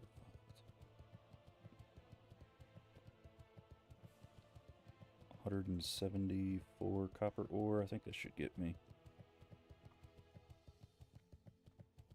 I don't think I have enough rough stones, though.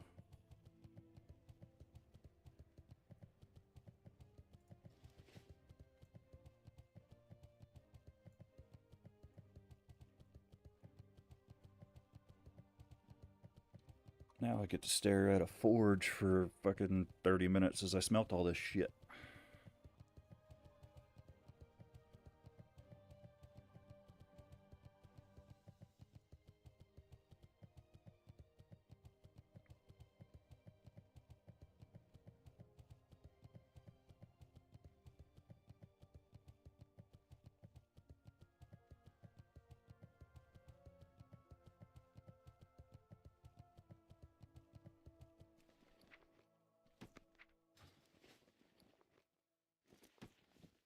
Oh shit. I got a traveler's backpack out of that lockbox you picked for me. Nice. Damn. That's always good.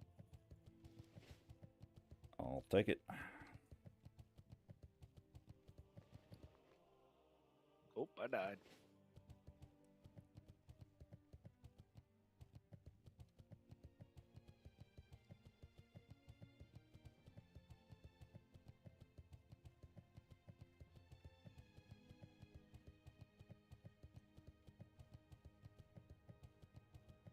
You know, I wanted to say something last time we were in there when Goth was going on about how he just doesn't understand how people like suck.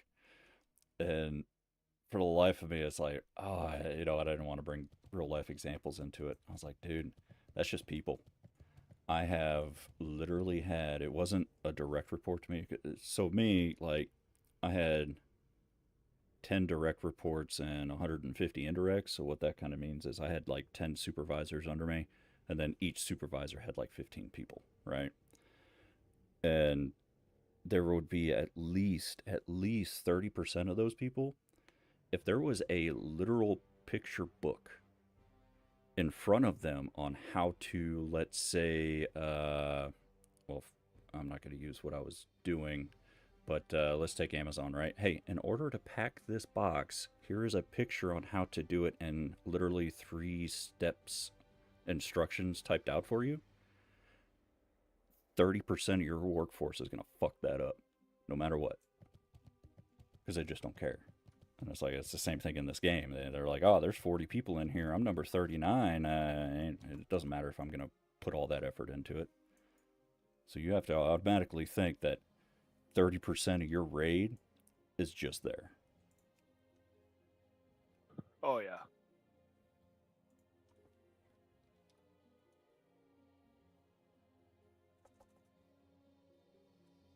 Jesus Christ. I've been in queue for like 2 hours. Finally got an invite.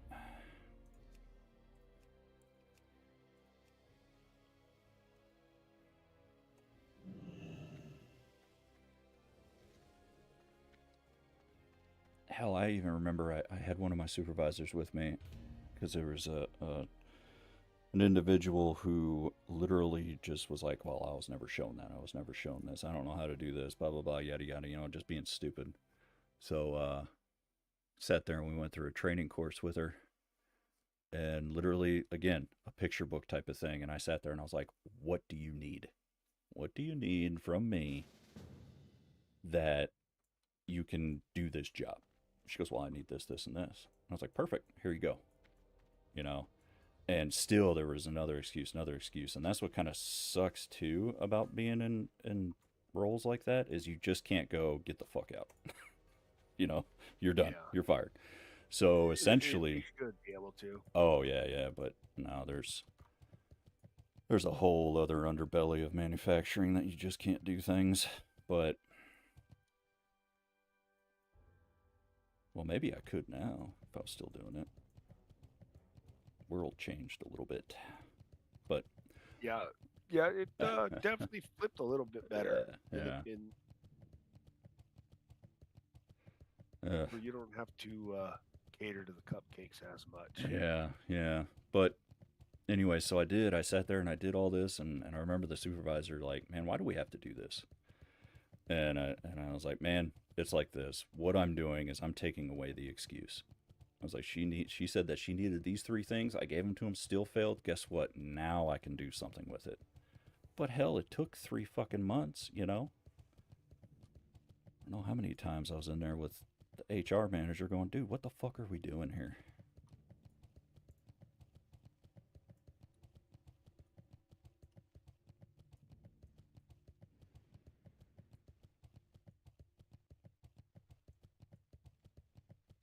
But that's like people, at work, let alone this is an entertainment thing, so they're really not going to give a fuck. It's hard to find that. That's why with the raids going, pretty much getting cut in half, well, hell, a fourth on some things, because this 10 player, right, and TBC? 10 and 25. Yeah. And that's where I'm like, it's a lot easier finding 10 people or even 25 as opposed to fucking 40. We have like 30 players that are solid as fuck. That's good. Like know their shit. They don't fuck up. And if they do, they'll fuck up once. And then they'll never fuck up that same mistake again. See, that's good to do. You know what I mean? Why can't I put this in there? Yeah, if you don't fuck up, you're never going to learn. Right. It's the people that screw up 3, 4, 5 times on the same, like that. Oh my god, dude! Like that. There was a priest healer that we took into ZG. Dude, they like dropped. They're in the guild, dude. They haven't logged on since, but they were in the guild. They were in Discord, and Drake and a couple other people didn't realize they were in Discord. And they were like, "What the fuck? What kind of moron dies 3 times from the same shit?" Like the spiritual ghosts. You kill these ads, and a ghost comes out, and basically it'll two-shot a leatherware, clothware. It'll pretty much one-shot you, sometimes two-shot you, Right. and it's like, and it's a melee target. Like, why are you standing with the melee for one? And for two, you see the ghost, move away from it. Just walk away. You could literally RP walk and get away from it. She died 3 times That's to the nuts. ghost in 3 different areas. And it's like, what the fuck? Shit.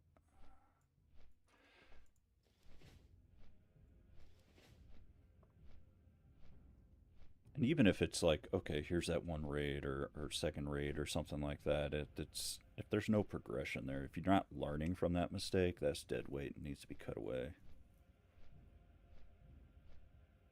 Exactly. And I'm not saying I'm the best. I'm not, right?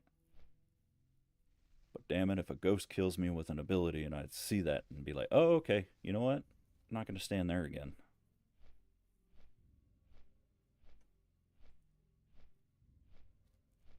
Especially in Classic, where you don't have to sit there and stare at a deadly boss mod with 15 different abilities all lined up, ready to go at you.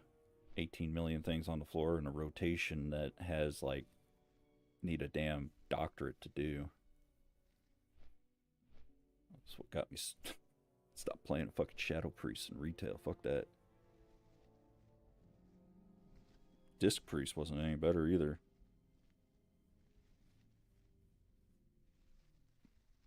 Disc Priest comes so broken in Wrath, though. Yeah. They were actually kind of broken in Dragonflight. And the only reason I know that is because I didn't really PvP with one, but I ended up leveling one all the way up and then took that my old boss through and actually drug his ass up to 1950 or whatever Rival is. Is that 2K? It's Rival 2? No, that's 1950. Yeah. I never played Dragonflight.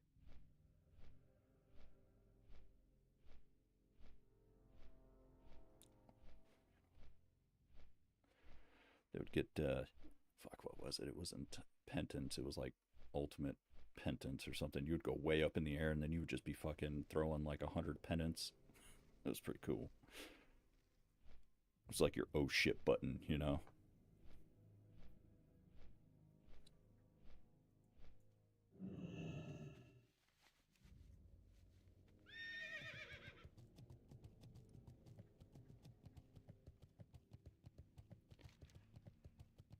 Okay. I gotta remember how to get the UBRS. You in a group? Yeah, finally got into one. Nice. I got a Warlock, but I'm just gonna run through it. It's the It's up the chain, I know that. yeah, you go. Yeah, once you get into Blackrock Depths, instead of going down, you go up and then to the right. And it's the first entrance as you go in. Like you jump onto the balcony there. Yeah, it's like you're on your way to UBRS, but you take that balcony way.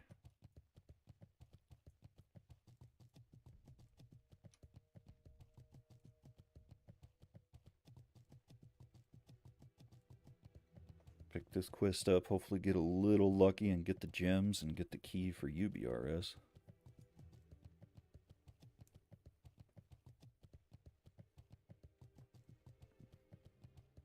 Oh no, I've been zapped.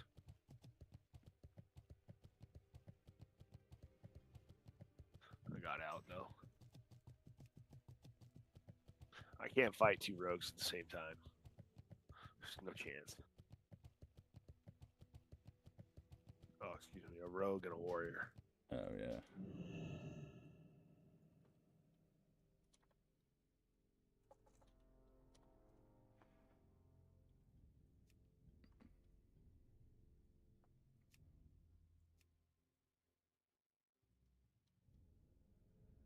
Almost, I wish I could almost switch factions, go horde, just to PvP. I feel like you'd get points faster. I don't know. I mean, in the 5 AVs, I lost one. That seems to be like a quick honor grind, you know?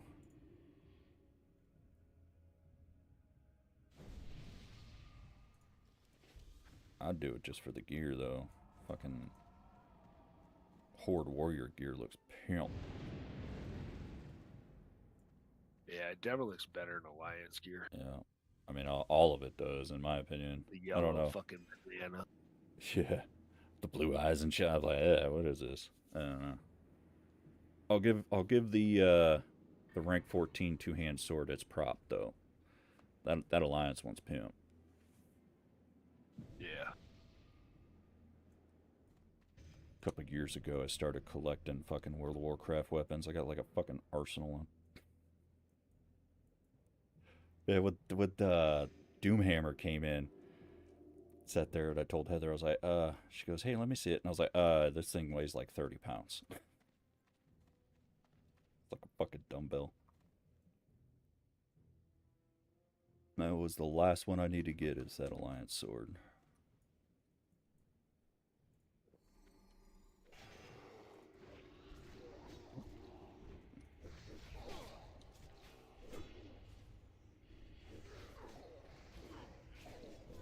Let me not do that. Let's put you there.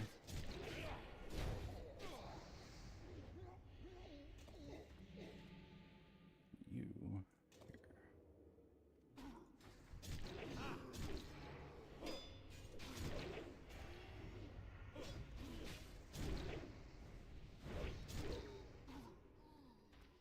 I mean, the one good thing about these turtles Uh-huh. is your rep, your storm Oh, guard yeah, rep yeah. goes way up so fast. Well, hell, it's like fucking 6 or 7 a kill. Yeah. And the generals and stuff, I think they give you, there's quests and stuff to kill those as well. Give you like 110 a pop.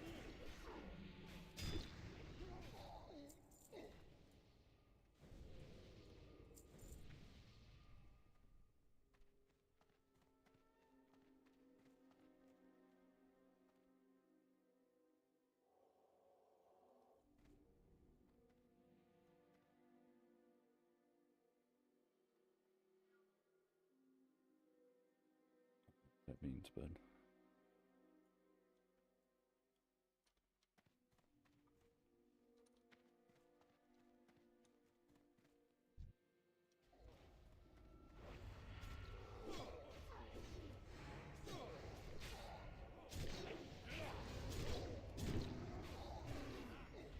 Yeah, shit, I just started this, dude. I only need like 19,000 more.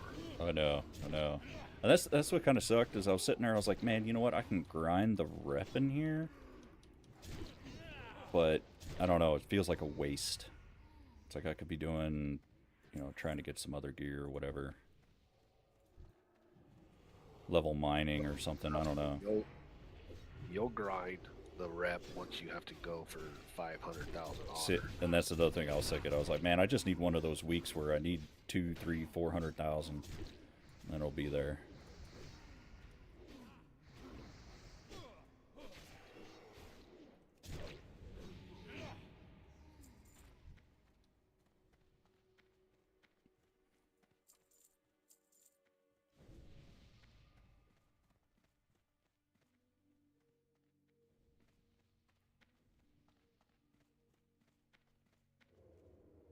A fucking quest giver around here or something?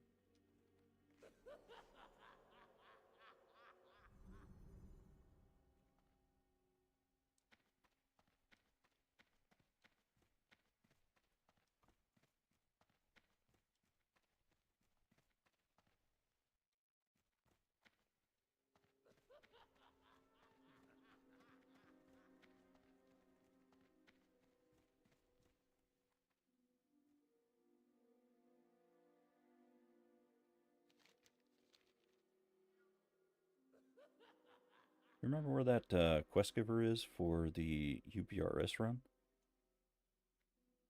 Yeah, he's in the. I know he's in LBRS, but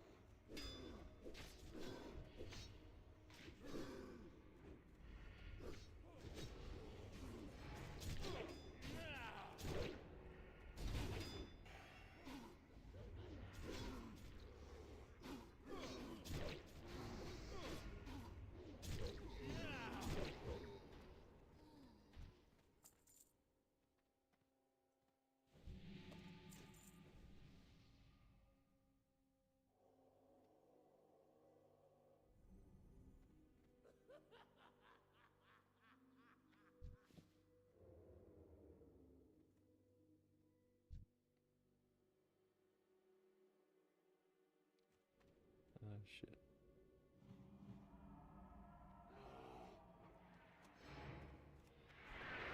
What a fucking joke, dude.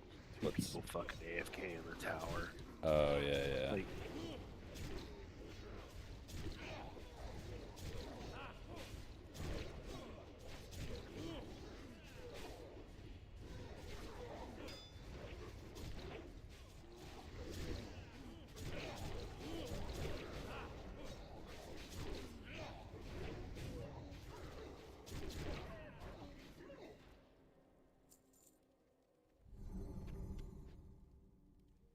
dude, it was bad earlier.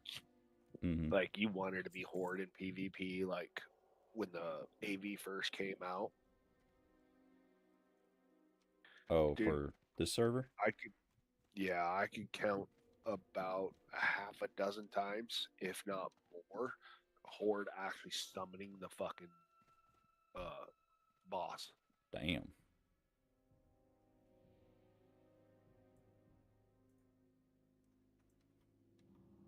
Oh, I think I know. I remember where he's at. He's up here. There he is.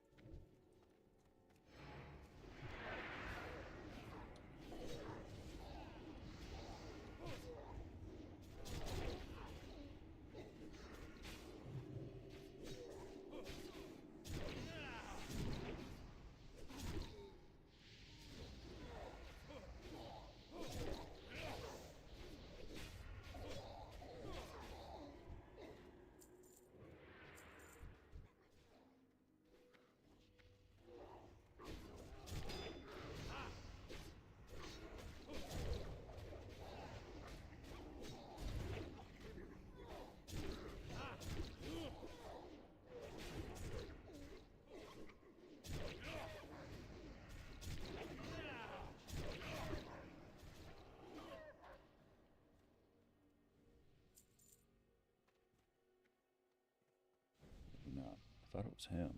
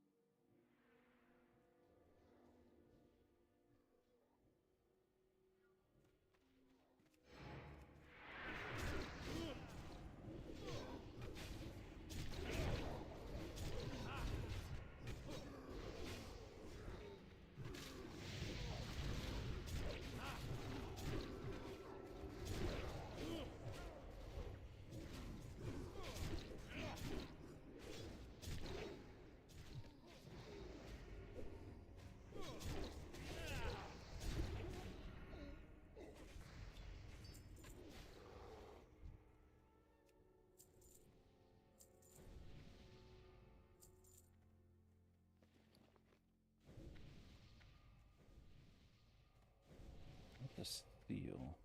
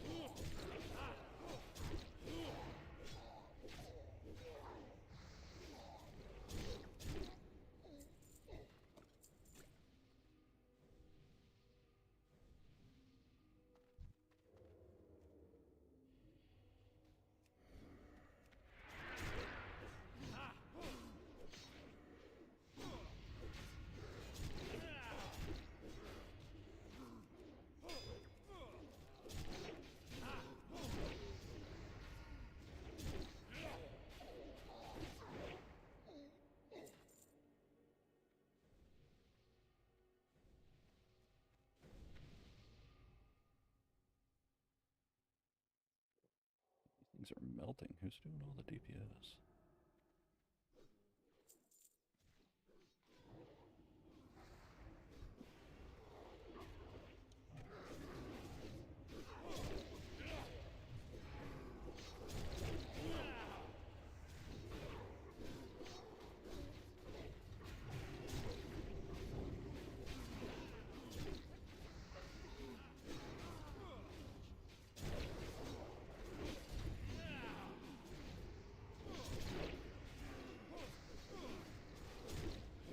Yeah. Got Blade Fury. Good.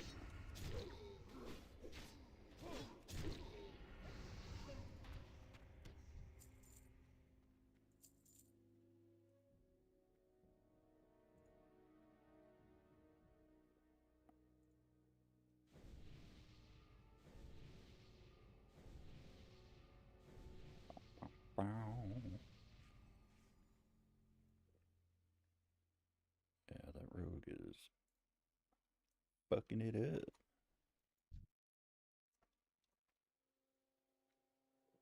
Good, easy clap for you. Yeah, Try and get those Dalren swords. that's probably what he's in here after, but you know what? I'm rolling on them bitches too.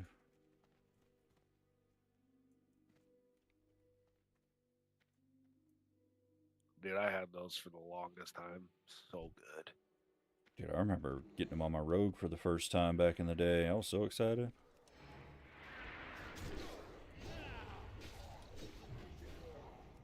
Before I mastered the ways of assassination, I always went combat. Dagger offhand. Mostly because of warriors. Fucking get that disarm. Dunzo.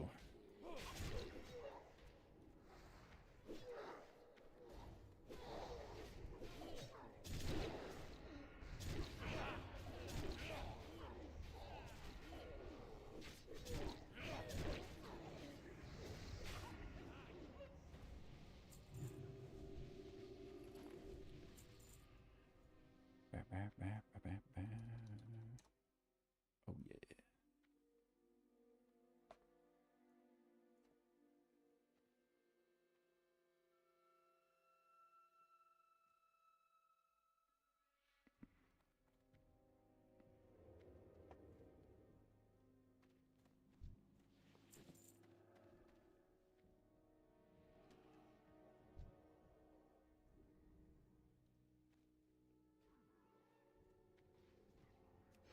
Ho, ho.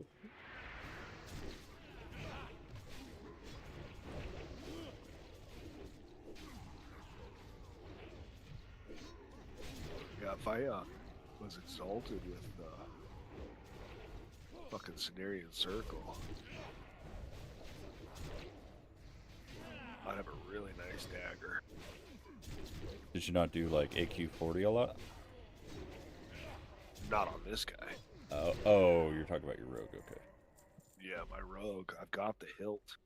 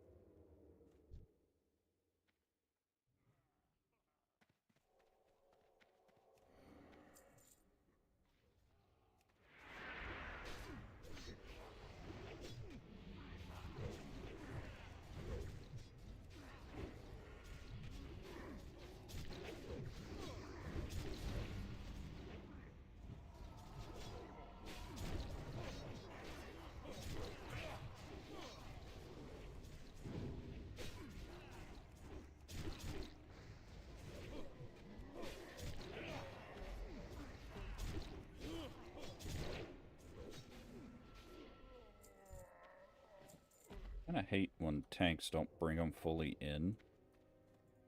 And like, I guess point the mobs at you in a doorway. You know what I mean? It's like, I don't get the point of that.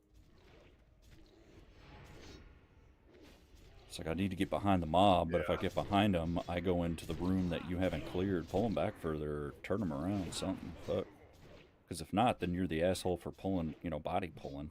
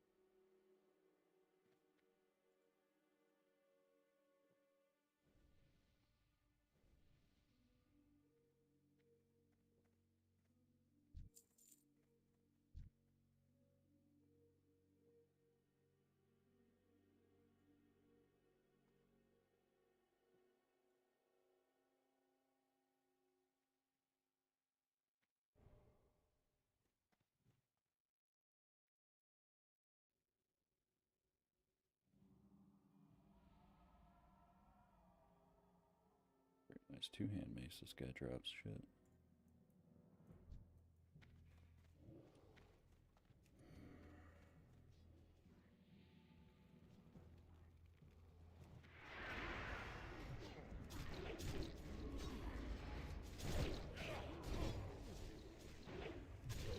Alright, bro. How much time do you need for threat? Jesus.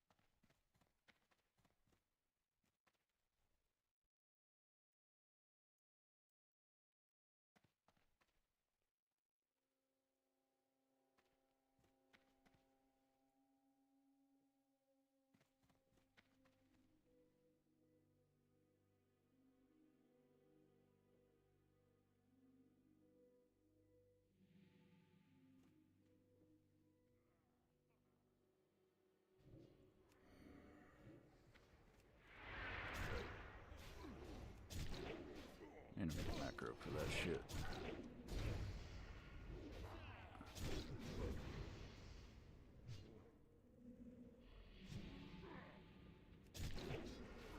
I always want to charge in and fucking rend. Except I don't have a charge rend berserker stance move macro yet. I do have a whirlwind one and a intercept though.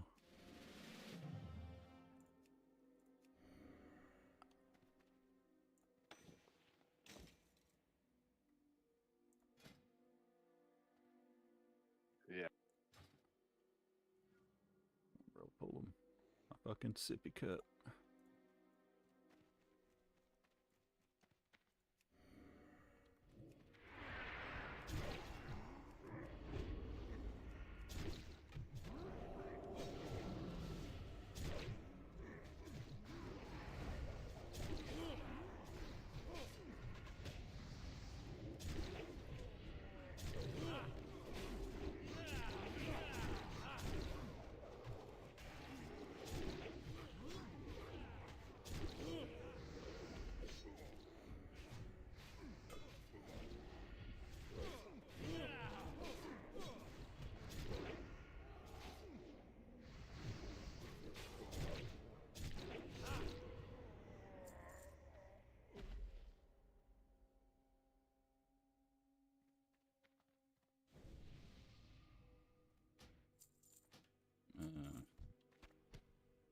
Take it. These guys don't drop the gem 100%, huh? For The UBRS key. you get the UBRS key and LBRS. Yeah, that's where I'm at. LBRS. No, and I don't think it's a guaranteed drop. That's good.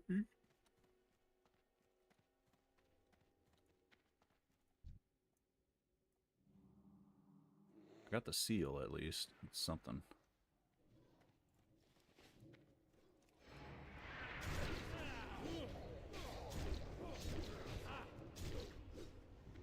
Come here.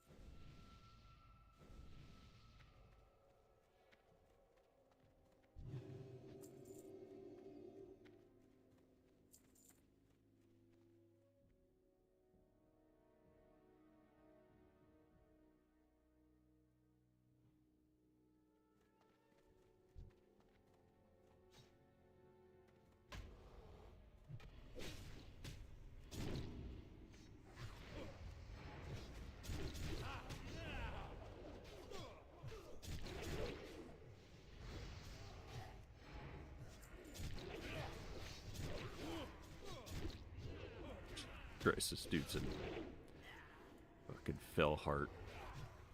And I'm smoking him. In my greens and blues.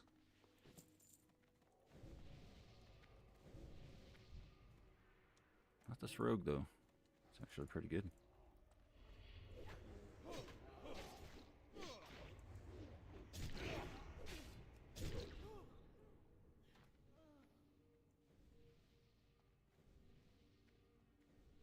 Bro, what spec are you?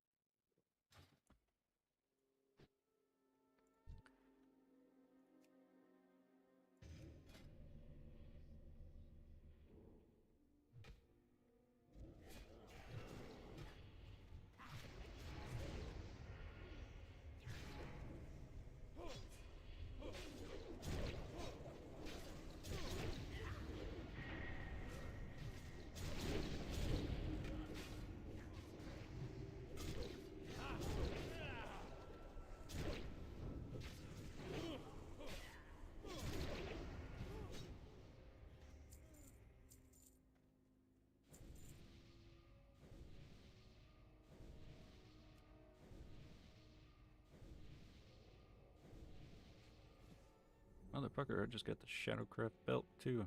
I'll be in full rogue gear here in a minute. Nice. RP Rogue. Sneaky motherfucker.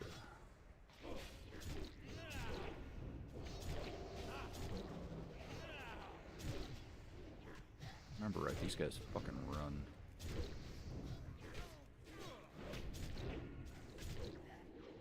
Ooh.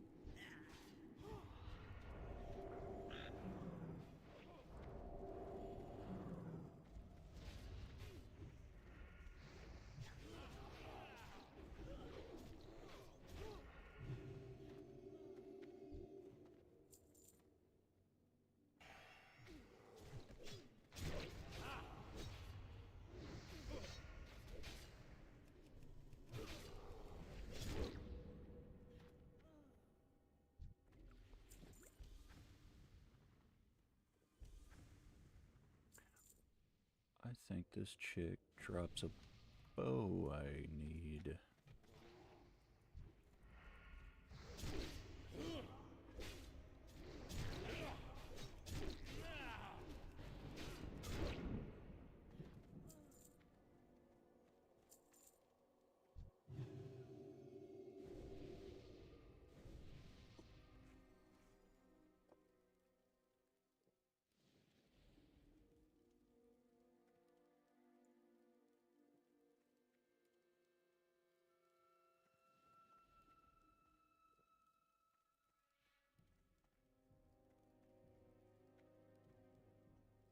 Yes, the Rip Hook, 22 attack power.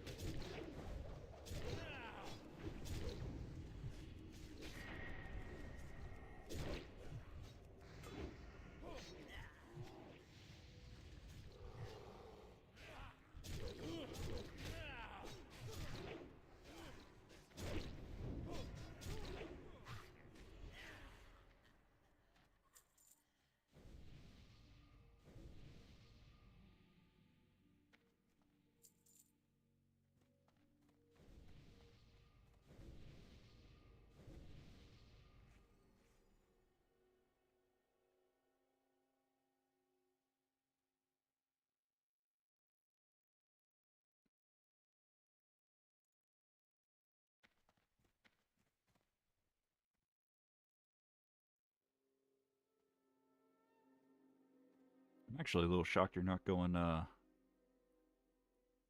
friggin' bear tank for TBC. They get huge buffs. We already got a bear tank. Oh, do you? Yeah. And he's pretty good at it.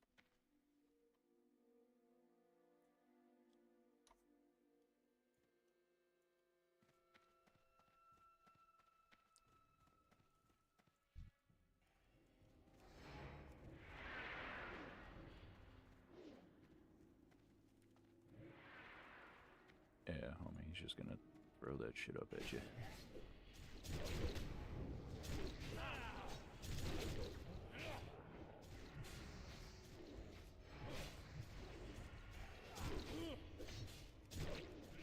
We're gonna pull all that shit.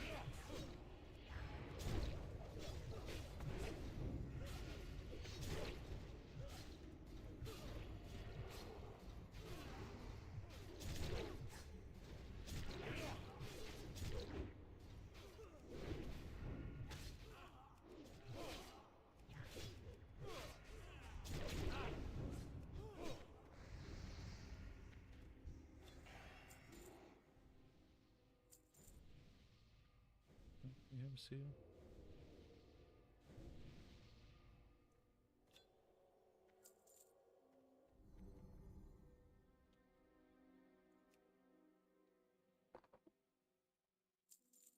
Yeah.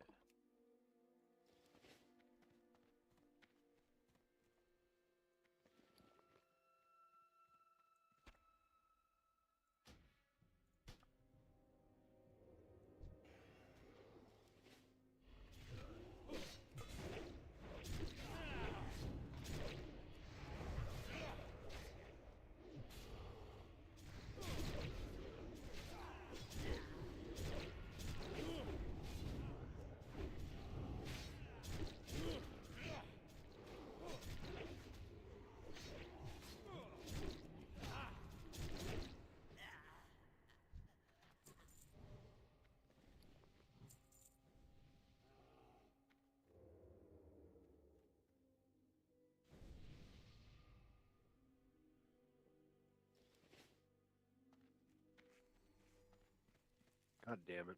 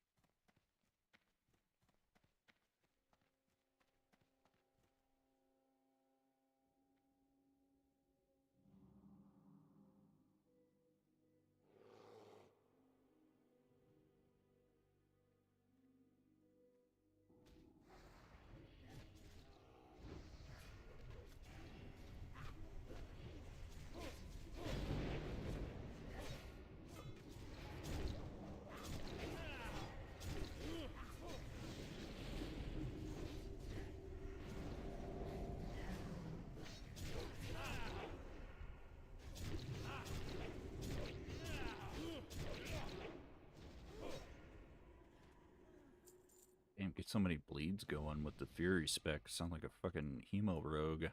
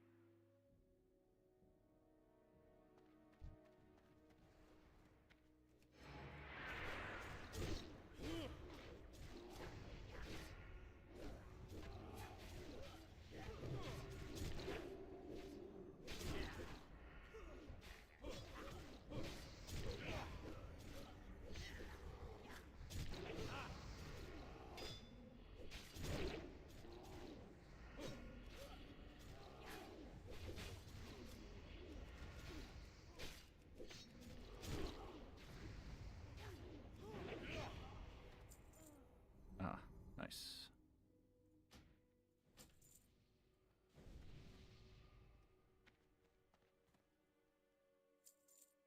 Oh, you fucking dick.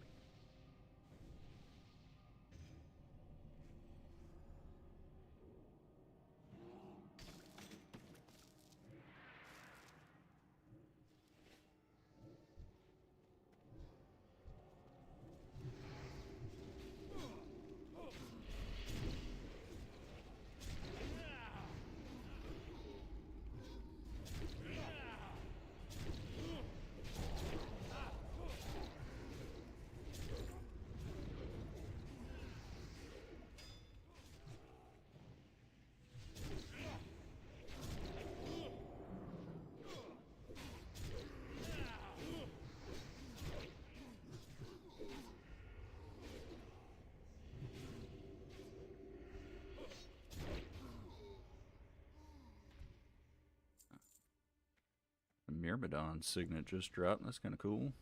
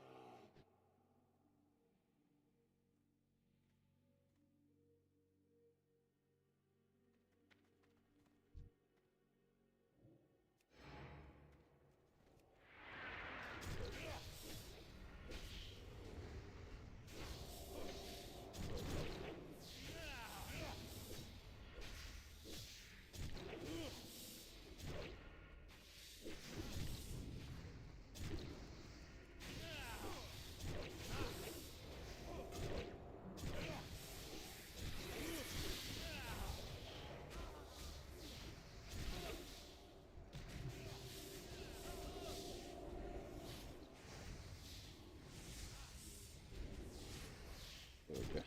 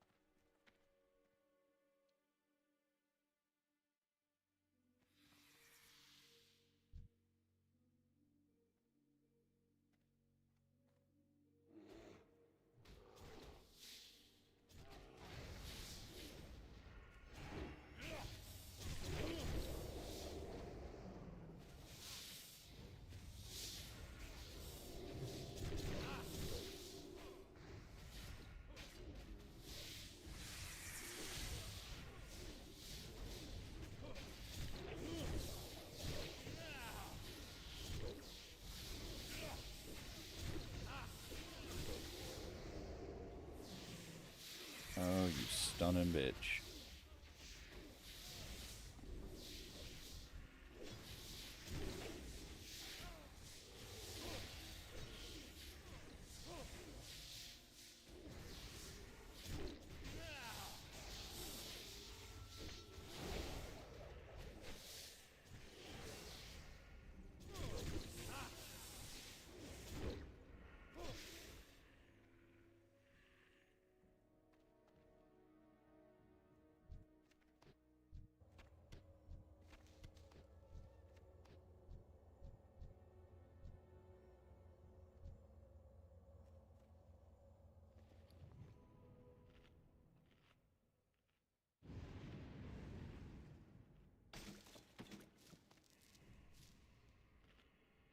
All right, I'm out. I gotta go watch a TV show with the wife. All right, man. I'll talk to you later. All right, see ya. See you.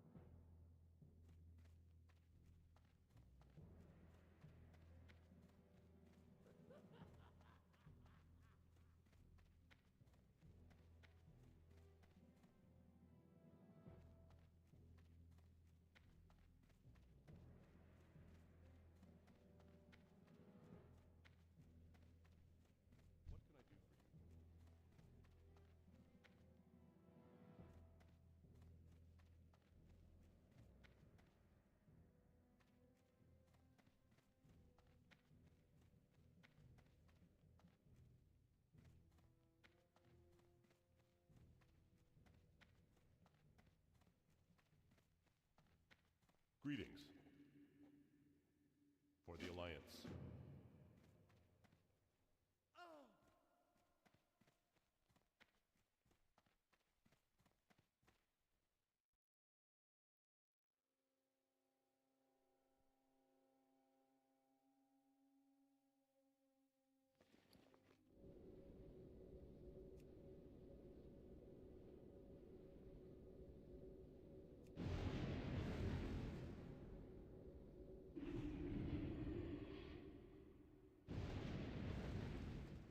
Greetings.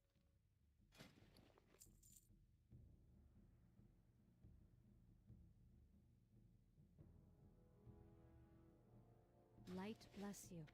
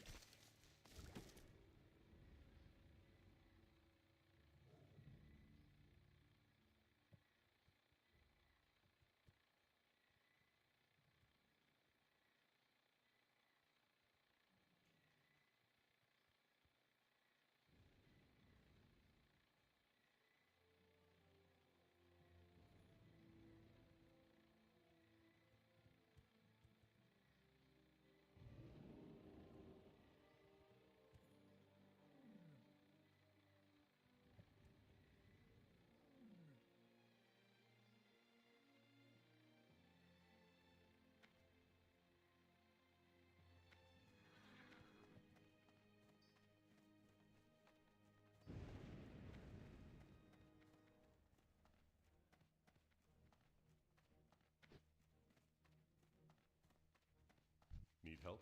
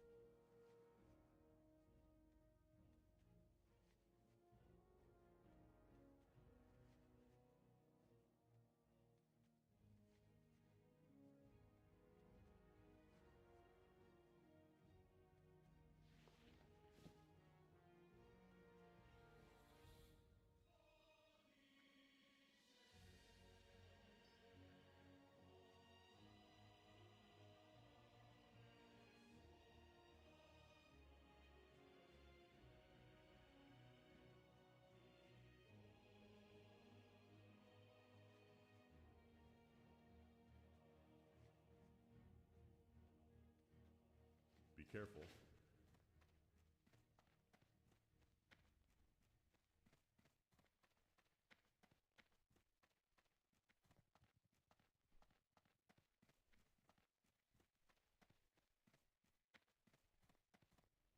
King's honor, friend.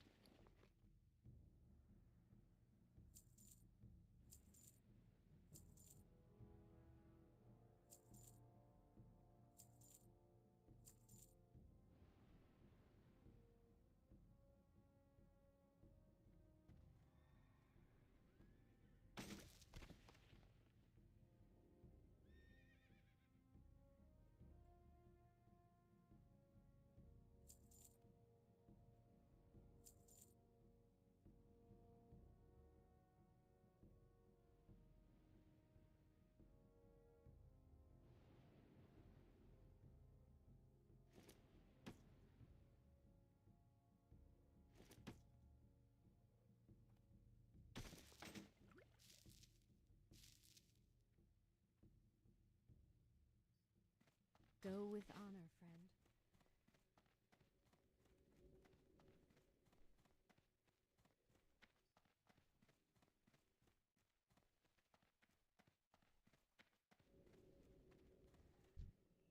Light be with you.